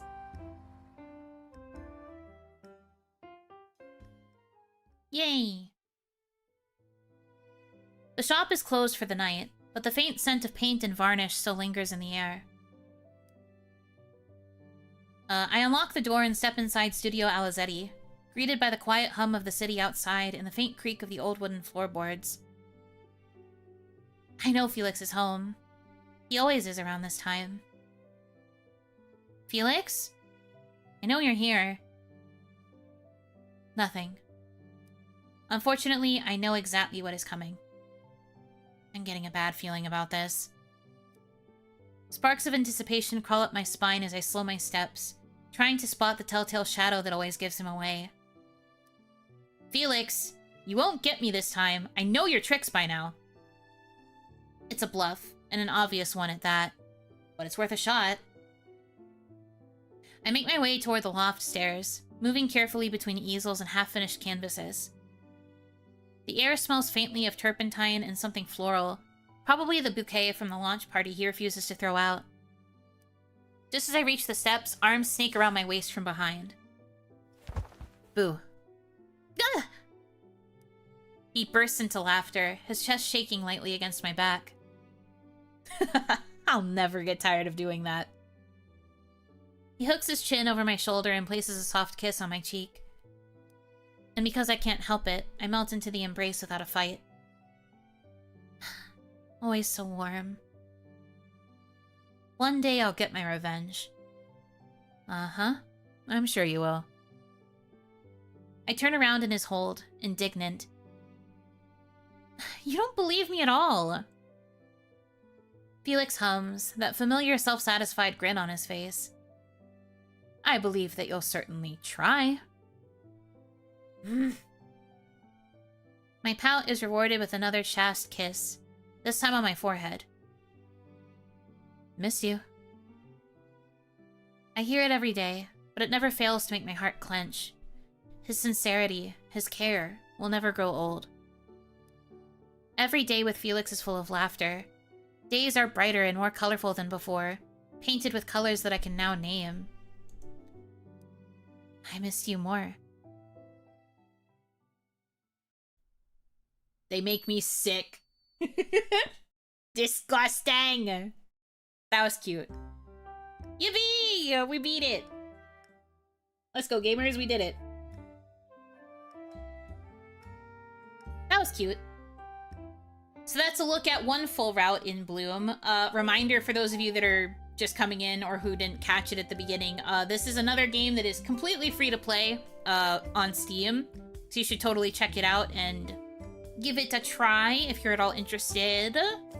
There's more routes than just this one. It looks like there are like 3 or 4 other options. I think 3, at least. At least 3 other ones. Yeah. Really cute. I felt like the common route was a little bit slow for my liking. But I understand why it's paced that way. It's so you get a chance to kind of get a taste of all of them as love interests, so I get it. But they're very cute. I think the characters kind of endear themselves onto you over time. Definitely more so in their routes, I think. Like, I felt more endeared to the characters once we were actually on Felix's route. I still think Felix is a cute boy. So definitely glad that he was the first route that I did.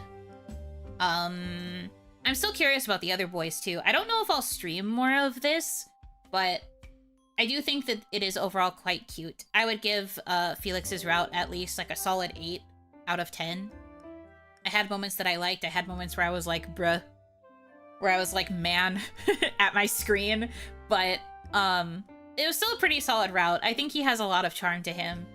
I feel like their weird communication stuff that happened near the end was a little bit, like it could have been executed a little better, but I mean, sometimes the struggles with communication in a route are usually just like that. So that's just a me thing. But it was still fun. It was a good experience. I enjoyed myself. But yeah. So I will not be streaming, well, it's almost 1 a.m. for me, so I guess I will not be streaming today. If it's not Wednesday yet in your time zone, Wednesday is my day off. So I will be resting. I definitely need to rest my voice. It feels quite hoarse after this. But I wanted to push it so we could finish the route.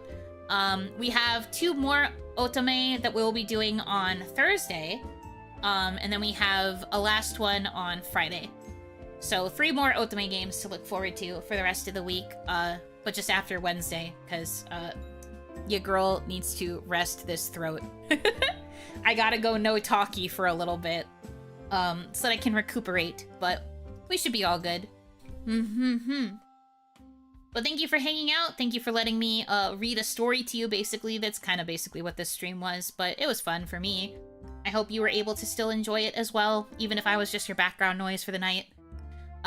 So I will see you Thursday, but until then, thank you guys so much for choosing to spend time with me. I hope that you have a good rest of your time zone, and until I see you again, Yunotsu!